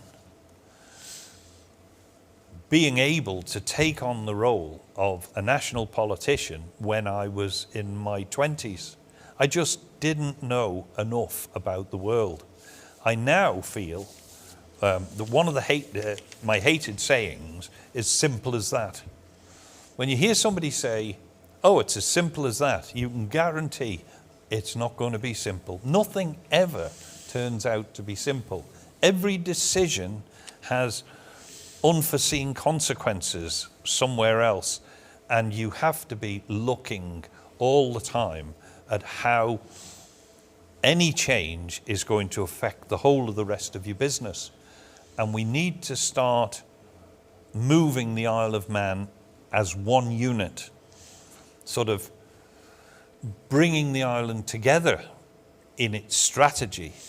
I was horrified to see that Oncan commissioners had got rid of the old motorboats. We were actually selling the Isle of Man as a heritage destination, and then we trash the 60-year-old boats, and it just doesn't make sense to me.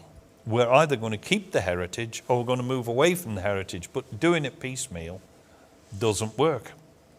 I like the Heritage Railway.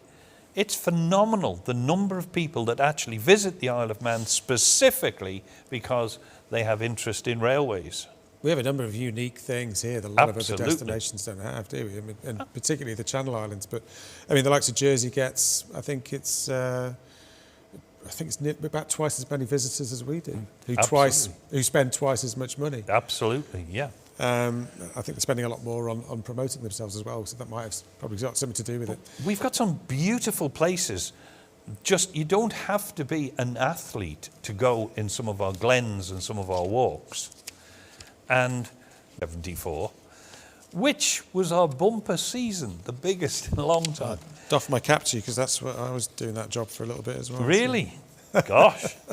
Yeah, I did the south of England. My distant past, yeah. Gosh. But the island had something to offer, and I wish we'd have retained more of it and kept it up to a standard. It's a shame when you see decay coming in, and I come back to Summerland. That should never, ever have been allowed to sit in such a mess for so long. There are so many things that could have been done with that site, and it just sits there as an eyesore. Well, there's a lot of sensitivities around it, wasn't there, in terms of... Well, there still because is. of what happened. And yeah, there still is. But we are, 50 years on now. How long are we going to wait? I'm sorry, but there are areas during the war where hundreds of people died in the Blitz. But Liverpool is back, and they're not leaving monuments to that anymore. And we have to move on. We're expecting the result from Russian very soon. Before we get to that, though, just sort of carrying on the tourism theme, you mentioned before we're desperately in need of a 5-star hotel. Yeah, that's something I'd kind of tend to agree with, and I can't believe that. I don't think we've ever had. Have we ever had a 5-star hotel? We came very, very close. After the fire, I stepped in. I'd been on the board of directors of Mount Murray for many, many years, and then after the fire, I stepped in as managing director. I couldn't get the rest of the board to want to stay with that hotel. We went through all sorts of rebuild things, and there is a major market for 5-star. It made me laugh because Madonna came over and she flew back every night. And the driver, who happened to be a friend of mine, asked her, why do you keep flying back? She said, I can't be seen to be coming out of anything other than a 5-star hotel, because it'll go around all the press that Donna's in decline. So there's the prestige of it, there's everything. We must have a 5-star hotel, and it's not that hard to achieve. Just getting news of the result from Russian. Is that the 1-2? Yep. So that's slightly different to the exit poll we had. So we've got June Watterson leading or topping the poll on 2,384. Yeah. And Michelle Hayward in second place with 1,386. 1,002 votes difference. Wow, that's a big gap, isn't it? Well done, June. Yeah, I think there were. Well, it wasn't a concern, but the thinking was that because he'd thrown his hat in the ring for the president's position and then not been successful, and then, oh, by the way, I've always wanted to be in MHK, then that might have hit him at the polls, but it doesn't seem to. Yeah. No. And Michelle as well, so another lady into the House of Keys, which is fantastic. She came across very well, actually, in the question time events. Feel a little bit sorry for. They're all sort of quality candidates, I thought, in Russian. Right. Only 4 of them: Mark Kemp and Andrew Langan-Newton as well. But yeah, that's probably a slightly surprising result in terms of the second place candidate. Yes. Douglas North is apparently imminent as well. I'm not sure if we'll be able to go to that result. John Horton's old stomping ground. Yes, and my constituency, so I've got a vested interest in seeing how this one pans out. Right. I actually expected David Ashford and John Wannenberg to get in. I think Ralph's obviously been at the other MHK for a while. And if I'm not entirely sure at the moment.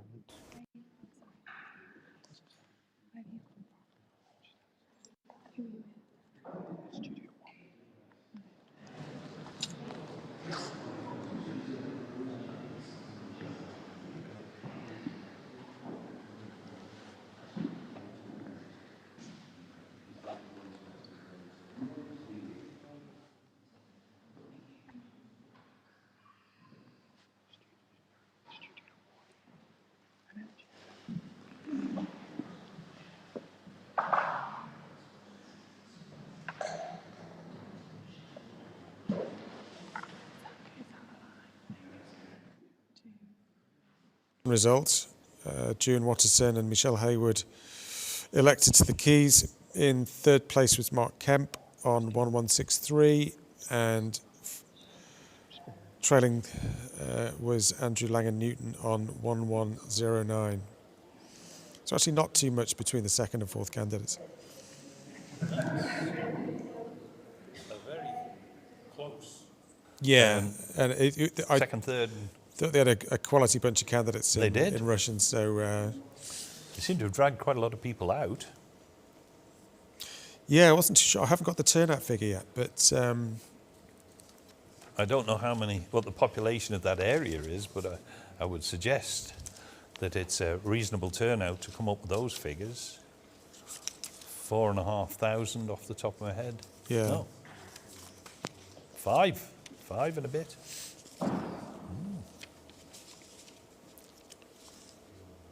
So we're still waiting for the audio from Douglas North. It's all exciting stuff, nail-biting stuff, isn't it? Well, I am literally on the edge of my seat. Yes. I don't think I've moved for about 4.5 hours. So I think my backside's gone to sleep anyway. So it'd be a good time to crack open the beers, wouldn't it? Yeah. Last orders at Studio One. There we go, I think.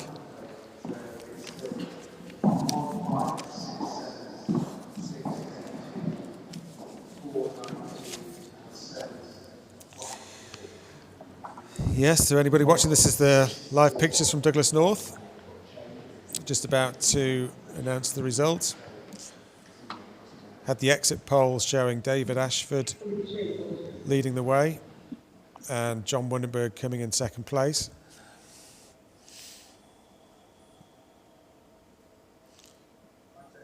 I think that's Ralph Peake, we can see.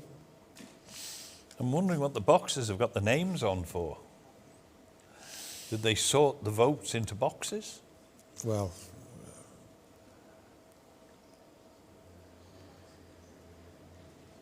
seems to be some discussion going on between Ralph and returning officer. It was a surprise to me the lengths the returning officers go to make it accurate and ensure that all the I's are dotted and the T's are crossed and there's no chance of anybody fiddling the votes, so to speak. I was really quite shocked at how they've got to be extra conscientious this time around because they've paid 40,000 to send the CPA over to observe it. Yeah. Right, looks like there's ongoing discussions at Douglas North. Whether there was a close result, I don't know. If there was, I'm assuming there would have been a recount. But, well, yes, it doesn't sound possibly. like there is. Yes, just going. We were chatting about tourism, weren't we? And, we're talking about tourism and business in general, and I mean, any business has to have faith. And I look here. I mean, you've got quite a setup here yourselves. I take no credit for it, Brian. I'm merely a pawn in the workings of this production. They've poured an awful lot of effort, time, and money into this, you know, and these are the things the island needs. I think the businesses that work best, those where you have has a clear vision about what it wants to achieve, and then it makes the necessary investment to make sure it happens. Yes. And has the right people in place. Yep. Where business falls down is when one of those three things, or more than those three things, aren't in place.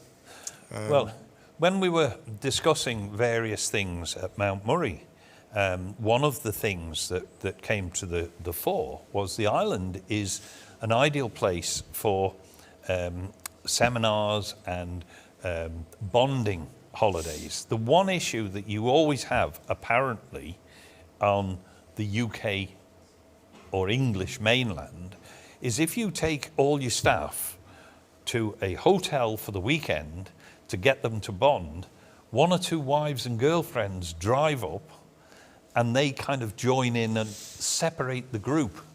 Whereas it's more difficult on an island for them to do that, so that you can actually keep your workforce concentrated together and get them to do the bonding that you want them to do. And the island is well placed for that because we've got all the games and outdoor activities they can do as well. And the lecture theatres and things that they can use. Yeah, I wasn't aware of it, but there seems to be, well, there was up until COVID, a kind of a niche occurring in terms of health conferences, because it used to have the conference at Keeldara, and you know, it's got the nice setup there, and you know, obviously on the grounds of the hospital. Yep. And yeah, they were getting some really impressive events there. Yeah. And that may be, you know, a new market for the island going forward, as opposed to trying to generate or attract these, which I don't think they are, to be fair, but those larger conferences that the Villa Marina was originally supposed to attract. You can't compete with the likes of, you know, these large arenas in the UK. But. No, and you know, a lot of that was down to the employees of the tourist board who had fulfilled a role for many, many years. Like Ellis used to do the Old Tide Dance festival, didn't he? Year on year. And I don't think if you know, if Ellis hadn't have been there to do it, then it just they wouldn't have bothered, because there was so much in the way of incentives that it wasn't showing much of a return towards the end. It's a shame to see the island's tourist industry degrade, because with it went so much of the social side. You know, you had the Hackney Owners Association and the Hoteliers Association and the licensed victuallers. And of course, agriculture's in decline at the moment, and we're seeing that die out. I think what disappoints me when I hear either politicians or more likely candidates and members of the business community talking about tourism is that it's only 2% of the economy. Well, but it's actually a lot more than that, isn't it? Its tentacles reach far and wide. Absolutely. In terms of the impact on particularly the domestic economy. Those profits generated by tourism providers tend to be retained on island and spent on island for the further benefit of the local economy. So it might be that, you know, the sector itself, and I'm not necessarily talking government, but the sector needs to do more of a promotional job on itself. Going, you know, we're important. We supply visitors who fill the capacity on air routes and generate demand for new routes. I've always been an advocate of increasing the population up to about 100,000. Making their way out. So Douglas Central, just about to announce. Preparing, standing in front of me now. And if you're all ready, Tim, after you. Yes, I'm making the formal announcement as returning officer for the Constituency of Douglas Central. I hereby give notice to the election 23rd September 2021. The candidates elected are Anne Corlett with a number of votes of 1,400, Chris Thomas with a number of votes of 1,319 votes. They are accordingly the candidates who have been elected. The other candidates were Damien Chipelli, 951 votes, Sarah Hackman, 369 votes. The total number of votes cast was 2,282 votes, turnout of 42.8%. There were 13 gifted ballots, one to official mark, voting for more than two candidates for, writing or marked, which was couldn't identify the voter, 2, unmarked or void for uncertainty, 7. So that is the result. I accordingly declare Anne Corlett and Chris Thomas are the candidates elected for this election. If the candidates want to say a couple of words, I'll give it over to them. So familiar faces here in Douglas Central. Very quickly, Anne, if I could just get your reaction. Well, I'm just overwhelmed, totally humbled, and committed to work hard with integrity and honesty. Second time, looking at a different world we're living in now from 2016. How are you approaching it this time? Really move, get on, do what we need to do, and be collaborative. Okay, and I'll quickly come over to Chris Thomas. Congratulations yourself, third time.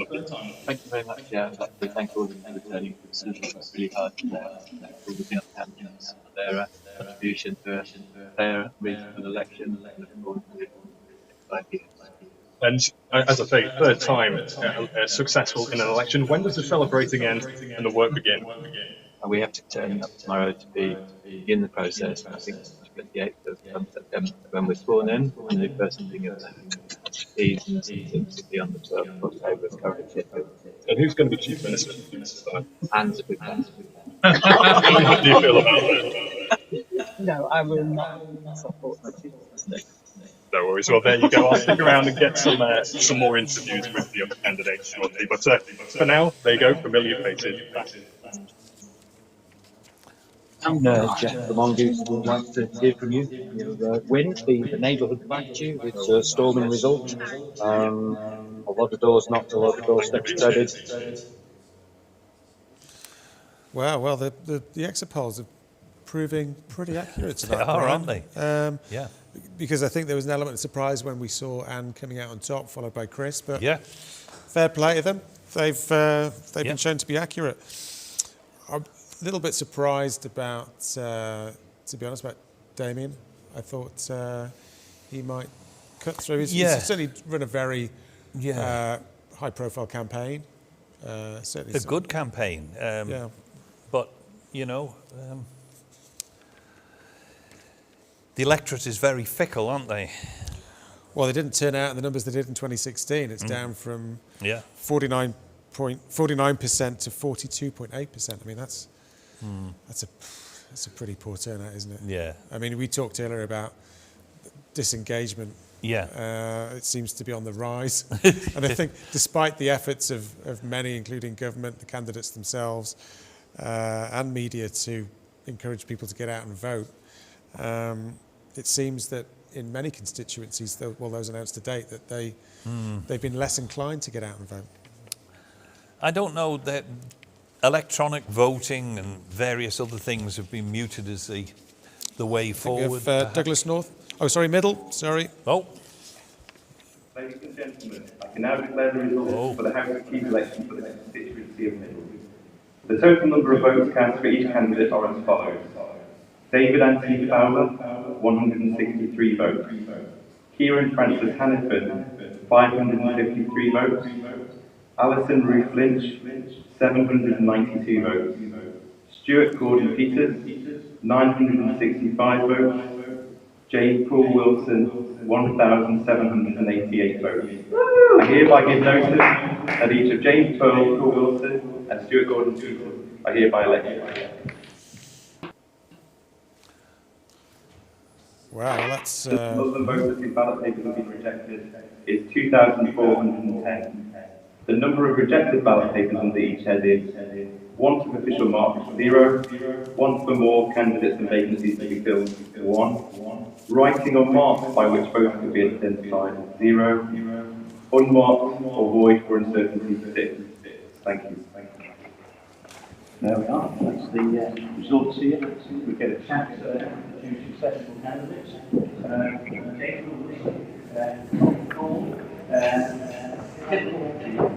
Some say you're making the best of it, the MLC thing, but proved that people supported you. I'd just really like to thank Middle for putting trust in me, and I'm looking forward to serving them and the islands for the next 5 years. And of course, being in legislative council for a few years now, 2017. Is that steadying people? Do you know what the MLCs and what's expected of them from the general public? Well, I think so. It's clear to me that it would be even better if we could share what Okay, we're cutting off from Middle, and we're getting the result from Douglas North.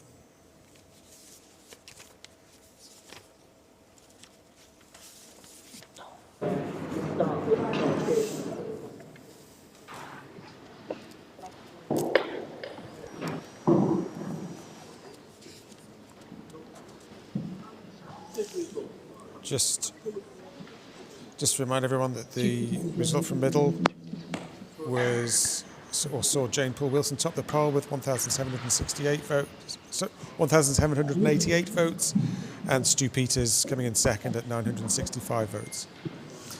We're just watching pictures from Douglas North, where the results due to be announced imminently. 30 seconds.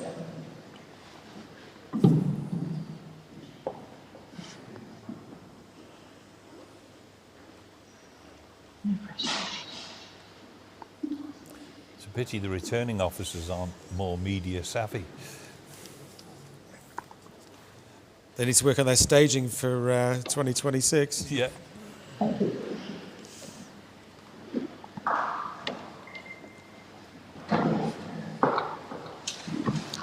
They're waiting for the Stu Peters interview to finish, aren't they? I think? Ah, right.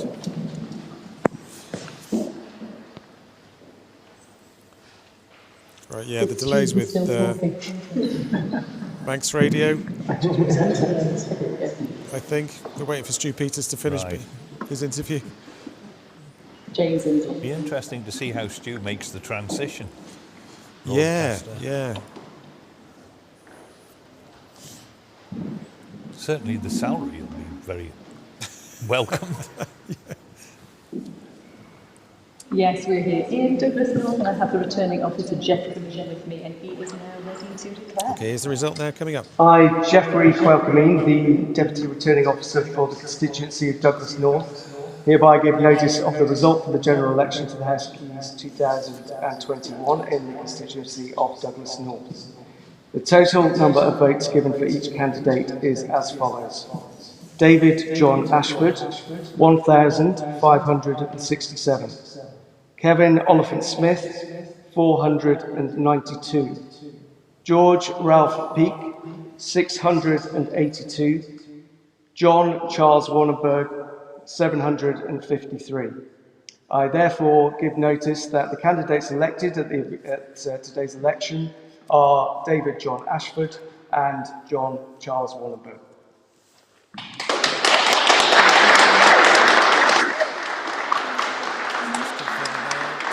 Topping the poll in Douglas North with 1,567. And here he's interviewed. I mean, you have become a very popular person over the past couple of years with everything that's gone on. Do you think, I mean, your own merchandise and everything, do you think this was a given? Well, no, it most certainly wasn't. No election is a given. Can I start by thanking Jeff and his entire team for the way they've run this election? They, as always, they've done it absolutely superbly and efficiently, and I want to give credit to them. It's been a hard-fought election. All of the candidates have worked very hard in this election, and here we have the results. I'm honoured and privileged that the people of Douglas North have put their trust in me for the second time, and that just under 80% of those who came out to vote today cast a ballot for me. I'd like to also pay tribute to the outgoing member for Douglas North, Ralph Peake. Myself and Ralph have worked very closely together over the last 5 years, particularly on constituency issues, and I wish him well for the future. And I also look forward to working with John Warrenberg over the next 5 years just as closely to resolve the problems we have up here in Douglas North. And obviously, it was unprecedented what's been happening over the past couple of years. No one could have predicted when you were elected that you were going to have to be dealing with what you've dealt with. So we know what you've been able to bring to the party over the past 2 years with regard to the pandemic. What can you bring to the table outside of that now? Well, I think I bring with me 5 years of experience in a team that's had to deal with major international issues, from money vow to VAT renegotiation, the worldwide pandemic and Brexit. Remember that, when we thought that was the biggest problem we faced. So I think I've got a wide range of experience over the last 5 years. I've also worked hard in the constituency to try and resolve people's local problems. So I think I'm a much more matured member than I was when I came in 5 years ago. And hopefully that will benefit not just the people of Douglas North, but beyond as well. One last question before we speak to the other members over there. You have previously said you weren't going to stand as Chief Minister. Things could change. Would you put yourself forward? I'm a politician, my word, and the answer is no. I ruled out very early on, before the campaign even began, with being a candidate for the next Chief Minister. We have plenty of other able members, I'm sure, who will be returned tonight who can actually undertake that role, and I'd be proud to serve under any of them. Well, thank you very much and congratulations to David Ashford there. We need to speak to the number 2. We have John Wallenberg here. How do you feel? Good. Absolutely. So what are going to be your priorities once you get in there? I'm going to deliver as much as I can. And there were quite some points in that manifesto. I know that some of the things that you were keen on, you were talking about the economy, that was very, very big on your manifesto radar, bringing new business in, diversifying the economy, we need to reinvent ourselves. I mean, these are big things. How are we going to do that? You're going to do it collectively as 24 members. It's the right thing to do. We're going to take the slides forward. We're going to drive it forward, positive and compassionate way. And what do you think are the main things that are going to bring in? Everything to stop wasting money. Vanity projects. Just got to stop. Well, those are some strong words there from John Wallenberg. Congratulations and all the best for the future. Hi John, I'm live with Studio One. Can I just ask you, what are your priorities and how do you feel? I feel good, as James Brown said. I feel good, and I intend to deliver on everything in my manifesto as far as I can. Thank you so much. Okay, that was Douglas North. Just a reminder of the result. David Ashford coming top, no surprise really, with 1,567 votes. John Wanneberg coming second and elected to the Keys on 753. And Ralph Peake third on 682, and Kevin Oliphant-Smith fourth on 492. No surprises there, Brian, really? No. It's quite generous, I thought, David, with his praise of Ralph Peake. Yes. I think they have worked reasonably well as a constituency team over the last 5 years. And he quite definitively ruled himself out of the Chief Minister's job. Yeah. Maybe he's been promised something well, yes. in a either a Cannon or a Allinson administration, if the rumours are true in terms of who's going for Chief Minister. Yes, quite possibly. But it does surprise me that Mr. Wallenberg has tipped the poll there. I didn't think he would do. I thought it would be a close run thing, but there is quite a margin there, isn't there? A couple of hundred votes in that. Yeah, I mean, Ralph was about 70 votes behind John. Oh, right. And I always thought it would be between those two for the second, for the runners-up spot, if you like. I mean, I live in the constituency, and David Ashford has a big following in Governor's Hill. Our kids go to Cronkerberry, so it's always a head start if you're going to be running in that constituency. But I think John's campaign gathered momentum as it went on. When he was here in his question time event, I thought he lacked a little bit of substance, but over the weeks since we've recorded that, I really think he's sort of grown into the campaign, if you like. And I'm actually quite looking forward to him being working on our behalf in terms of his presence in the Keys. He certainly talks good game, but as you know, you get that in terms of campaigning. You hit the you hit the chamber, and all that fire and passion seems to disappear. But hopefully, a certain former steam packet employee went into Legislative Council, and they were calling him the monk for long enough because he took a vow of silence the moment he went in. Well, I couldn't possibly comment on that. No, you couldn't. I'm going to take some flack next time I see him. I'm not aware of any results being imminent. Obviously, in some areas, Eyre and Michael and Ramsey, we've got quite a lot, and Douglas East, we've got quite a large swathe of candidates. And the count will be a little bit problematic. It makes it very problematic when you get so many votes on each paper. I don't think we asked you, I think you may have been in transit when we asked this question earlier of the earlier panel members. In terms of Chief Minister, and I mean, let's face it, it looks like it's going to be, if they get it, well, we think they're going to get elected based on the exit polls. Alf Cannon, Alex Allinson. It's unlikely perhaps there'll be another putting themselves forward unless they feel they're guaranteed a certain level of support from the other Keys members. I mean, do you have a preference either way, or are they kind of... I have issues with Alf, but I think he would make... Is that because of his leadership of Treasury? Or yes, is it... possibly. I mean, he does have a little bit of a poison chalice there, because money is flooding out. But then he could do more to inhibit that, I always felt. It has to be approved, and they have to find the funds for all of these projects. And there's an awful lot of projects gone on simultaneously. DOI have projects running all over the island, major projects, which could easily be handled by our on-island workforce, but because they've started so many, we're having to import workers, and it's having a knock-on effect by depriving the local businesses of a workforce, which is jacking up salaries and ultimately housing costs and repairs. So, yeah, I think we could have put a blanket, to use a Manx term, on a lot of these projects. We were doing Douglas Promenade, Peel Promenade, Pulrose Bridge, Pulrose Road, Quarterbridge Road. These were all major schemes, unheard of in the history of the island prior to this administration. So I think they got a little bit carried away somewhere.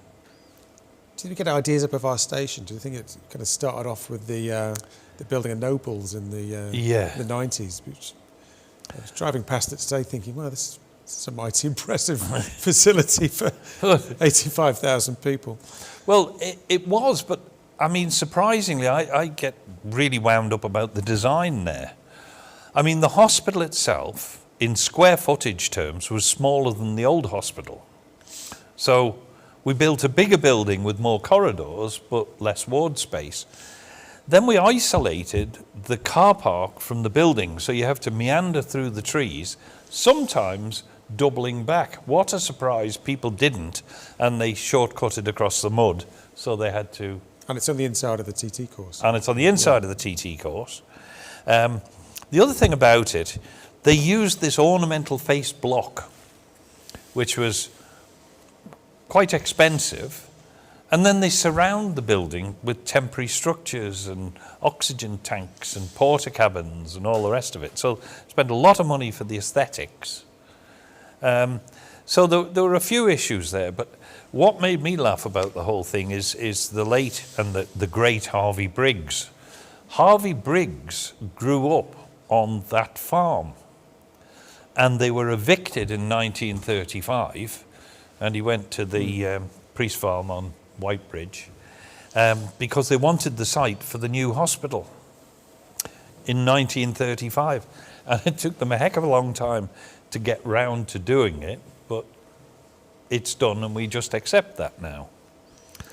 But like all government schemes, if we'd have done anything like that in the private sector, we'd have moved the operation onto the new site and immediately put the old site up for sale. But no, government have expanded into that now, and it seems to be this natural expansion of government into anything that becomes available, and we have to stop that. In terms of Alex Allenton, do you know much about him? No. Do you have a view on him? No, I can't really comment. Gut feeling? It would be unfair for me to comment, to be honest. I really don't know that much about the gentleman. I don't even recall ever meeting him. But if you have any inside information, I'd be interested to know. I don't actually. He was very pleasant every time I've engaged with him, either here for the Question Time event or via email on occasion with various charitable endeavours I'm involved with. But I guess at some stage, it's looking like one of those two, and part of their remit is external relations, and obviously key to that is our relationship with the UK. Yep. And that's had its challenges particularly over the last 10, 15 years. What do you think our relationship should be? Should we sort of look at closer ties and maybe maybe even integrate some of our functions with the UK, or do we need that sort of even greater separation and by definition a greater degree of autonomy we need than we to enjoy walk at the moment? a very thin line here.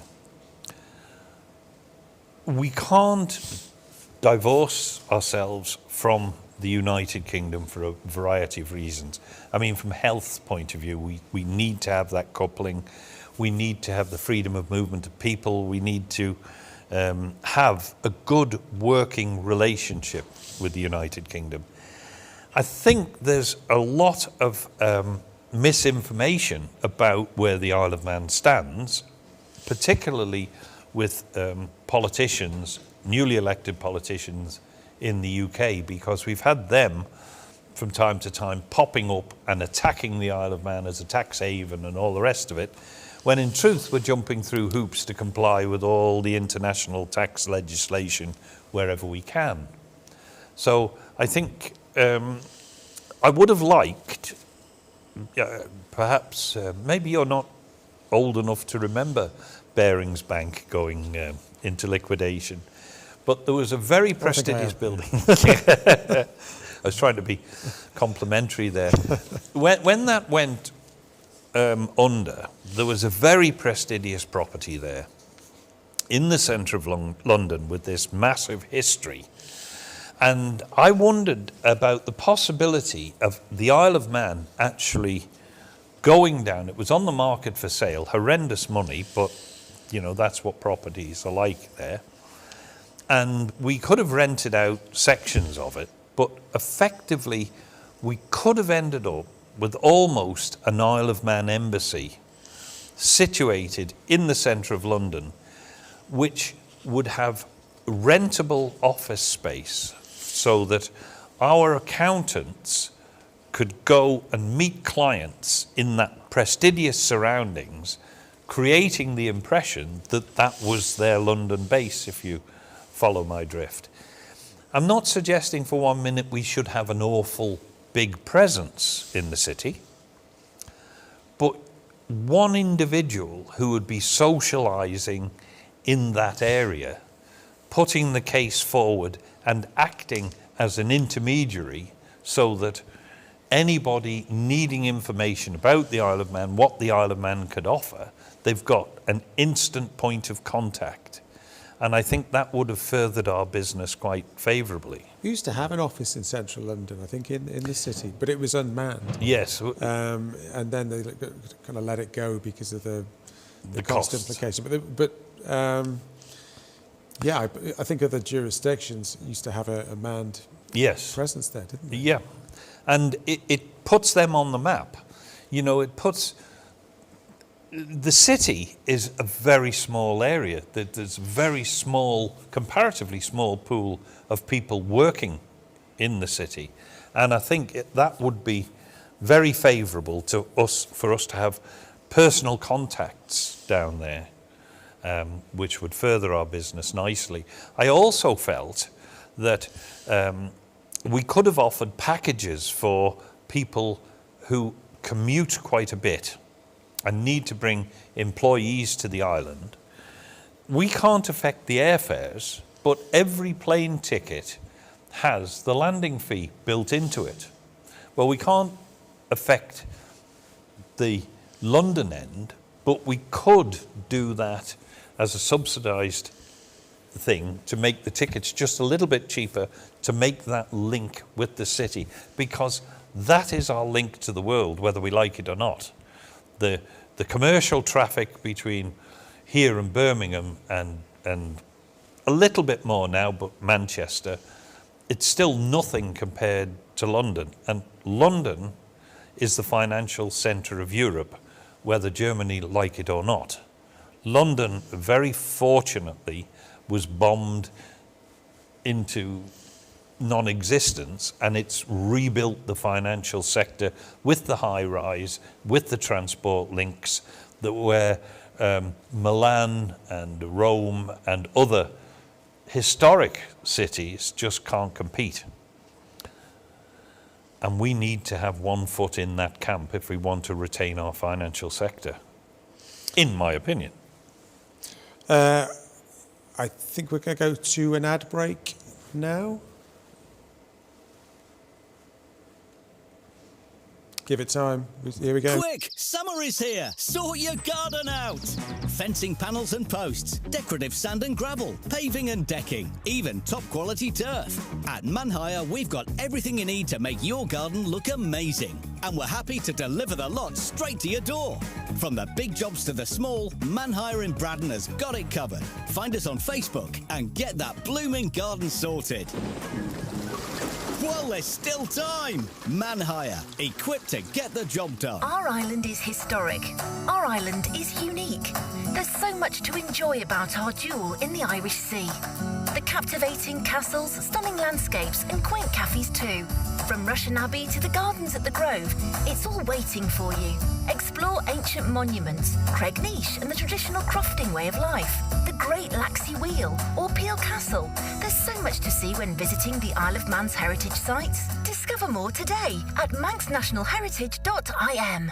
The first carpet cleaning van has arrived on the island. Yes, the Queen of Clean carpet cleaning machine is mobile, top of the range, and operated from our van. With a 400 feet hose, we can reach all areas of your home or workplace and to a temperature of 120 degrees. We just turn on and clean, in and out in no time. And we can deep clean tiles, hard floors, and upholstery too, leaving your home, office, or premises transformed. Slots are booking up fast, so book now at queenofcleaniom.com or call 237 333. News about the grill pit is getting out. Yeah, great food tastes even better when cooked on one of our grills. For low and slow cooking, for plancha and pan cooking, for baking, roasting, searing and char broiling, and of course for grilling. Choose wood-fired or charcoal for a superior taste. Plus, we have a whole range of smokers and marinades too. Outdoor cooking like it's meant to be. Beat the stampede. Follow us on Facebook and buy online at thegrillpit.im.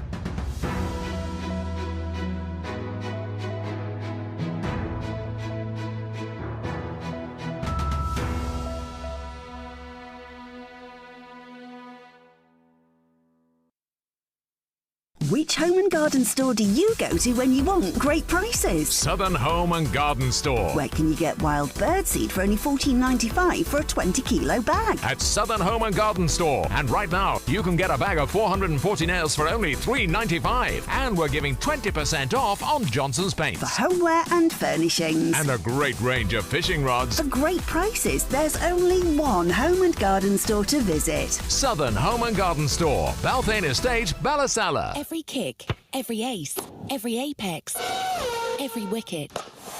Nothing beats coming home to a summer of sport on a huge screen from Waltons. We're talking 65, 75 or even 85 immersive inches of pure 4K pleasure from big brands like Samsung and LG, all in stock and ready to go. For a supersized TV deal as well as superb service, it has to be Waltons, the Isle of Man's premier TV and electrical store. Click waltons.im. At Island Floor Fitter, something magical is happening. The wallpaper stock is growing and growing. Our Harry Potter wallpaper will light up any child's room as it's made with spellbinding, glow-in-the-dark ink. We've wallpapers from Disney, Marvel and Frozen, and there's more. Our Julian MacDonald range has added glitter for glamour and sophistication. For over 2,000 designs of wallpaper and murals, visit Island Floor Fitter, Parliament Street, Ramsey. And now available, Laura Ashley. Island Tyres and Auto Care, number 5 South Quay in Douglas. Get fixed price servicing from as little as $129.99. We service all makes and models with a 60-point comprehensive checklist, fluid top-ups and more. Plus, we can check your wheel alignment for free anytime with our dealer-approved Hunter Hawkeye Elite Wheel Alignment Test. And with 2 mobile tyre units, we can even fit your new tyres at home or work. Island Tyres and Auto Care, 5 South Quay, Douglas. Call 613322.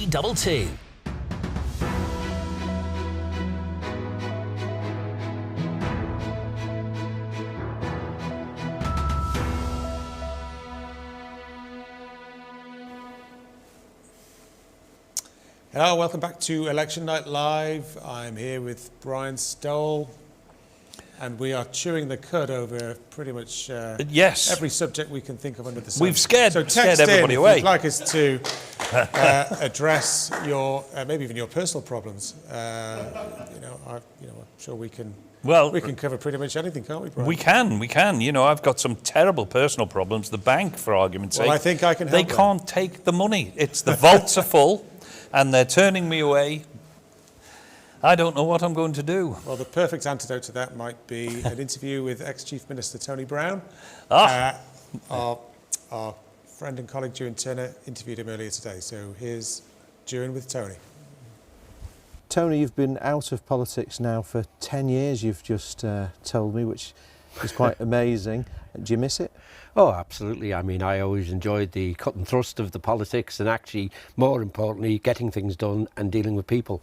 But I made a conscious decision after 30 years that it was time to move on and enjoy life in a slightly different way. It doesn't mean I don't have an interest, but it's just that I now am not directly involved. So here we are on election day, and this interview will be broadcast after the polls have closed. So the last 5 years, what's your thoughts?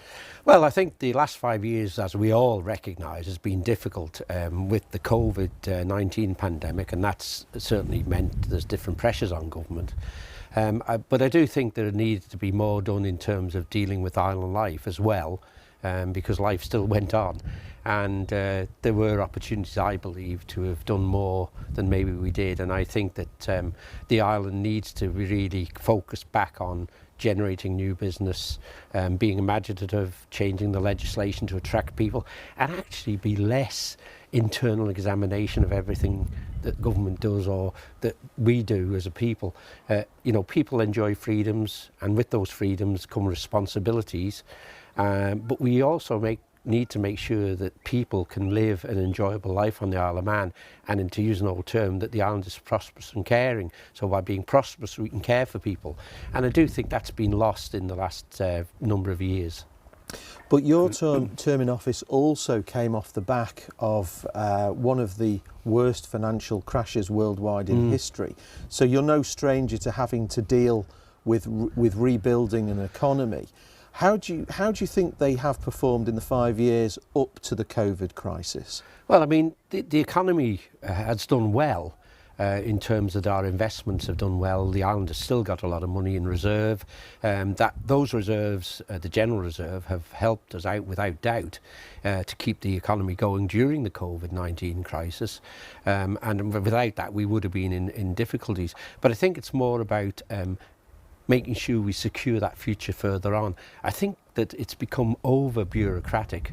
I do think that there's a lot of frustration from what I hear, and I'm not directly involved, so it is, from what I hear talking to people, there is a lot of frustration for those in business trying to actually get things done. It gets lost in the nightmare of bureaucracy, and I think there's a little bit, which is unfortunate, of people actually protecting themselves instead of taking a bit of a gamble, not a gamble that's going to waste money, but sometimes government, like business, have to make decisions that don't always pay off.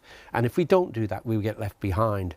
And of course, there's pressures from world economies. The latest one, of course, is the corporation tax, the 15% that they are looking to agree. They've agreed in principle. I just hope the Isle of Man doesn't rush ahead on that. We want to wait, sit back and watch what others do, prepare for it.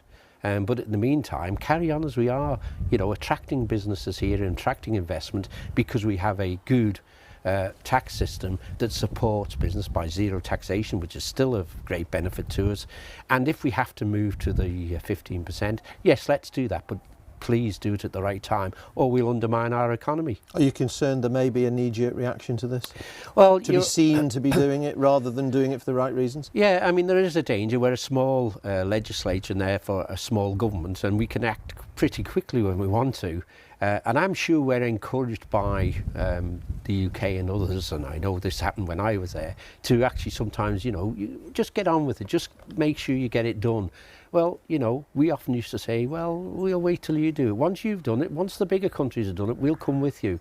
But we're not going to be at the forefront, because if you don't move, we've then lost the business. So I do think they need to be very careful, and there needs to be a lot more care in relation to ensuring that we secure our future. The responsibility of Tynwald and the responsibility of the government of the Isle of Man is to look after the people of the Isle of Man and secure their future, and not just to respond to what the greater nations, the bigger nations want. If you were going into the job as Chief Minister tomorrow, what would you say the priorities are going to be on your desk next week if you were going in today? Well, I don't think there's any doubt the need to get to grips with the housing. The housing issue is a big issue for the people of the Isle of Man. I have to say there have been changes made which are causing real problems for many young people and not so young. In fact, I mean, and I've mentioned this before, you've now got a situation where a person goes in to try and get on the public sector housing list and they're told they earn too much. So they go to the bank and they say, I'd like to get a mortgage to buy a house, and they're told, you don't earn enough. And all they've done is push them into the private sector where they're paying more in rent than they would have done if they got a mortgage. Now, we need to resolve that. Government's done it before. In my time, you know, we gave substantial grants to let people and help people get onto the housing ladder, first-time buyers and second-time buyers, and we should do that again. Government shouldn't just step back and say it's the private sector who are going to provide the mortgages, because they'll never do what government can do. We're a small nation, and the most important thing is to make sure people are housed properly. The other important thing is to make sure people have good jobs, and if there are opportunities, training and everything that comes into that, and it is going on, but maybe we need to do a bit more. I'm not really sure. I don't have all the ins and outs of it.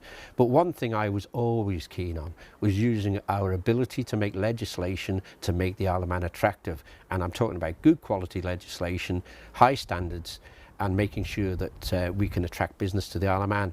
But you know, the Chief Minister and his ministers have got to lead and make sure that they bring business with them, and importantly make sure that the senior civil servants know this is the direction we're going in.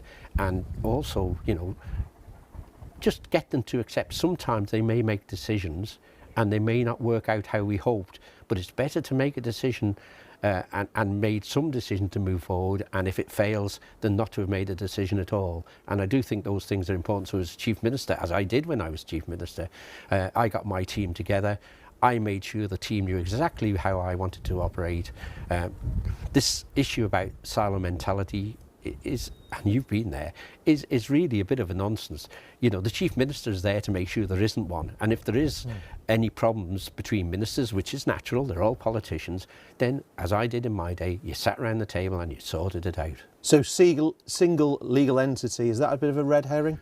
Oh, I am very concerned about that issue. I'm one of the ones who is. I remember talking to a very knowledgeable Attorney General who took us leaps and bounds into modern day, and that was William Kane, and he was always concerned about the legal entity. At the moment, if there's an issue, you can sue a department of government. You can't sue the Isle of Man government, and that's a big advantage to the Isle of Man. You know, having a single legal entity will not stop what they call the silo mentality. It will not change that aspect of it, because statute gives responsibilities to departments. So whether you're a single legal entity or not won't affect that. It won't affect how it operates.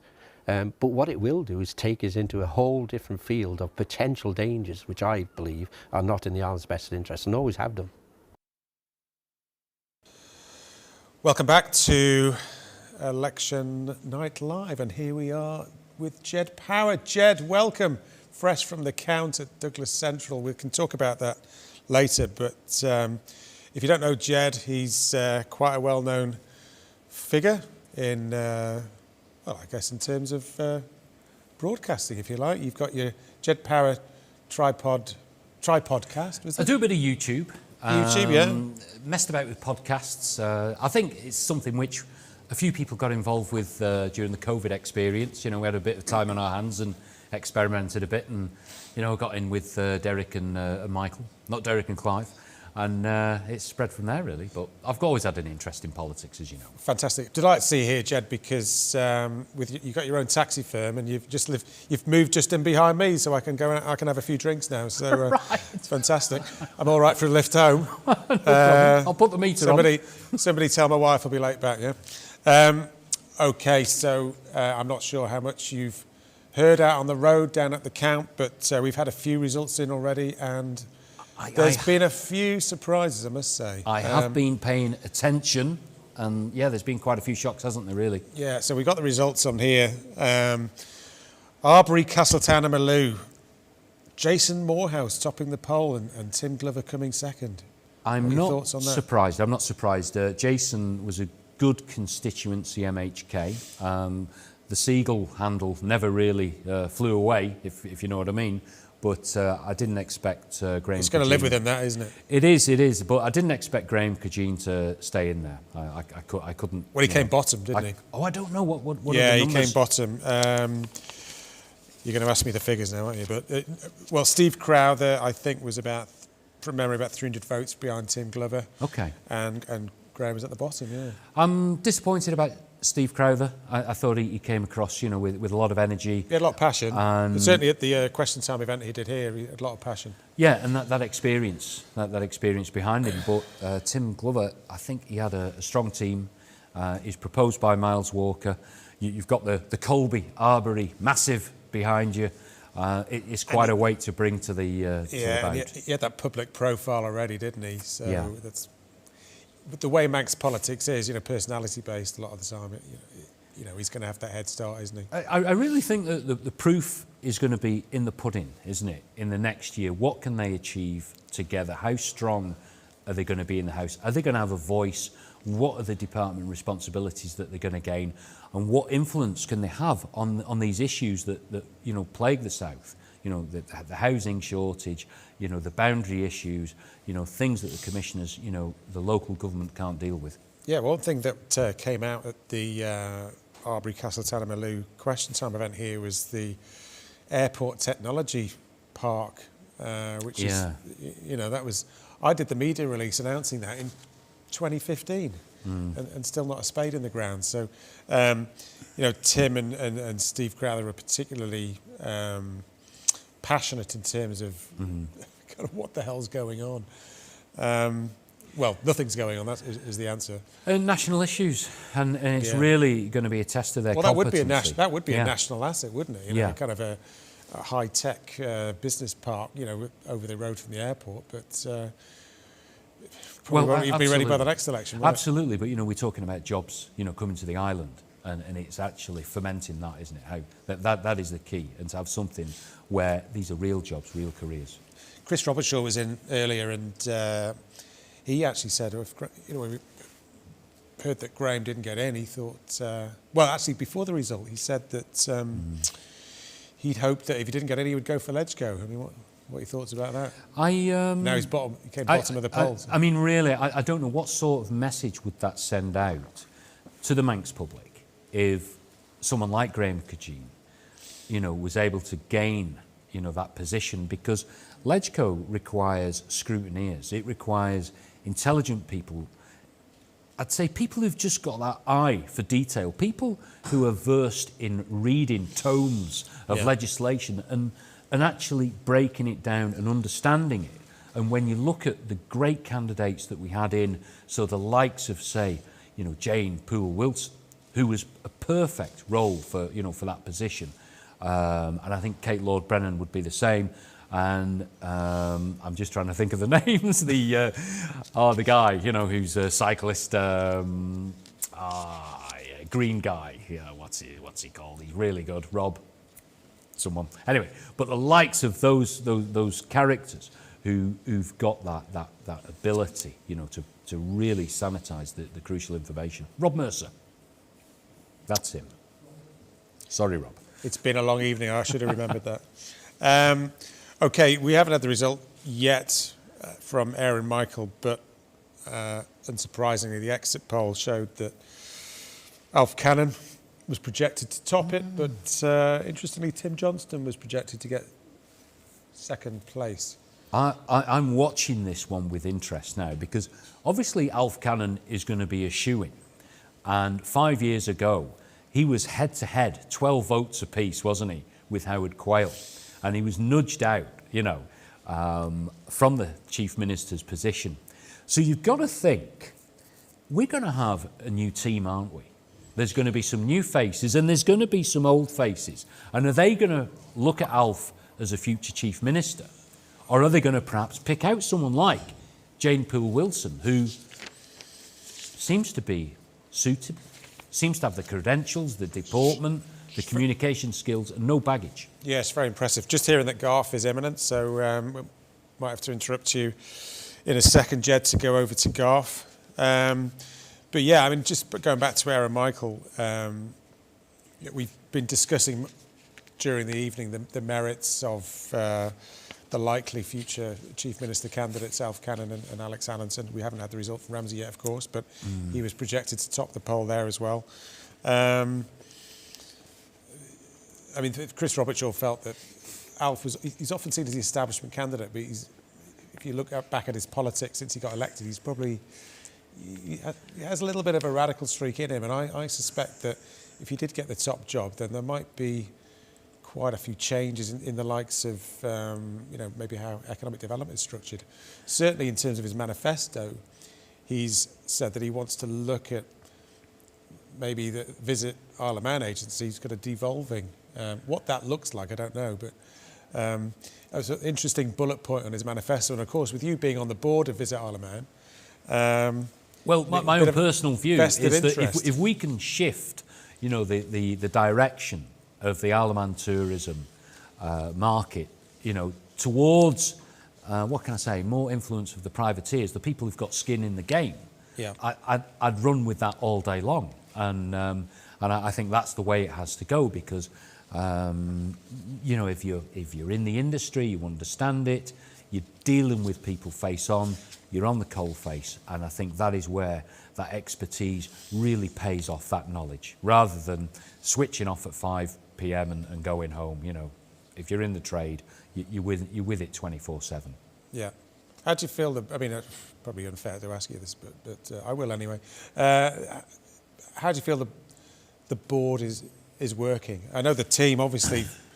I think it's a very hard-working team, and it's probably out of all the UK, British Isles regions, you wouldn't find a harder working chosen team. But the board itself, made up of various representatives from across the sector, diverse as it is and broad it is. I find it quite frustrating at times, because my role is, I've been involved in tourism for 10 years.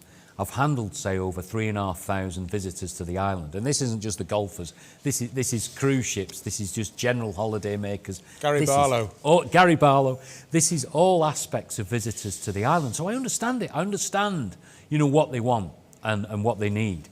And for me, and this is absolutely crucial, for us to progress in tourism, we need to improve our infrastructure in Douglas Town Centre. So we've got an entertainment zone, because this isn't just about visitors. This is about our young people on the Isle of Man who are having difficulty affording housing, and they're having to vacate living here because the nightlife is absolutely garbage. And we've got this issue where on a Sunday you can't go out to eat, and this isn't furnishing our tourism market either.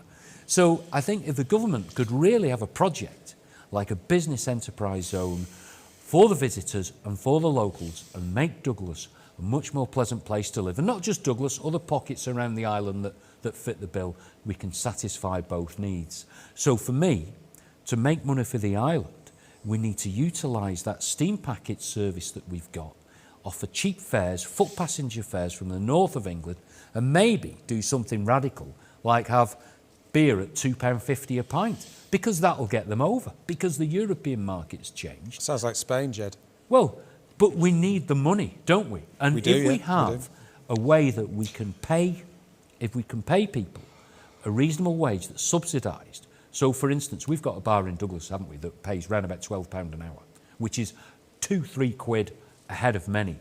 And that gets the business because they've got the best staff. If we could work on that, give assistance to those premises, but also have a subsidised, scheme where young people could go into hospitality, get credentials, qualifications, and have a meaningful career forever.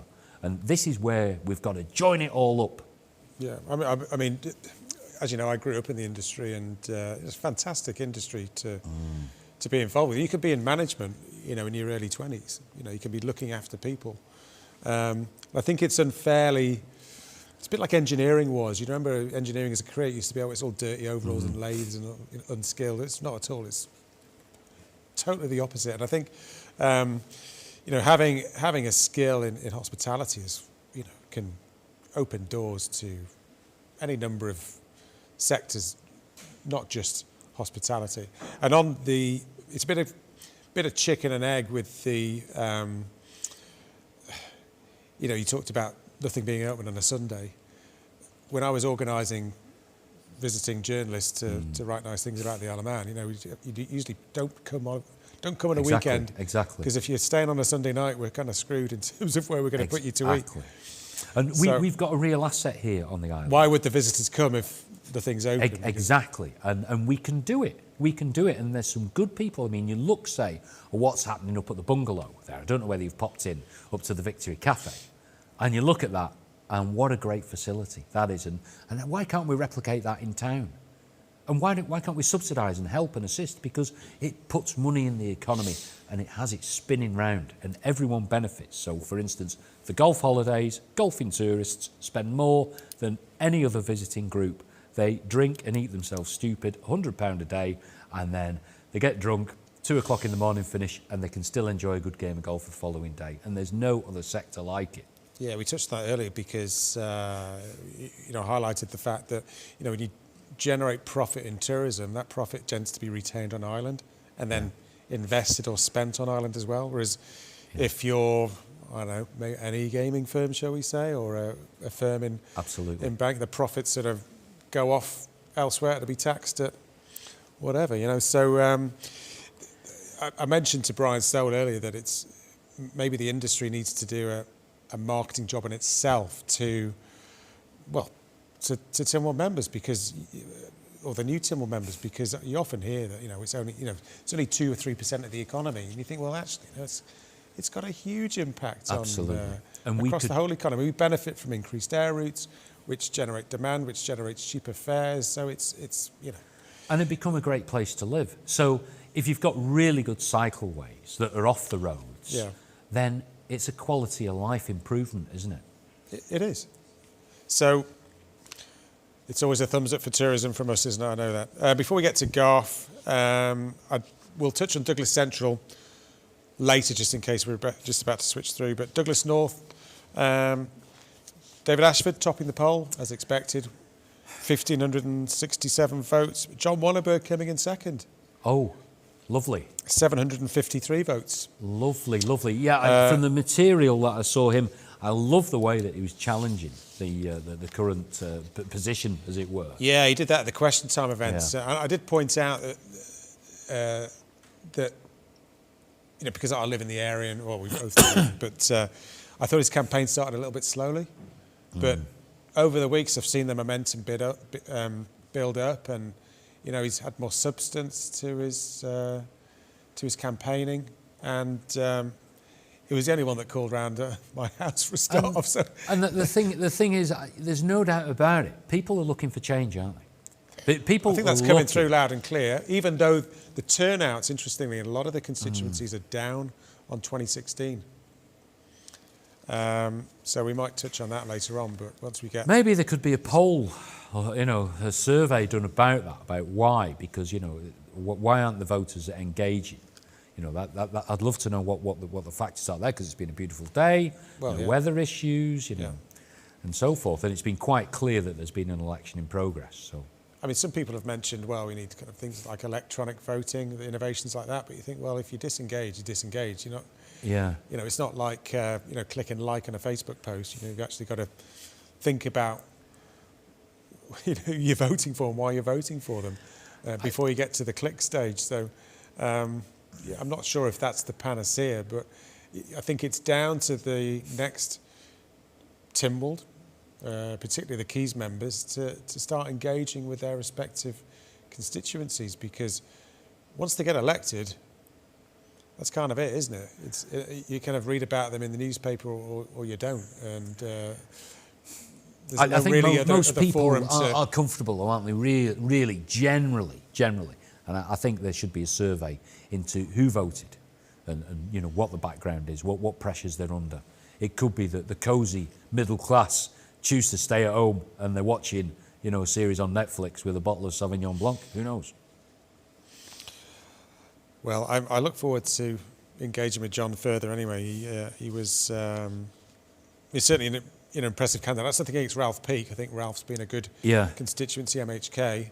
I thought he lacked a bit of profile this time around, though. You know? And he does seem to be a little bit anonymous, but I really think anyone who has an aggressive campaign on the doorstep and will challenge people and say, look, just tell me, what can this administration hang the hat on for the last 5 years? Is it really just legislation about the safety of sky lanterns? Is it just that? Is that it? It's a big issue for somebody, obviously, and we'll see. We'll find out how that individual gets on imminently. Apparently, I'm not being facetious there, but it really is. I know, because you know the social media is littered with negative stories, which we all know. Any word on timings for Garth yet? Not at the moment, no. But Ramsey's about to declare, so that'd be interesting. So you think this one is a shoo-in, the Ramsey one? Well, I think for number one spot, yeah. You're asking me if I've got money on it. No, but I think the exit poll projected Dr. Allinson coming out top, and I think based on the 2016 result, he generated so many votes that he hasn't really screwed up in the preceding. In the following 5 years. So. He does have that panache and that almost that chief minister material. Yeah. I'd never met him in person until he came to the Question Time event. He's good, and the thing is, with him being a doctor, he's going to be personable, isn't he? Well, I've met a few in person, But I know it, and he's understanding. I know what you mean. Yeah, he's got.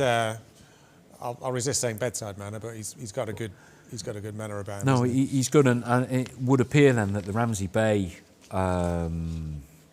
Scheme may not have made such an impact as was thought. I think I'd not say backtrack, but he's firmly on the fence, I think, with it. I think a lot of the candidates in Ramsey were, I like the idea of development, but I just don't want that development. I just wish they'd do something about those tower blocks in Ramsey. You go on the prom, they scream at me. They really do. They really do. I mean, if there's something that we could do. I think Ramsey unfairly has a reputation for we don't want any change here. But if you think about the change that happened in Ramsey in the early 70s and what was built, can you blame them? I mean, really. I'd like some bold action there. Someone to say, look, there must be a way that we can convert this into something a lot prettier and better for the island, because Ramsey is beautiful, better weather, great people. I love it up there. I'm up there a lot, with various work commitments at the moment, and I just love just driving into Ramsey every morning over the mountain, and I'm the only one. Everyone else is coming the other way into Douglas, and it's. You've escaped the drizzle, and the sun is shining. Oh, it's beautiful. It's great. It's got everything you need. Douglas South. Well, history was made here with Sarah Maltby pipping Claire Christian by 2 votes. So first and second. And Paul Quine not making it. What was the deficit there with Paul Quine? Well, Sarah Maltby came top of the poll with 1,244 votes. Claire Christian came second with 1,242 votes. That says a lot about party politics, doesn't it? Because it looks like some of the Manx Labour Party will be appearing or featuring in the results tonight. Claire Christian was a very strong candidate, wasn't she? Well, she very strong. Kind of single-handedly started representing small business at the start of the pandemic, didn't she? This is before she got into politics. She's very.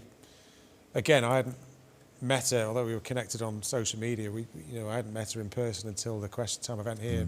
It came across really very well. And I think she grew in the House of Keys. Yeah. When she was on her feet and she was speaking. She was very impressive, actually. Very lucid. And the beauty of Sarah Maltby. Party politics, you know where you stand. A lot of heritage, a lot of knowledge about how the political system works, and a great nature, and she's honest. And obviously being a Labour Party member yourself, Absolutely. you can't be Absolutely. too Over the disappointed. moon. Over the moon. Yeah, Absolutely. and it's unfair, I think, to say that she, hung on the coattails of her dad, because I think she was very much her own candidate, and you can't. It's hard to get elected when you kind of. Well, it's going to be in the DNA, isn't it? That affinity. I think she had a great mentor, obviously, and but we've got campaigner. 2 females, haven't behind we? her. 2 females. So where are we on the running total for females in the House now? What are we going to be? Does anyone know that? If we get the scores and the doors back on the screen, I will. Only because I can't be bothered to go run through my bit of paper. We're talking about history being made, aren't we? We got Anne Corlett, Sarah Maltby, Claire Christian, Jane Poole Wilson, Julie Edge, and Michelle Hayward. We've got 6 already. 6 already. So and we've got Douglas East, where we could get 2.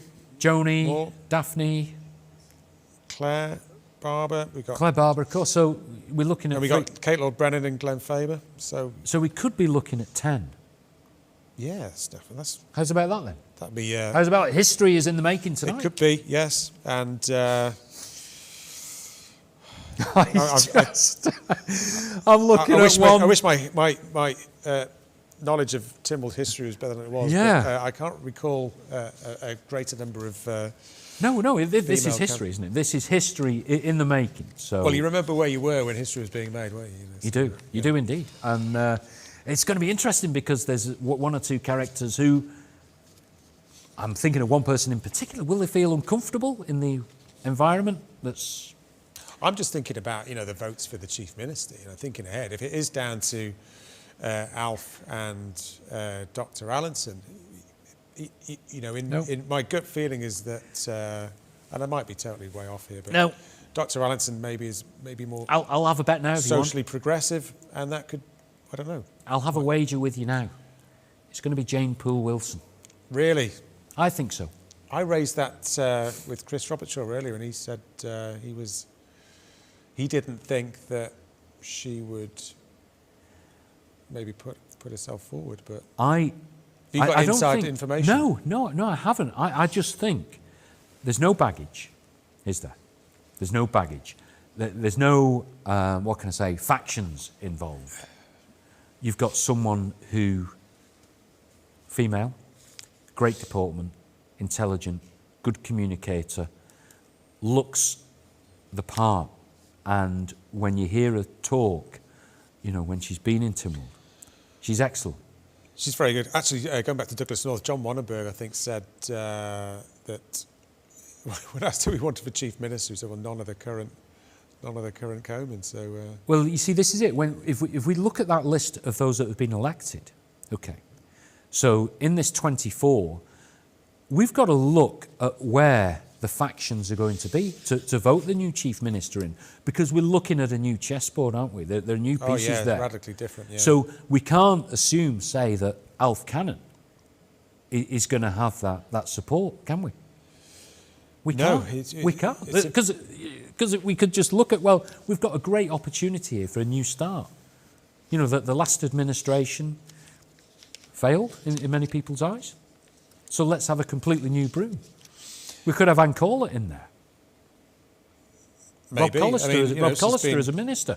She's certainly got a democratic mandate, top of the poll. Beat Chris Thomas. I mean, that's. I think it's probably it is testament to the work she does behind the scenes, because, it's probably been mentioned in one of your shows, not by yourself, but by some of your contributors, that, she's a bit of a quiet woman, but I think without knowing the work that goes on behind the scenes that an MHK undertake, which is substantial, and I knew Anne a little bit before she got into politics, and she always struck me as somebody who would want to do good and want to do right. She's got that respect and that weight. Yeah, exactly. Yeah, and I think that she's not in it for the status. She's in it to do good and to help the island. Yeah, and you could say, well, she's not a populist politician, is she? Okay, here we go. Aaron Michael. And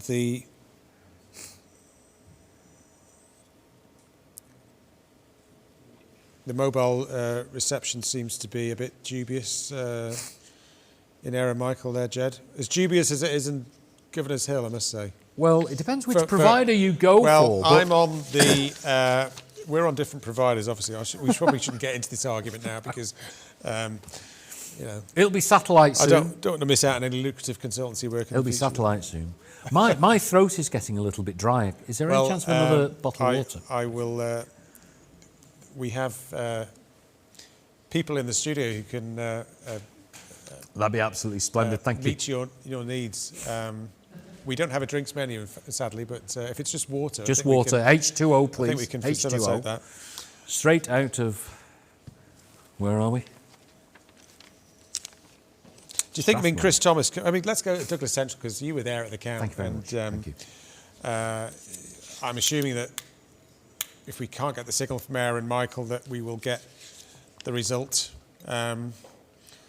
somehow in the next couple of minutes. But Douglas Central, you were there. And first, Chris, was that the kind of... Was that the feeling when, in the hall? Were you surprised when you kind of heard the result? No, not at all. There's no doubt about it. As a constituency, MHK, Anne will have been in a position to give the voters time. Chris, of course, is run ragged, hasn't he? You think about the last 2 years, you look at all those motions. Not a minister, though.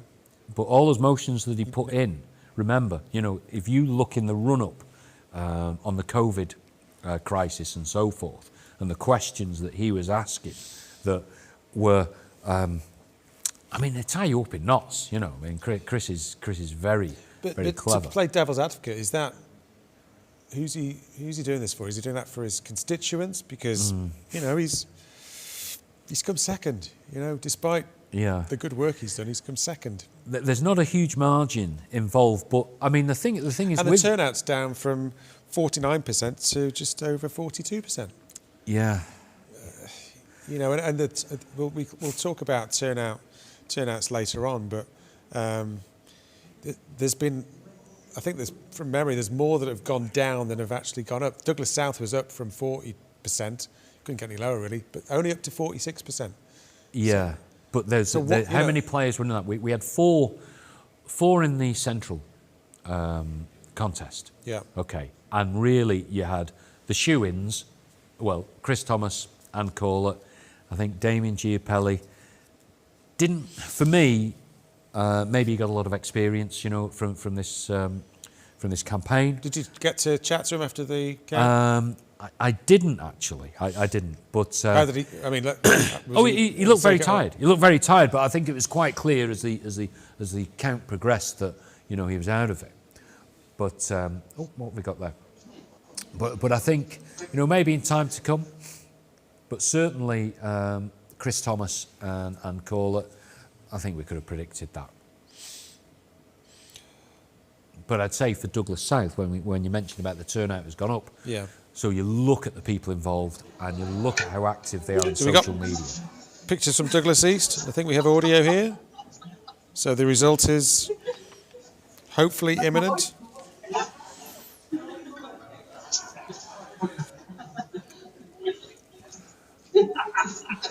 We've got Joni Farragher, who was projected to top the poll, and Claire Barber and Michael Josem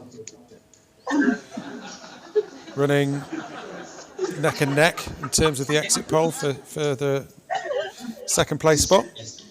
We'll see. Don't hold your breath. I think it could be a surprise here. You never know. Well, it was one of the.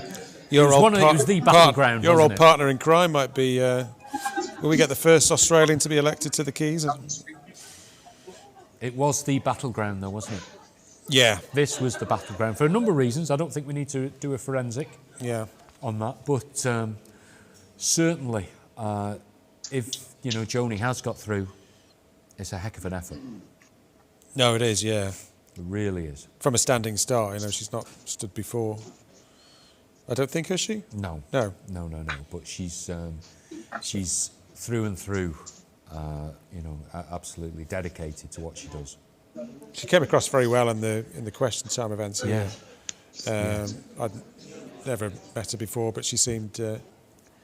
And I think, you know, she's someone who will prosper and grow. Without further ado, we'll get down to the Eye Museum. The people here have been waiting extremely patiently. So without further ado, we're now going to hand over to the Returning Officer for the Proceedings. Good evening. I'd like to thank everyone for their patience today. There are a number of things I'd like to I'd like to thank the Deputy Returning Officer, Richard Slee, each of the presiding officers, all parts that today, the Chief Accounting Clerk, Supervising Officer, Accounting Clerks, who've done a sterling job tonight. They give their time relatively freely and it takes quite some skill and effort to get through the day and bring results. Also, thanks to all behind the scenes at Brighton Holsall, in particular Alice Holsall. She grabbed hold of the baton on this and ran with it very well. Thanks to the election team at the Cabinet Office. Thanks also go to the candidates and their agents, their conduct throughout the period and today. Also, a big thanks to those that offered the various polling stations, particularly the Time Museum, who accommodated us at quite short notice for this county. The election observers with a trip to the Isle of Man, we were to receiving and reading. Thanks to the police for their support to these elections. Now, the results. As the Deputy Returning Officer, Douglas East, the Isle of Man, 23rd 1, pursuant to Regulation 2 of the Election Key Regulations, give notice that the total number of voters voting in the election 1,772. Number of rejected ballots is comprised none for want of official mark, 3 for voting for more candidates than there were vacancies to fill, 1 writing or mark by which a voter is identified, none unmarked for uncertainty. Number of votes for each candidate is as follows: Claire Louise Barber, 692. Joni Leanne Farragher, Labour Party, 751. Peter Roy Gilmore, 313. Michael Joseph, Liberal Bannon, 508. Jonathan Jochen, 477. Christine Urquhart, 152. Amanda Jane Walker, 270. I therefore declare that Claire Louise Barber and Joni Leanne Farragher are duly elected as members of the House of Keys.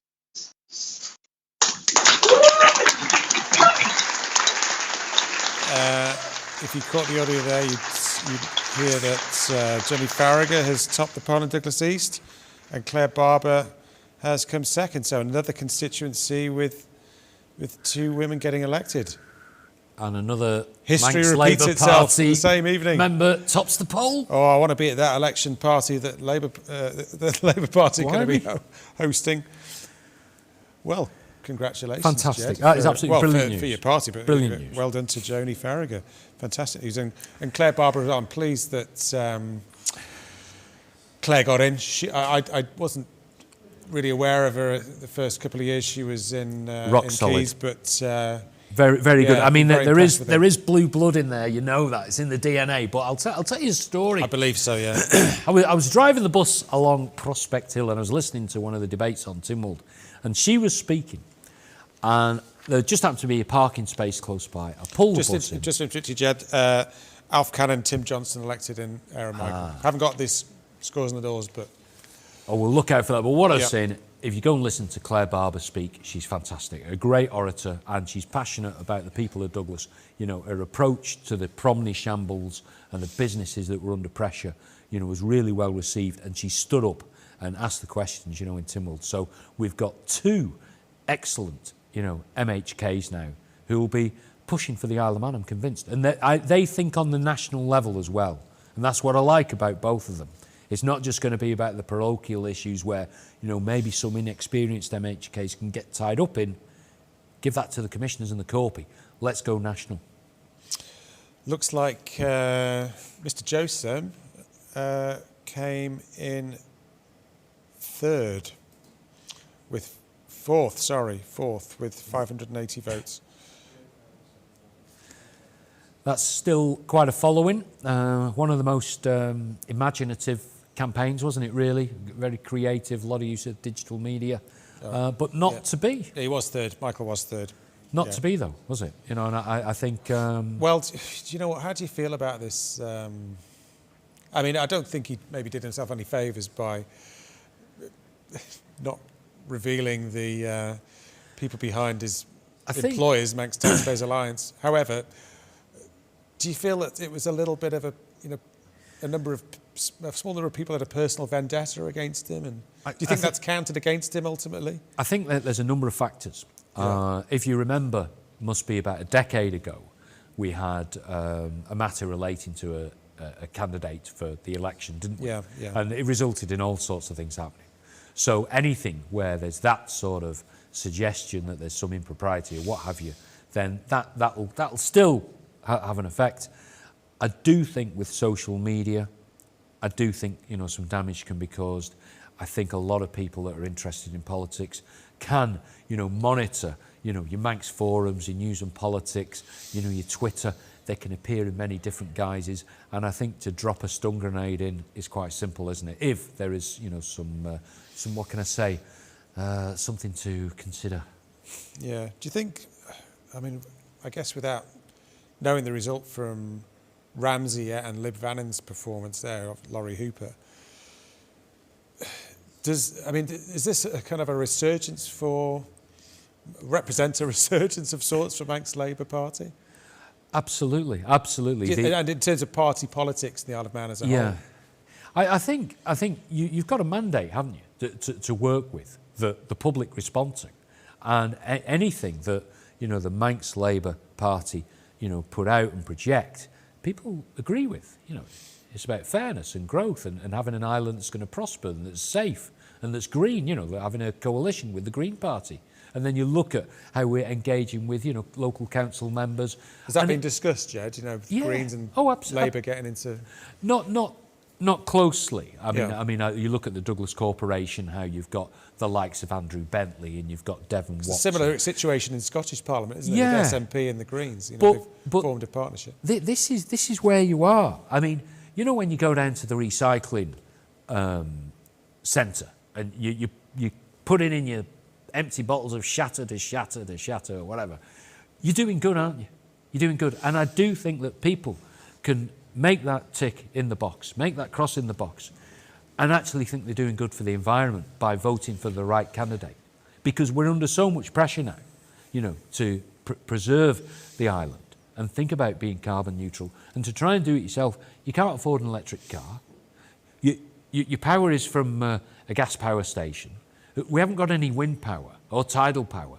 So you've got to try and put it in the hands of the elected politicians who are going to be carrying that, you know, that light, that electric light, you know, solar-powered electric light, you know, that torch, you know, along that route, because those policies are totally agreeable.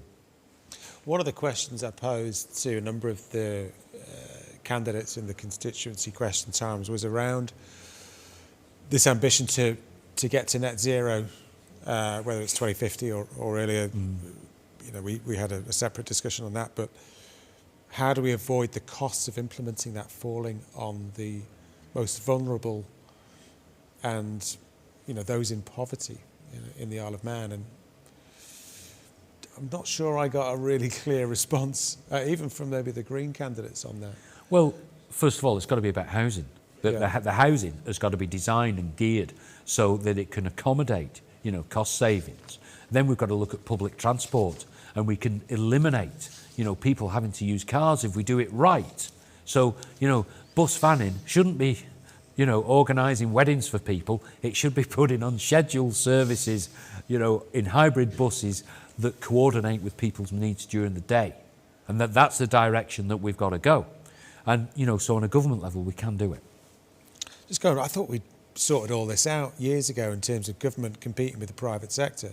I mean, that's why the old MEA pulled out of selling white goods. Yeah. You know, got rid of the store. You know, good on them. Government has still got a cinema, hasn't it? It's... What is that all about? But, you know, we could talk about the OFT, of which the report, if you remember, into bus fanning and what have you, is due to be released by the end of September, which could be timely for, you know, the new administration to deal with. Let's have a great bus service that does all the scheduled business, you know, perfectly. That's wonderful. But, you know, come on. It's not about providing transport for weddings. Yeah, I remember picking up, I think he was a visiting journalist. He was doing a piece on our financial services sector, and you can sense that the feeling was he wanted to do a little bit of a, you know, it's a bit of a right-wing tax haven. He said, well, I picture it from the airport, which is owned by the state. There's the bus there waiting outside to pick up the passengers, which is run by the state. Yep. Those guys working on the road in the drive back into Douglas are working for the state. And there's the Villa Marina, a lovely building, which is owned by the state. Yeah. By the end of the trip, you know, he thought we were living in a little Cuba. You know, sort of everything was government run. And 7,000 workers, isn't it? It's more than that. Yeah. More. I mean, somebody quoted a figure, actually in a meeting I was in this week, it was like more than 8,000. Yeah. Now, how many of those are full-timers and how many are, you know, contractors? Not that there's anything against contractors, obviously, but... I think they're all getting recruited at the hospital, aren't they? I think that's I don't know. I mean, going. I'm not casting aspersions, but I think the number of people on contract in DfE has got doubled in 5 years to 2021. I think we can get. It's a way of masking. Right. You can say, well, we've decreased our headcount. Well, you might have done, but you're employing a number of other people on. But I tell you what, you meant. You know, we talked about the airport there. I love the idea of electric taxis at the airport. What a great message that would send out. You come out, all uniform, all nice, charging, electric taxis, make it a private scheme where there's a bit of a government subsidy or something. What a superb advertisement for the Isle of Man that would make. And then it would give, you know, the hard-pressed taxi drivers, you know, some work and something to look forward to, because really those guys are struggling. I think just sort of veering off into, you know, we want our recovery to be digital and green. Not quite sure what that means at the moment, but you know, we've got this, you know, biosphere status. Now there's differing views on how far that is and should be integrated into government policy, but yeah, I mean, as you say, what a great message to have. Maybe all public transport, all taxis. The biosphere. Oh, well. I mean, I embrace it and I love it, but there are certain things we've got to get our planning legislation sorted to deal with our biosphere needs. So we've got derelict, redundant hotels and buildings scattered across the island. Let's just make some legislation in the next term, in the next 6 months, that can give the government more power, that we can, you know, knock these buildings down, compulsory purchase orders, you know, other orders to smarten and improve. And these things have to be done. I mean, we'll look at, say, one particular building on Langness, by a golf course, on an area of special scientific interest in our biosphere. That needs sorting out. That's got to be a priority. And maybe, you know, that was under Mr. Green's, you know, supervision, really, at Derby Haven. It may have been powerless. It may be down to Maloo commissioners not being able to facilitate things, because it would have cost them £20,000 to go through a High Court, you know, process. But we need to have that legislation where we go, this has got to stop. This is a blight on, you know, a beautiful part of our island. Do you think that, I mean, there's been a lot of resource and kudos given to the biosphere, but that's, you know, since the accreditation was given. Do you think it was a solution looking for a problem initially? Are we kind of playing catch up with the fact that we've got this status, do you think? I'd like to know a bit more about it. I mean, you know, do we have to get an accreditation again? Will a team of inspectors come back? Apparently so. It lasts 10 years, I think, doesn't it? And they'll go, well, are we going to have a look at Peel and, you know, the problems with the water there or out in Laxey? I raised that with the Peel candidates because the question was around, well, we got the visit of Mr. Han Kun Lee to award us our biosphere status. We've got a gas-fired power station. We've got a gas-fired power station. Well, yeah, you kind of wonder what the what was on the application form, don't you? Maybe it was a late night in a hotel bar. Yeah, I think but I remember before we got the accreditation and you know, DEFRA were sponsoring this, and it was finding local residents to give it credibility, because I think they were finding it hard to gain traction with this notion with the locals here, because when I heard the word biosphere, I just thought, oh, we're going to get the Eden Park, you know, fantastic. Well, it's a bit like the Truman Show, isn't it? Really, like the giant dome. You know, everyone's an actor. But we actually said it'd be good for the weather. We did that as an April Fool's once with national newspapers in Visit Isle of Man. We got the PR firm to put out a story saying, well, Isle of Man's got plans to put a dome over itself, because you know, the centre parks have all got the dome and the swimming pool there and all the activities. We were going to put a dome over the Isle of Man and you know, market it as the ultimate tourism destination with interconnecting water slides. Fantastic, and maybe a tunnel underneath. I like that. I don't see the problem with that at all. Yeah, got to think big. Absolutely. Anyway, sadly it was an April Fool, which we managed to put out, and I think we got published in I think it was the Times and Telegraph, I think. Blimey. Probably tongue in cheek, but we do need that indoor centre, you know, for when the weather is bad, for, you know, families and holiday makers to go to. I mean, it was probably before your time, before you moved here, but we had it, you know, in Summerland, and obviously, you know, we all know what happened there. But the premise, the concept, and I'm old enough to remember going in it when I was young. It was incredible. It was, it was an incredible, you know, huge design flaws, you know, notwithstanding the interior. The concept was just amazing, and I've not seen anything like it since, you know, wherever I've gone in the world. You know. Yeah, but even now, you know, a wet weather option on the island is, you're struggling a bit, aren't you? You are struggling, you know, there's young family involved. Yeah, You know, we could just do, you know, just think if we ever did have that velodrome, you know, for the cycling, and it could be a multi-use building. Well, one way we could maybe forge a business case to get some of these things off the ground is to look at increasing the population. Yeah. Do we, you know, what are your views on that? You know, is there a Labour Party view on that? Because plus points, increase the population, more demand for local services, great for business, economies of scale. Bad, maybe, because demands on infrastructure, school places. You know, remember last year we didn't have any rain in April, May for about 5 weeks, and then we were on kind of water restrictions already, and you got the pressure on the roads, you got pressure on parking, you got pressure on housing. I think if this government is smart enough and clever enough, it can create the jobs, it can create the industry, it can attract business to the island. And naturally, if we have progressive housing development that works, so it is making those brownfield sites, you know, useful. It could be that, you know, there's some shopping areas in Douglas that need turning into residential zones. For instance, if you go up Queen's Promenade, up that end, and you've got some knackered buildings, you know, these are old hotels that are no use. I mean, really, you know, for holiday makers to come and stay there, forget it. Is there some mechanism that we could acquire that land, those buildings, knock them down, and have really sexy housing for young people that is energy efficient?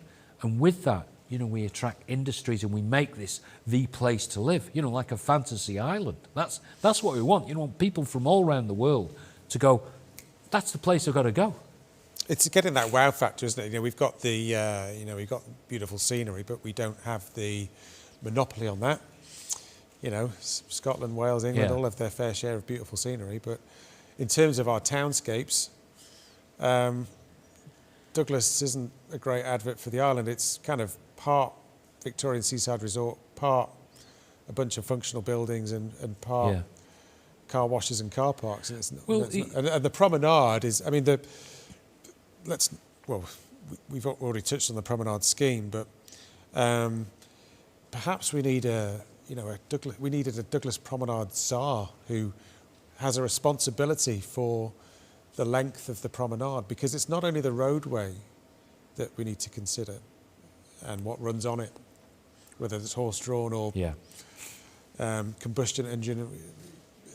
It's the walkway, it's the buildings that run alongside, and it's the beach. I mean, when I came here in the early 70s and up until the breakwater was built in the early mid-80s, beach was fantastic. And you've probably seen the old tourism pictures of thousands of people. That picture.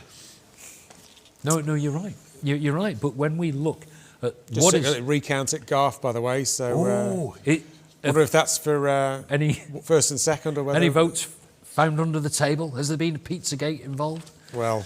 But when we look at the type of people who we want to bring to the island, okay, you want people that are skilled, that are going to get involved in business, technology, whatever. These people are going to be looking at what's good for raising a family, aren't they? They're going to be looking at what are the green issues. You know, what is the public transport system like? And at the moment, we underscore on those credentials. And I think this new administration, if they can get their head round about just making some simple changes, so the likes of our public transport system, we know where the problem is. You know, we know it's the decision-making process that has led to X, Y, and Z happening. That has got to change. That massive budget has got to be channeled the right way. And it's the same with, you know, other issues, you know, about how we, you know, conduct our leisure. You know, the likes of activities that people like to do. There is money in the kitty, there's money in the bank, but let's spend it wisely. When we're thinking about Douglas Prom was that, you know, instead of, you need a holistic view to it. Anywhere I can think of which has a magnificent sweep up a promenade, or anywhere that's near water, has a vision and a plan for it.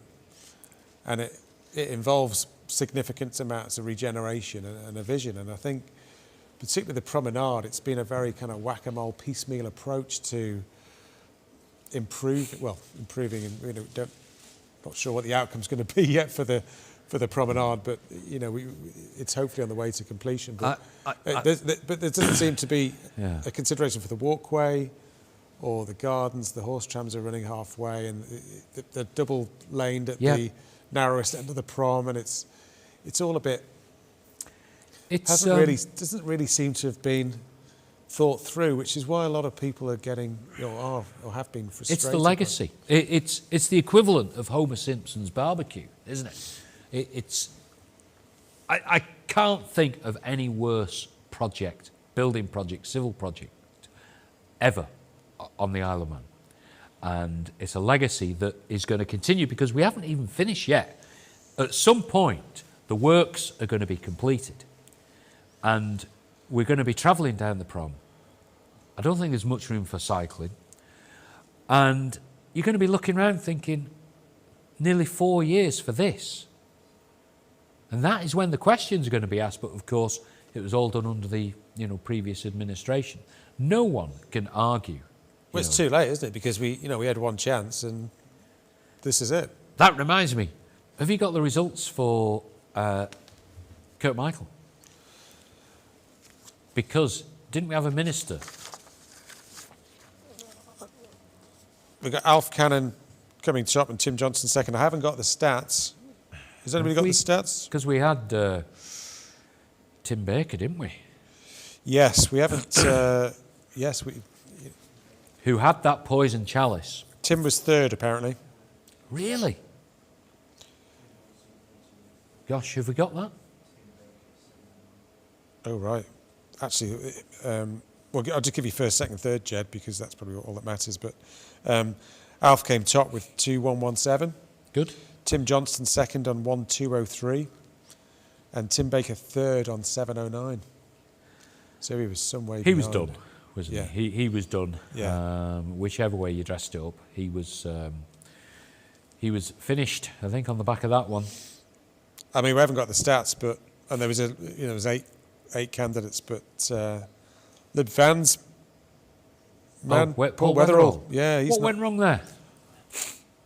I don't. Some mixed messages. He got 540, so he's. Would he not fit in with the country ways up there? He was fourth, so. Yeah. I mean, way off, even close, way off even second place. I don't know. That's why I was asking about the party politics early, because obviously Labour Party's cock a hoop, and we haven't had Ramsey's result and Laurie Hooper's. Maybe Liberal Van result, lost its way a bit for various reasons that we were akin to in the campaign. Well, do people know what they stand for? It's probably unfair. You remember another party, but I kind of don't get. I mean, with a political party, the benefits of voting for a party and a representative of that party is that you kind of know what they're standing for, and what they're standing for is going to be consistent. For any candidate that they're fielding in the election. And let's run through the candidates, though. So, but it doesn't seem to be any consistency across the. Well, look at the personalities. Candidates. So you had Peter Willers, isn't it? Yeah. Laurie Hooper, Paul Weatherall, Michael Josen. They're not quite out the same box, are they? No. You'd argue that Paul Weatherall was probably left-leaning. Yeah. And certainly Peter and Michael are kind of right-leaning. Yeah. So the identity to varying was degrees. And Laurie is, probably somewhere in between, I would say. Do you think he hangs on to the party membership out of loyalty? Because, over the years... Yeah, I've no idea. Because I don't think it's his Lib Van credentials which, if he gets elected, are getting him elected. Yeah.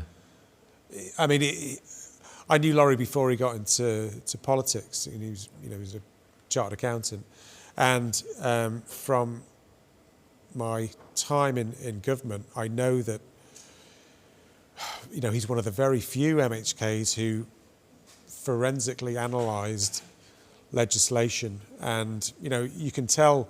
If you just listen to Timwell, that he's probably one of the few ones that's actually read and gone through everything on the order paper. Exactly.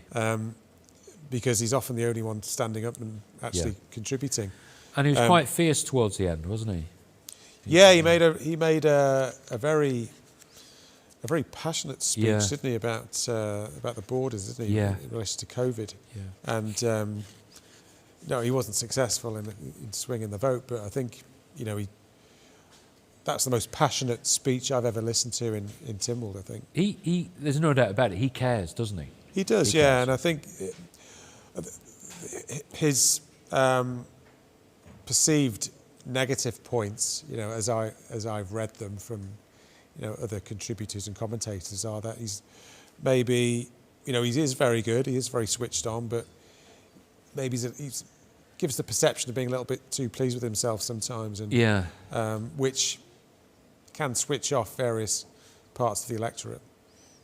But exit poll said he was coming second, so but that's a crowded field in Ramsey, and with if you assume Dr. Allinson's out in front, then that's not so many votes to play with. We don't even know how far away that result is coming. I take it. Well, I think I've heard Garth's at a recount, and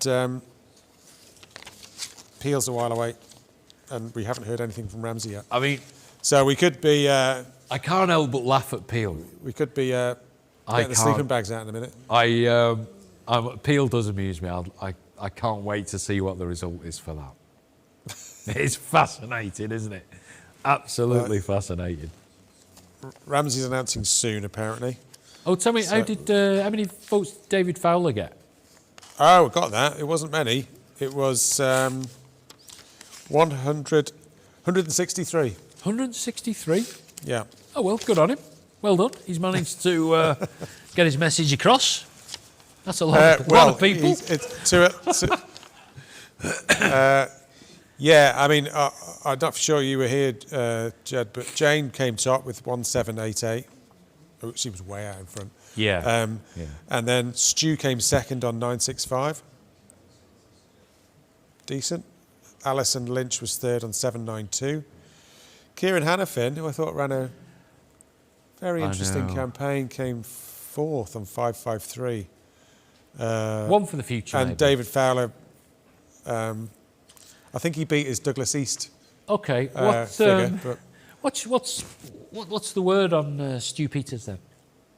Well, landing a seat in the House of Keys. We missed his interview, the post-result interview, but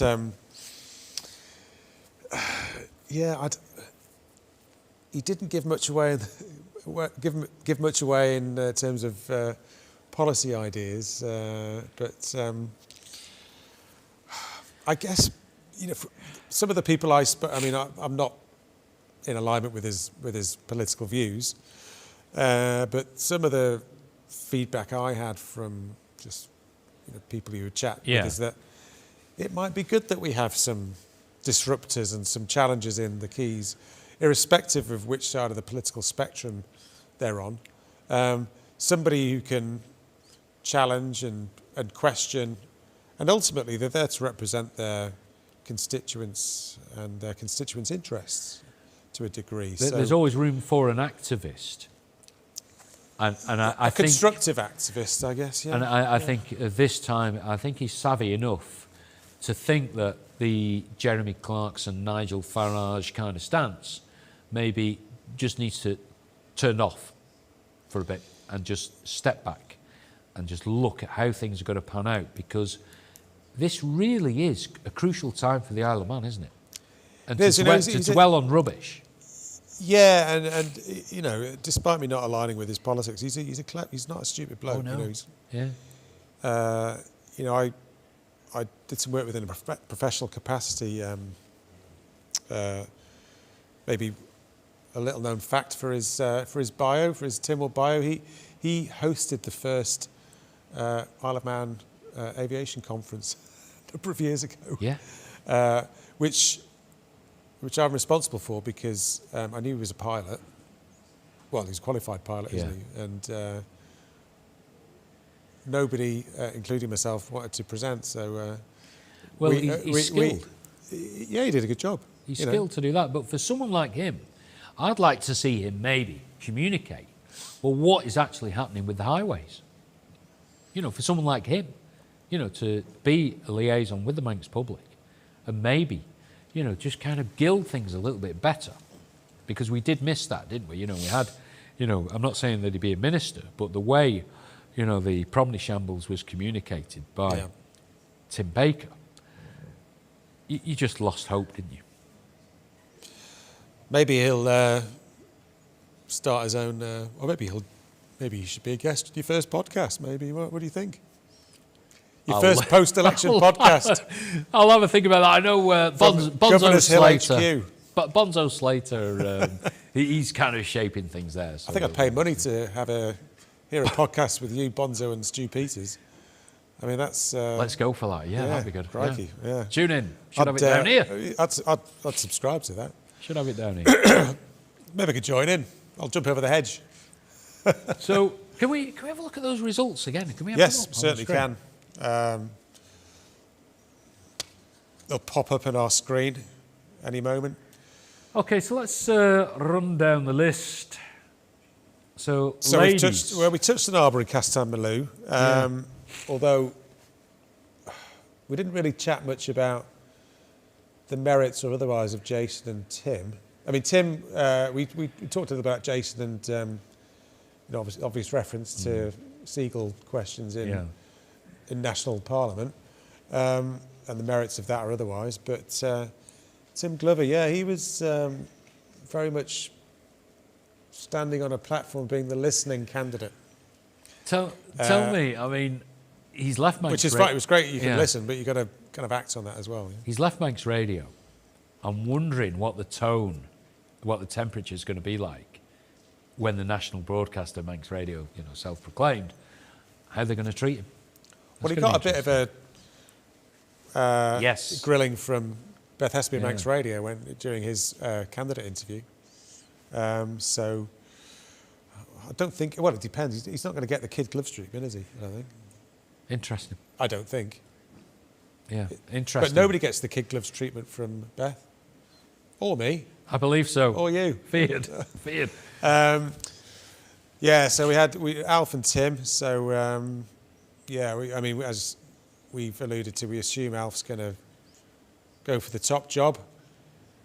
He'll be so just the three starting the first to page come. of his Chief Minister's manifesto now. Let's count those ladies. What have we got? 1, 2, 3, 4, 5, 6, Jenny Clare, 7, Sarah Clare, 8 so far. So Jane, 9 Julie. Daphne, 10 Kate Lord Brennan, and Michelle Hayward at the bottom. Did you count her? Did I count her? So we could have 10. Yeah, I think she's in. I mean, it's great in a way, isn't it? I mean, obviously we operate in a meritocracy, but I think they were great candidates. We had some excellent female candidates, so it is like a breath of fresh air a little bit, isn't it? So if you start to look at the voting, okay, the voting for the Chief Minister,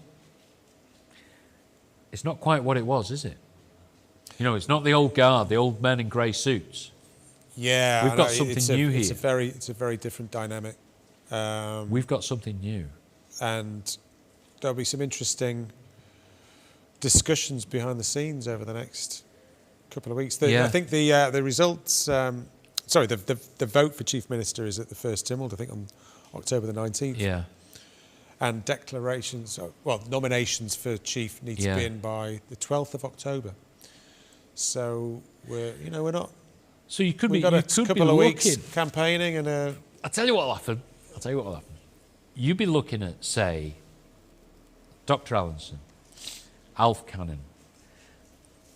You mentioned Jane Poole Wilson. I think Jane Poole Wilson, and I just got this feeling. I just think she's got the skills, the development. You've had the nod from somebody? No, I just see it. I see it in her, and I just see that she's just got that X factor. And I'm thinking, what would happen, say, if June Watson, if he proposed her, and if he could shepherd the newly elected members into having a block vote and saying, look, we have to do this. We cannot have the old guard having the influence to act as the leadership for this new term of 5 years. Would you count Alex Allinson as old guard already, or just because he's been a minister for he's half a term, is it? I just think it would be a great way to wipe the slate clean, wouldn't it? Someone new. Let's face it, Jay, it's going to be who's going to be offered ministerial roles, and that's who you vote for, isn't it? Well, we'd see. We'll see. From that. I mean, for me, it's about competencies. So the likes of Dr. Allinson, where should he be? Surely he should be having, an influence on the medical side of things. Surely that's. And don't forget, you've got to pick a speaker from that lot as well. So June Watson again, wouldn't it? Simple enough, isn't it? Well, I think he enjoyed it, and Yeah. whether his electorate would. Well, he's actually that far in front. Maybe they would forgive him. Well, he had 1,000 in the bank, and he's a good constituency MHK. If you've got an issue, he'll respond and deal in the way that he can. He's actually very competent chair of the public accounts. Those are brilliant. I mean, did you listen to those? They were fantastic. Oh yeah, they were better than the listen to Tynwald on occasion. Absolutely. I love that OFT one. That made me. Oh dear! If you ever get the chance, check that one out. Apparently, we're going to get Garth in the next 5 minutes. So could be yet another. So let's have a look at the candidates for Garth. We've got There's about 5, is it? Martin Perkins, Yeah, Andrew Daphne Smith. Kane, Martin Perkins, Andrew Smith, Jamie Smith, and Gareth Young. Gareth Young. So, could it be the full house for a hat trick for Manx Labour? Well, I hate to tell you that the exit polls weren't saying that, but really, it was Daphne top, Martin second. Wow, which I was quite surprised about. Wow. Not, I know Martin, I've known him for a long time, but I think he's had challenges over the last 5 years. He was one of those MHKs. But he's very personable, and obviously that goes a long way. So. Yeah, he's a bit, that way, isn't he? Oh, right, here we go. I've been in this place. This is the Working Men's Institute. Yes. Have you performed there? It's one of the few places in the Isle of Man I haven't performed. I have. But they run a fantastic Christmas fair, I tell you that. Is, these are the pictures from Laxey Working Men's Club, where the Garth result will be announced fairly soon. We have some audio. No sign of pizza boxes, Jed? No, can't see any. Maybe they're all getting kebabs delivered afterwards. We've lost the feed there, but I think Daphne's obviously very liberal-minded, but I think she's performed very well. Doesn't put a foot wrong. No, she's a very good communicator as well. And she's got a good background in media, so she's able to. Was, I first came across her in the early 90s when she was a young whippersnapper reporter, I think she's one of the MHKs who stood out. I think over the last 5 years. Yeah, and she only got into the campaign late when she was last elected. I think she decided with about 5 weeks to go, 6 weeks to go, that she'd have a crack. Well, she was working in government, wasn't she? She was press officer for the railways, or I think at the time, Isle of Man Railways. So all the best people have a background in government PR. I'm aware of that. There we go. So that looks like Miles Benham there.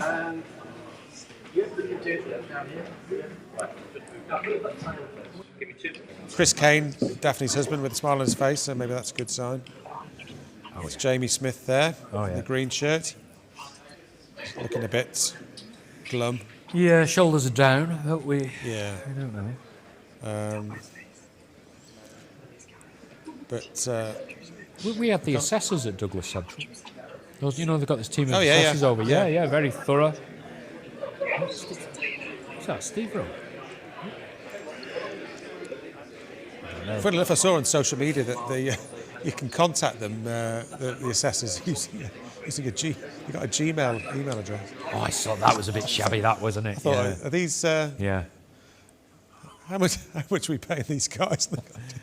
Doesn't go for the very professional impression, does it? Really? No, not when you know how easy it is to set up your own email.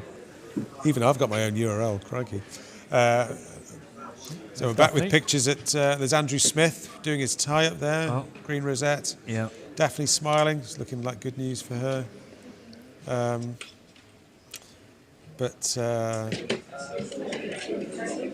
Obviously with the exit poll, we didn't get any indication of third or fourth, or who's running anybody close. So not sure whether we'll get any surprises when this result's announced.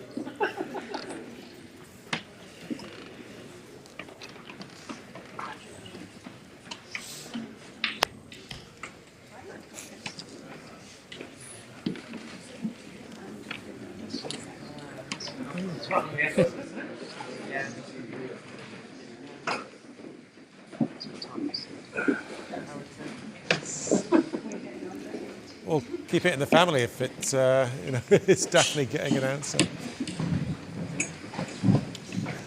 So, Howard is Daphne Kane's There's brother-in-law. Gareth Young just in the frame. Yeah. It's all very subdued in Garth, isn't it? You know, kind of contrary to Dewan Turner's experience down at the hall in was it Union Mills, Dewan? No, we were in. Sorry for the voting earlier. I didn't know for the. Yeah, Union Mills. Yes. Yeah.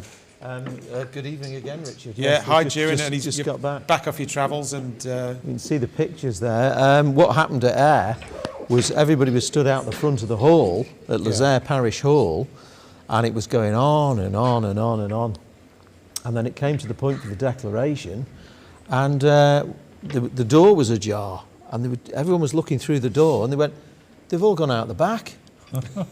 And the whole thing went out the back, including Alf's father, David Cannon, of course. Yeah. The former Michael MHK. David was there to support, obviously, his son, and it was a bit of a farce, really. They weren't chasing Tim Baker, were they? He'd run out the back door. No, I mean, we have got, once we've got this result in from Garth, we did record an interview with Alf, which we will play in due course, but I don't know what's happened this year. Everything seems to have taken so long. Are they being extra diligent because the CPA observers are over, do you think, or I don't know. They want to get their money's worth? Well, they're certainly getting their money's worth. 40,000, you don't want to. They're certainly getting their money's worth, aren't they? But no, I've never known an election like this, to be honest. But it looks like I'm ready to give the announcement. Okay, Mr. Tuttenwick. Okay, Ben, we are ready to hand the mic over to Ian now.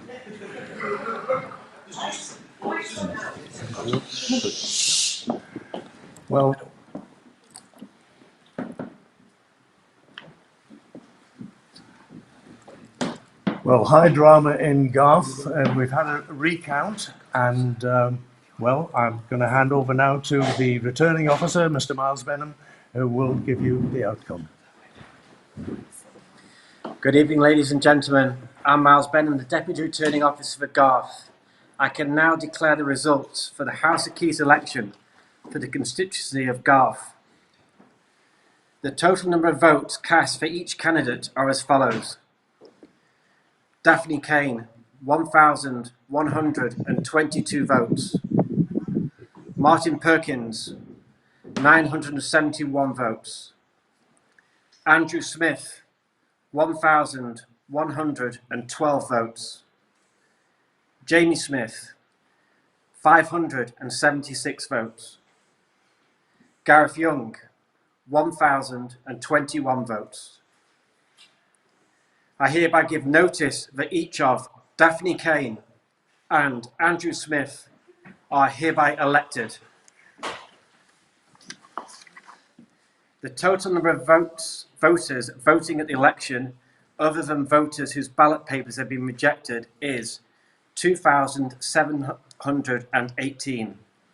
The number of rejected ballot papers under each head is want of official mark 0. Voting for more candidates and vacancies to be filled 2. Writing or mark by which voter could be identified 0. Unmarked or void for uncertainty 5. Thank you. So there you have it. Andrew Smith getting elected, and we're going to join the Max Radio feed now to hear from the two successful candidates. Andrew Smith. Daphne, what have you got to tell us?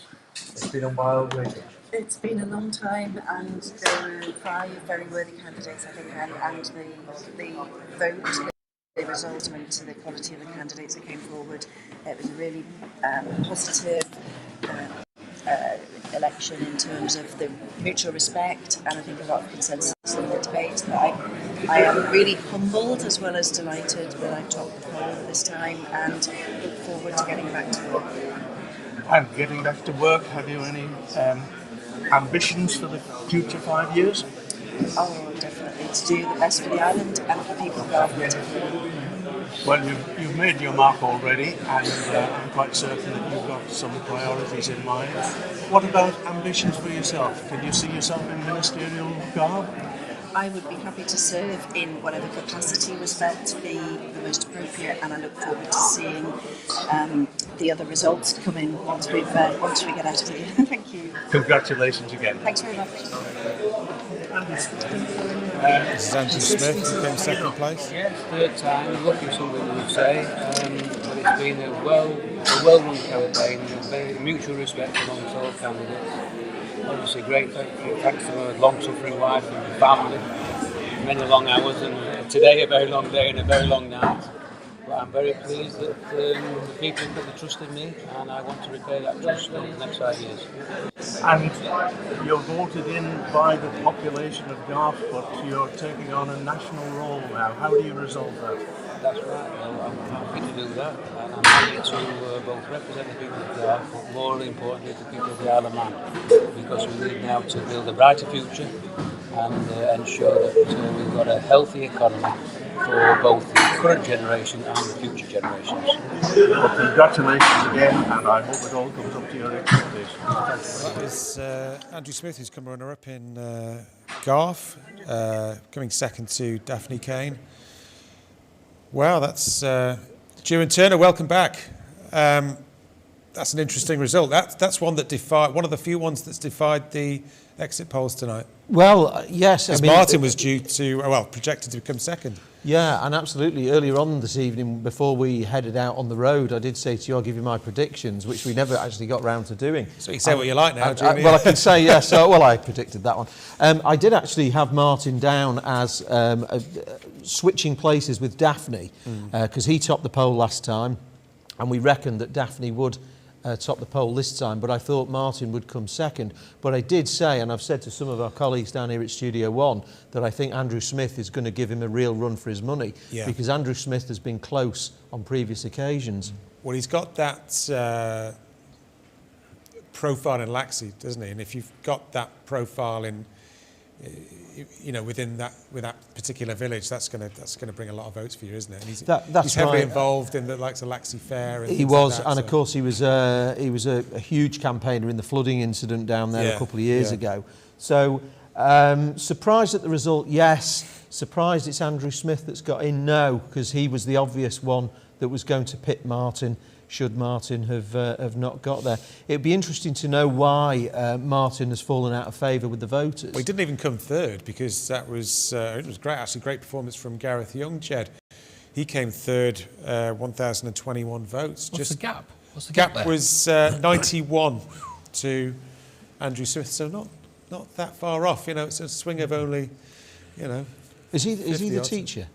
Yeah. Yeah. Well, my daughter will be delighted, because she said, I don't want him to get in because I like him as a teacher. So she'll be pleased that he's still going to be a teacher, but a very credible performance. Yeah, well, I think it's probably set a foundation for him a go in 2026, hasn't it? Absolutely. Do you know what I mean? How are you? Obviously not great news for Labour Party that he's come third, but 2 out of 3 ain't bad. You're on the rostrum, so to speak. He's not had a bad night. Oh, fantastic, and really to have over 1,000 votes, and he's only just fallen short, hasn't he? By a few. Maybe I don't know what the circumstances around the recount. No. But no, I think the Manx Labour Party will be very pleased with the performance. But the big story, ladies in positions. Yeah, I think so, and we're still waiting, of course, for Peel, unless it happened. Peel is coming soon. Not got a time on that, but it's soon. And I've got Kate Lord Brennan down as topping the poll in my prediction, and I haven't got it with me, but I think I'd put Tim Crookall or Ray Harmer, but I'm hearing lots of things about Trevor Cowan when I'm out and about over the last few days. Now, whether that's just a bit of bravado, I mean, I know Trevor well. He was, what was it said on that Takeover TV? He was the royal pain in the backside for government. I remember when I was in government, he was writing to me a lot over fisheries, when I had responsibility for that. And I actually invited him to give his view on the legislation, because it's very easy if you're a politician to sort of, get rid of these nuisances writing in. Yet Trevor actually had some very, very good points to make, and we incorporated those when we rewrote the legislation. So I wouldn't rule him out. I don't think he's going to be strong enough, but all will be revealed very soon. Well, Yeah, if he does get in, his post box will be bulging, won't it? There's no doubt about it. Everyone will be writing letters into him. Yeah. Get some of his own medicine. Yeah. I had Kate and I think I've only got one wrong so far tonight. Have you? Yeah. Who was I that? actually had Andrew Smith and Daphne for golf. Did you? Yeah. What about the number 2? I know then? Andrew Smith used to work in Isle of Man Finance. Yes, he did. Yeah. But Glenn Faber, I've got Kate and I had Tim Crookle. Possible. Yeah, I've got Tim. This is going to be a real defining moment for Tim, who is, he's a good chum of mine. We worked together very closely when I was in Tynwald, and we've remained good friends. But I think it's a bold step for Tim, because there was a few people saw his elevation to the Legislative Council as deserting the constituency. Yeah. But as I said to somebody, you've actually got more representation with having your Peel man in Legco, because not only have you got your members, but you've actually got another voice for the town. So I said I wouldn't particularly write him off just because he went to Legco. What was the motivation for having another crack at the title? Who? Tim. Tim was getting very frustrated at things that were happening, and he was sort of bubbling up in his latter years as an MLC, and said, I'd like to go back. This is Ramsey. We've got Ramsey and coming up. we are awaiting the results. So we haven't got the audio yet, but looks like it's fairly close. Yeah. No, this is the... Two people there. Here we go. We're all gathering. There's 8 candidates standing in Ramsey. Now, the exit polls, of course, showed the incumbents miles ahead of everybody else. So we didn't get the stats. We only saw the rankings 1 and 2, so we didn't get the stats. Well, I did see them earlier on, and they were miles ahead of the others. So that suggests even with the margin of error, it's still going to be... It won't be surprising Alex if this and Laurie. is the status quo here. Yeah. As they just take to the stage. And possibly a forerunner for the Chief Minister's role. Yes. One of the livelier question time events here, wasn't it, during? It was, yes. So here we have the returning officer for Ramsey, about to announce the result. Good morning. Sorry, it's been so long, but it's been a very complicated count, as you know, and it's all here today and tonight. So I will now, in my capacity as the Deputy Returning Officer, give notice that the total number of votes given for each candidate in the election here in Ramsey is as follows. Alexander John Allenson, 1,557 votes. Robert Douglas Cowell, 679 votes. Laurie Lee Hooper, 1,657 votes. Jonathan David Kinraid, 345 votes. Simon Ed Duran, 555 votes. Luke Parker, 664 votes. Leonard Ian Singer, 405 votes. And Erica Leslie Spencer, 438 votes. The total number of voters who voted in the election in the constituency of Ramsey was 3,367. The number of rejected ballot papers in the election was 4, and all those were rejected as a result of being either unmarked or were void for uncertainty. I therefore hereby give notice that the candidates elected at the above election here in Ramsey are as follows.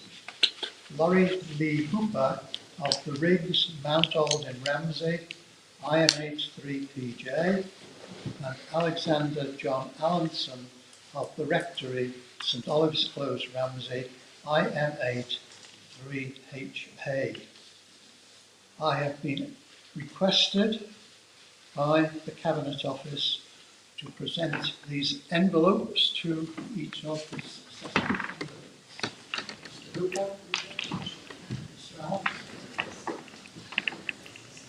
Not sure what that is, June. Is that sort of £10 of book tokens for the successful candidates from Cabinet Office? St Paul's Bookshop. I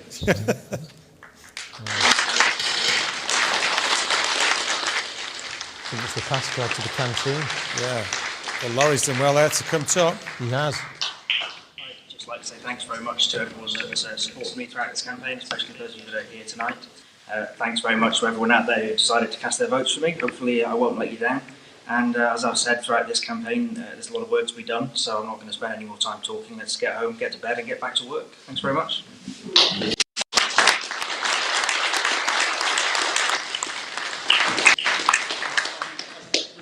Returning officer and all the staff. It's been a very long 5 years since Laura and I were first elected into representing people of Ramsey. It's been an exceptionally long day today, and I'd like to thank you all for everything you've done.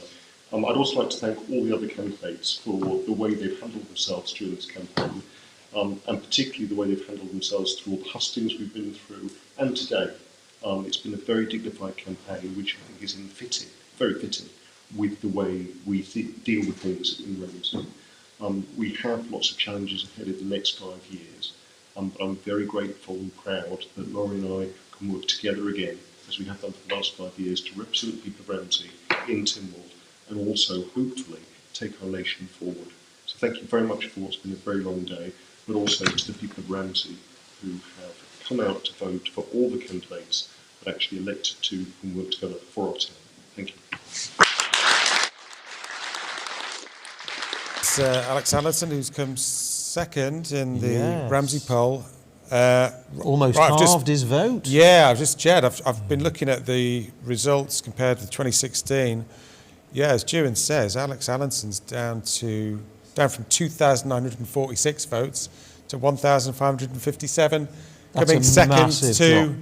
Laurie, who's 100 votes behind Laurie Hooper. And the other candidates were scoring 4s and 500s, weren't they? I mean, from my calculations, in third, or way behind Robert Cowell on 679. So, yeah, the rest of them were nowhere really. I mean, it was a very large field, and It diluted. You'd think if there was one or two good candidates, solely. I thought Robert Cowell or Jonathan Kinraid might have threatened Laurie, but.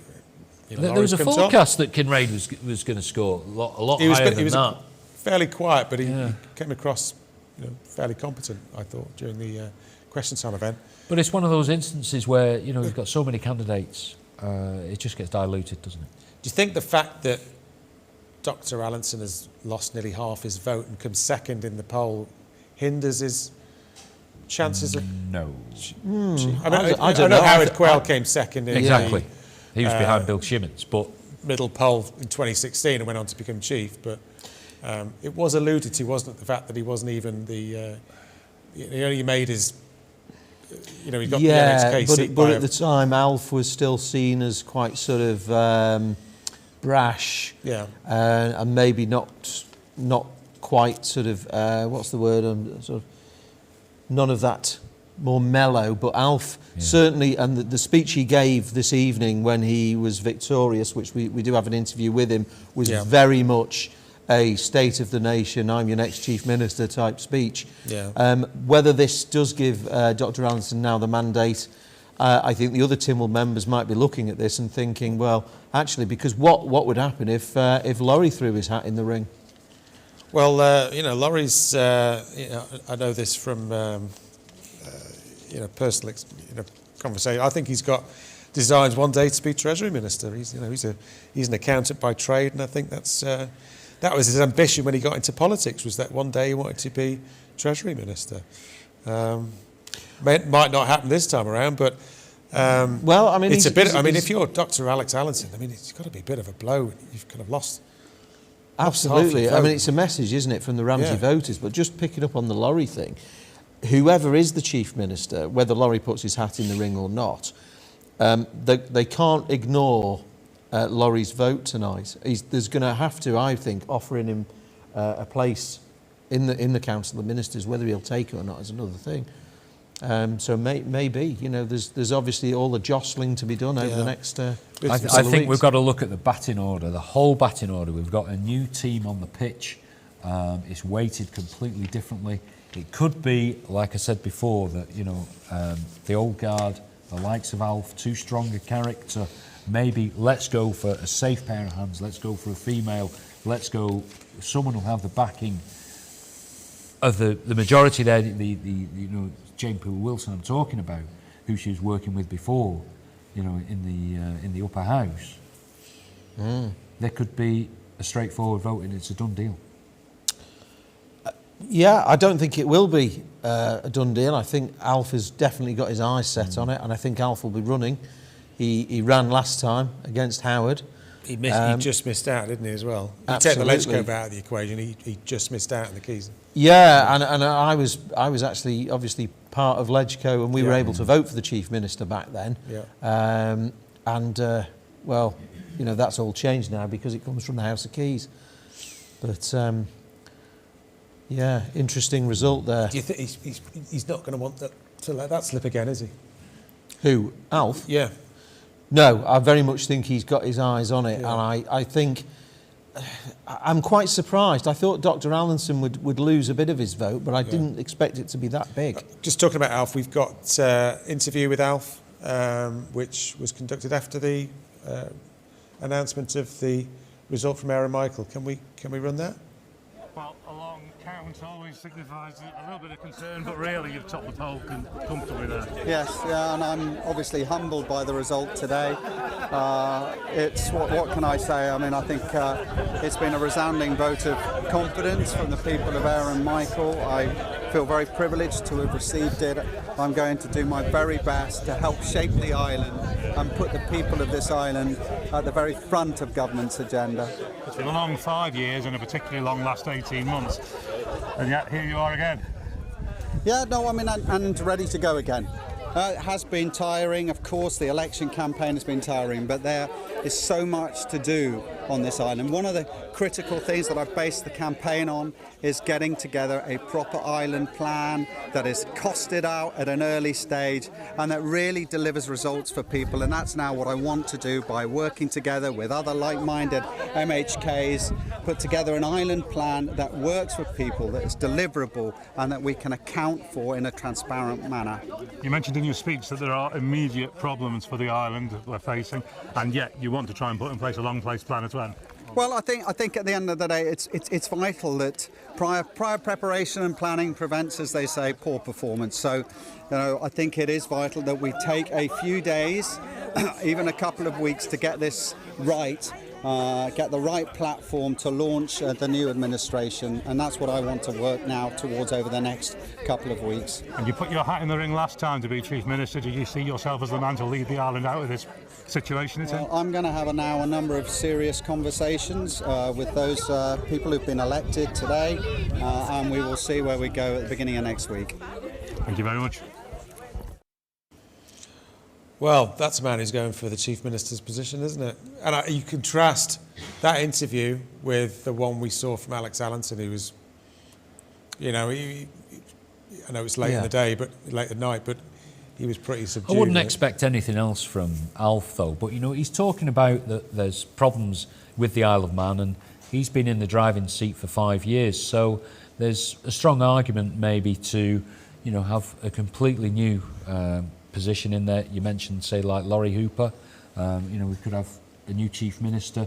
I'd say anything can happen at the moment. Let's look at that batting order and let's look at who's coming in at Peel, because if you have got Kate Lord-Brennan and maybe Tim Krukol, I think if you had Ray Harmer, that would be a vote the other way, but if you had Tim Krukol, then that'd be 2 votes maybe for, you know, a dramatic change. Well, Glenn Faber and Peel is not exactly imminent, but it's not too far away from what I'm hearing. But well, I didn't think we'd be sat here at 1:35 in the morning, I have to say. I'm normally well tucked up, but in bed by now. But no, it's been an interesting one with all the way these counts have gone. I mean, this is the second time that we've run an election under these constituencies, and they all came really thick and fast last time. Yeah. And yet, this is just, it's strange. I was in the account for Douglas Central, and that could have been done and dusted, I'd say 45 minutes sooner. We had the two observers there, and things just went very, very slow. And I've been in counts before where it's all done double quick, but I think with errors in the past, maybe, they're just covering all bases. Yeah, there were observers at the Aaron Michael count as well. We've got pictures coming in here from pictures coming from, this is the Peel. I think this is the final result to announce. Lost track of time. Yes. Lost track of where I am, but I think this is the I think we've gone final backwards one. time. There's nobody suddenly wanting a recount in Douglas South or something, is there, Richard? I think the last time I was in that venue was at a very wonderful transport quiz with my good chum JP. It was a cracking night. But, well, it's always a cracking night in Peel, June. Well, absolutely. And can I just, I mean, it's late, and thank you to Ray of Sweeney Todd of Peel for seeing to my haircut at lunchtime, particularly as I turned up, particularly as I turned up a day too soon for it. Oh, is that right? Yeah. It's a bit Alan Partridge, that product placement there, isn't it? Well, you're going to give away a chocolate orange in a minute. Something's happening. Here we are. Here's Peel. And there we go.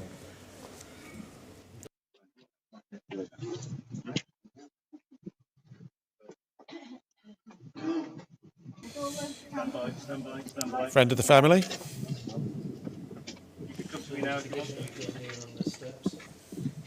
Good evening, everybody. Thank you very. Sorry. Wait 2 seconds. Hurry, tell her to hurry up. Yes, thank you. I'm with Sally Boltner, Deputy Returning Officer, about to make the announcement. And I'd like to say thank you to everybody who's been patiently waiting. I'm sorry it has taken such a long time, but we have reached a very careful conclusion, and we now have the figures, and I can announce the, first of all, I'll announce the total ballot papers put in Peel and Glen Faber was 3645, and out of a total, there were 6 spoiled, and the total number of electors is 6380. So there was a turnout of about 57.13 from the in the electorate. From the votes cast, we have Mr. Boot at 273, Trevor Cowan 1070, Tim Crookall 1134, Leo Cousins 855, Ray Harmer 1073, Mike Lee 201, and Kate Lord Brennan 2150. Thank you, everybody, for your patience.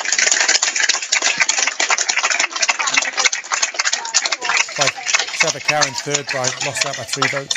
And I'd also like to thank my polling staff and everybody who's helped in the election. It's always a difficult day in some ways, but most enjoyable to me anyway. And I hope that everybody has had an interesting time anyway. And now let's all go to bed. Thank you. Well said. Okay, let's speak with, first of all, Kate Lord Brennan. Congratulations. Sure. Kate and Tim, sorry. I'd written Thank you so much. Thank you.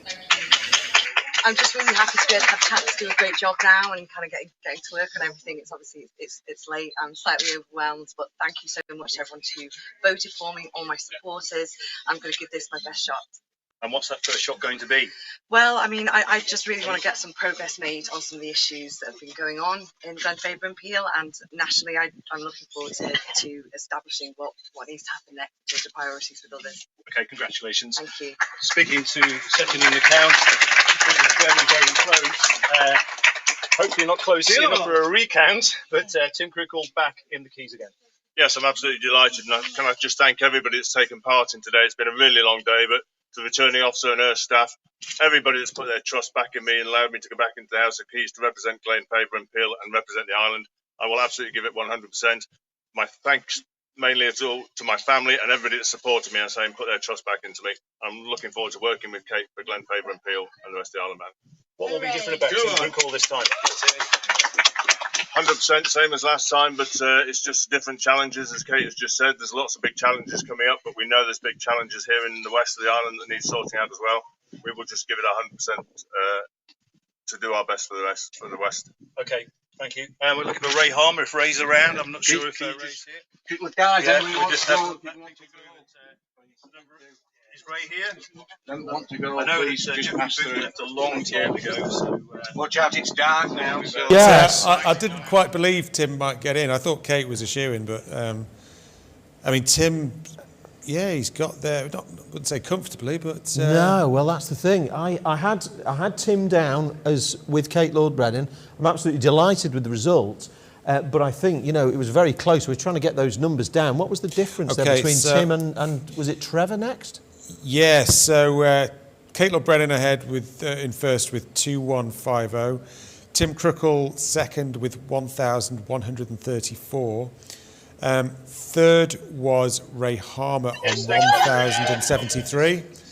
And we can hear from Ray now. I think. Loser for you this time, Ray, and a close call. Yes, it was, and just congratulations, Kate. I thought the campaign was, that Kate did was absolutely amazing, outstanding. Just thank everybody for voting for me, and it wasn't to be, but just wish Tim and Kate all the success, and hope a really good 5 years. Is this the end of your political career now? Yeah, probably. But I love being part of the community, and that's what I want. You're obviously upset, but thanks, Ray. Thank you. Okay, with that, I'll hand you back. An emotional Ray Harmer there, another minister. I mean, I had a few dealings with Ray in my time in government. He's a decent man, and he is, yes. Yeah. I don't know him that well, but obviously, well, possibly the DOI has result. Finished him off as well, because of course he was DOI minister up until just over a year ago with the Promenade scheme. He was actually, though, the minister that finally got something going with the Promenade. If you remember, they were talking about it for years, and Ray decided, he was the one that decided they were going to sort of plane the top off and put a temporary surface down, so at least we could have a smooth ride. So he did do what others had failed to do. And he is an incredibly nice man, and clearly very upset that he's lost his seat. Yeah, there has to be a loser, and nobody likes to... it's obviously a very emotional time for him. Jed, what are your thoughts about... I just want to see that batting order. I want to see who's in situ, what have we got, which way are they going to vote, because... For me, the direction has changed, hasn't it, completely now? Yeah, we'll get that up on the screen in a second. You compare that, the new faces that we've got in, the allegiances that were there before have gone. We've got a very strong female contingent. The whole complexion here we of go. The House of Keys has changed dramatically. So there it is. That is... progressive. That's a vote for change, isn't progressive. It is progressive. Isn't it? Look at it. Look at those names. I mean, I know we've been around the houses tonight with issues and turnout and engagement with the electorate, but do you know what? That's well, you look down that list there. That's a new look House of Keys, isn't it? You've got new, you've got all right, Central's the same. You've got new, you've got new. I mean, it just goes on and on and on. And call it top the poll in Douglas Central. That was the same MHKs, but yeah, absolutely. And I mean, that is a wholesale change. Now, they all came through this very studio, Richard, and said, we've got to have some change, we've got to have some change. Now, in terms of Tim Crookall, this really is, I think, Tim's last chance saloon now. Peel have said, we're going to give you another chance. He's got to really deliver this time if he's to have a future there. And I think the time out for Tim has given him a totally different view, because you do think, when you're inside Tynwald, you think things are so much more important to people than they are. And when you go back out into the real world, you actually realise that things are quite different. It's true, Jim, and being on the the other side of the fence, if you like, not non-political side, and being in government 11 years, being out of government now, as I have been for 3 years, it is, It's very different because there is an element of being in the bubble and you're sort of all consumed by everything that's going on within the confines of Isle of Man government, and it does give you a new sense of perspective, I must say. Jed, I'd like to ask the question. When you look at that list, the new incumbents, the new members, are they going to vote a previous member of Comyn, either Allinson or Alf Cannon, in as Chief Minister? Or are they going to go for the new broom completely? I can't see it. No, I don't think they'll go for a new broom. I think even the most sort of feisty and controversial of new members in that list that we've just seen will want an element of experience in that top job. So I can't see it being a newbie that goes in. And I think the Council of Ministers is going to be made up of the likes of Daphne Kane, and Corlett may not wish to take on a ministerial post, but I imagine she'll be offered one. Tim Crookall certainly, I imagine, will be in the cabinet. He's already said to me there's a couple of departments he'd be willing to take on and would like to really get stuck into. Rob Callister had designs on a ministry, on a department as well. Yeah, absolutely. Known Rob from, DFE days. He's ambitious. He's definitely got his eyes on the prize. He is, and he's very firm, and he's certainly not afraid to take people to task. I mean, I've had some amazing run-ins with Rob. We've always remained friends, but we've disagreed, like that on lots of things over the past few years. But certainly, Rob's got to be a contender to be in that in the cabinet. I think we're in for some surprises. Well, I do. You look at the fabric of that list, and no, there's going to be some changes. Well, I don't know if you missed it earlier, Jim, but we were talking with Jed. Obviously, Jed's got quite a popular podcast on local politics, and one of the few opportunities that exist in the Isle of Man to have a long-form dialogue on local current affairs. And you promised first edition of the next podcast. Yeah, we'll have Stu Peters. Stu Peters, Jed, Bonzo Slater. Yeah, we'll get them together. Maybe yourself, Duran. Broadcasting royalty. What are you trying to say? Yeah, well, it's interesting, of course, because Jed's involved with the Labour Party. We've had lots of discussions over the years and the months, so it'll be interesting to see how things pan out now. Absolutely. Now we've got this in. Look at that, two members in government, strong female contingent. That the whole complexion, the whole dynamic has changed. Well, it's funny you should say that, because when I first went into Legco, one of my closest colleagues was Eddie Lowy. He described me as a baby Mrs. Thatcher. which was and now you're just Mrs. Thatcher. Well, I hope not, because she's dead. But Eddie and I, although we were from two very, very different political persuasions, we both agreed on so many things that came before Tynwald. It was quite a remarkable relationship there. And I think that's the thing. Although there's Labour and there's other people, and you mentioned about Stu Peters with his views and all the rest of it. But I think generally there is a lot of consensus on a lot of views that they want to come up with solutions. Now, they've all talked about solutions. Not many of them had them. So let's see what pans out. Well, yeah, we'll give them a little bit of leeway, won't we? And but they haven't got long to start making their mark, because they've been given this vote of confidence by the electorate. But the electorate's, I think, becoming even more demanding, given the challenges that we've had and the challenges that lie ahead over the next 5 years. Well, they are, and of course they've got the big hole to fill over the money that's been dished out after the COVID. Well, I say after the COVID crisis, we're still sort of in that at the moment. Businesses are still suffering. We have opened up and things are starting to recover, but there's undoubtedly going to be scars left from that they're going to have to sort out. There's the pension issue. There's the size of the civil service. They've all come through this studio and said, government's too big and all the rest of it. So they're going to be judged, and they're going to be judged very quickly. Nobody can buy a house. You're right. You're starting off, you can't buy a house. I think we've come to the we've had the last result announced, and I think, given we've been on air for 6 hours, which I think is must be some kind of record, I think, in local broadcasting, certainly video broadcasting. Possibly. Hope you got a chance to go to the toilet. I would like you to leave the viewers, or whoever's left watching, with your respective highlights of tonight, this election. What's rocked your respective I'm votes? sorry, I did have a little grin at the thought of the man who's been booted out of Peel.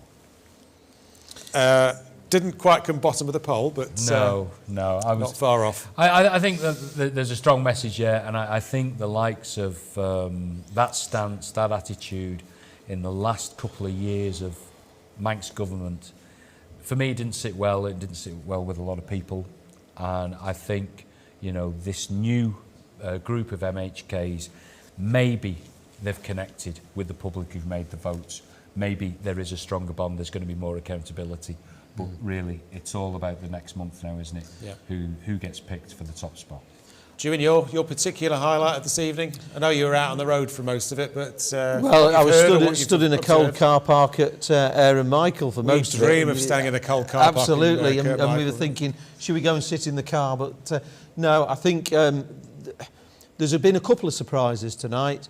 John Wannenberg was the big surprise for me. I thought he was a very good candidate. He had some very good things to say here, but I didn't think he would connect with the voters of Douglas North. I didn't think that would happen. So that's my I think, surprise of the night.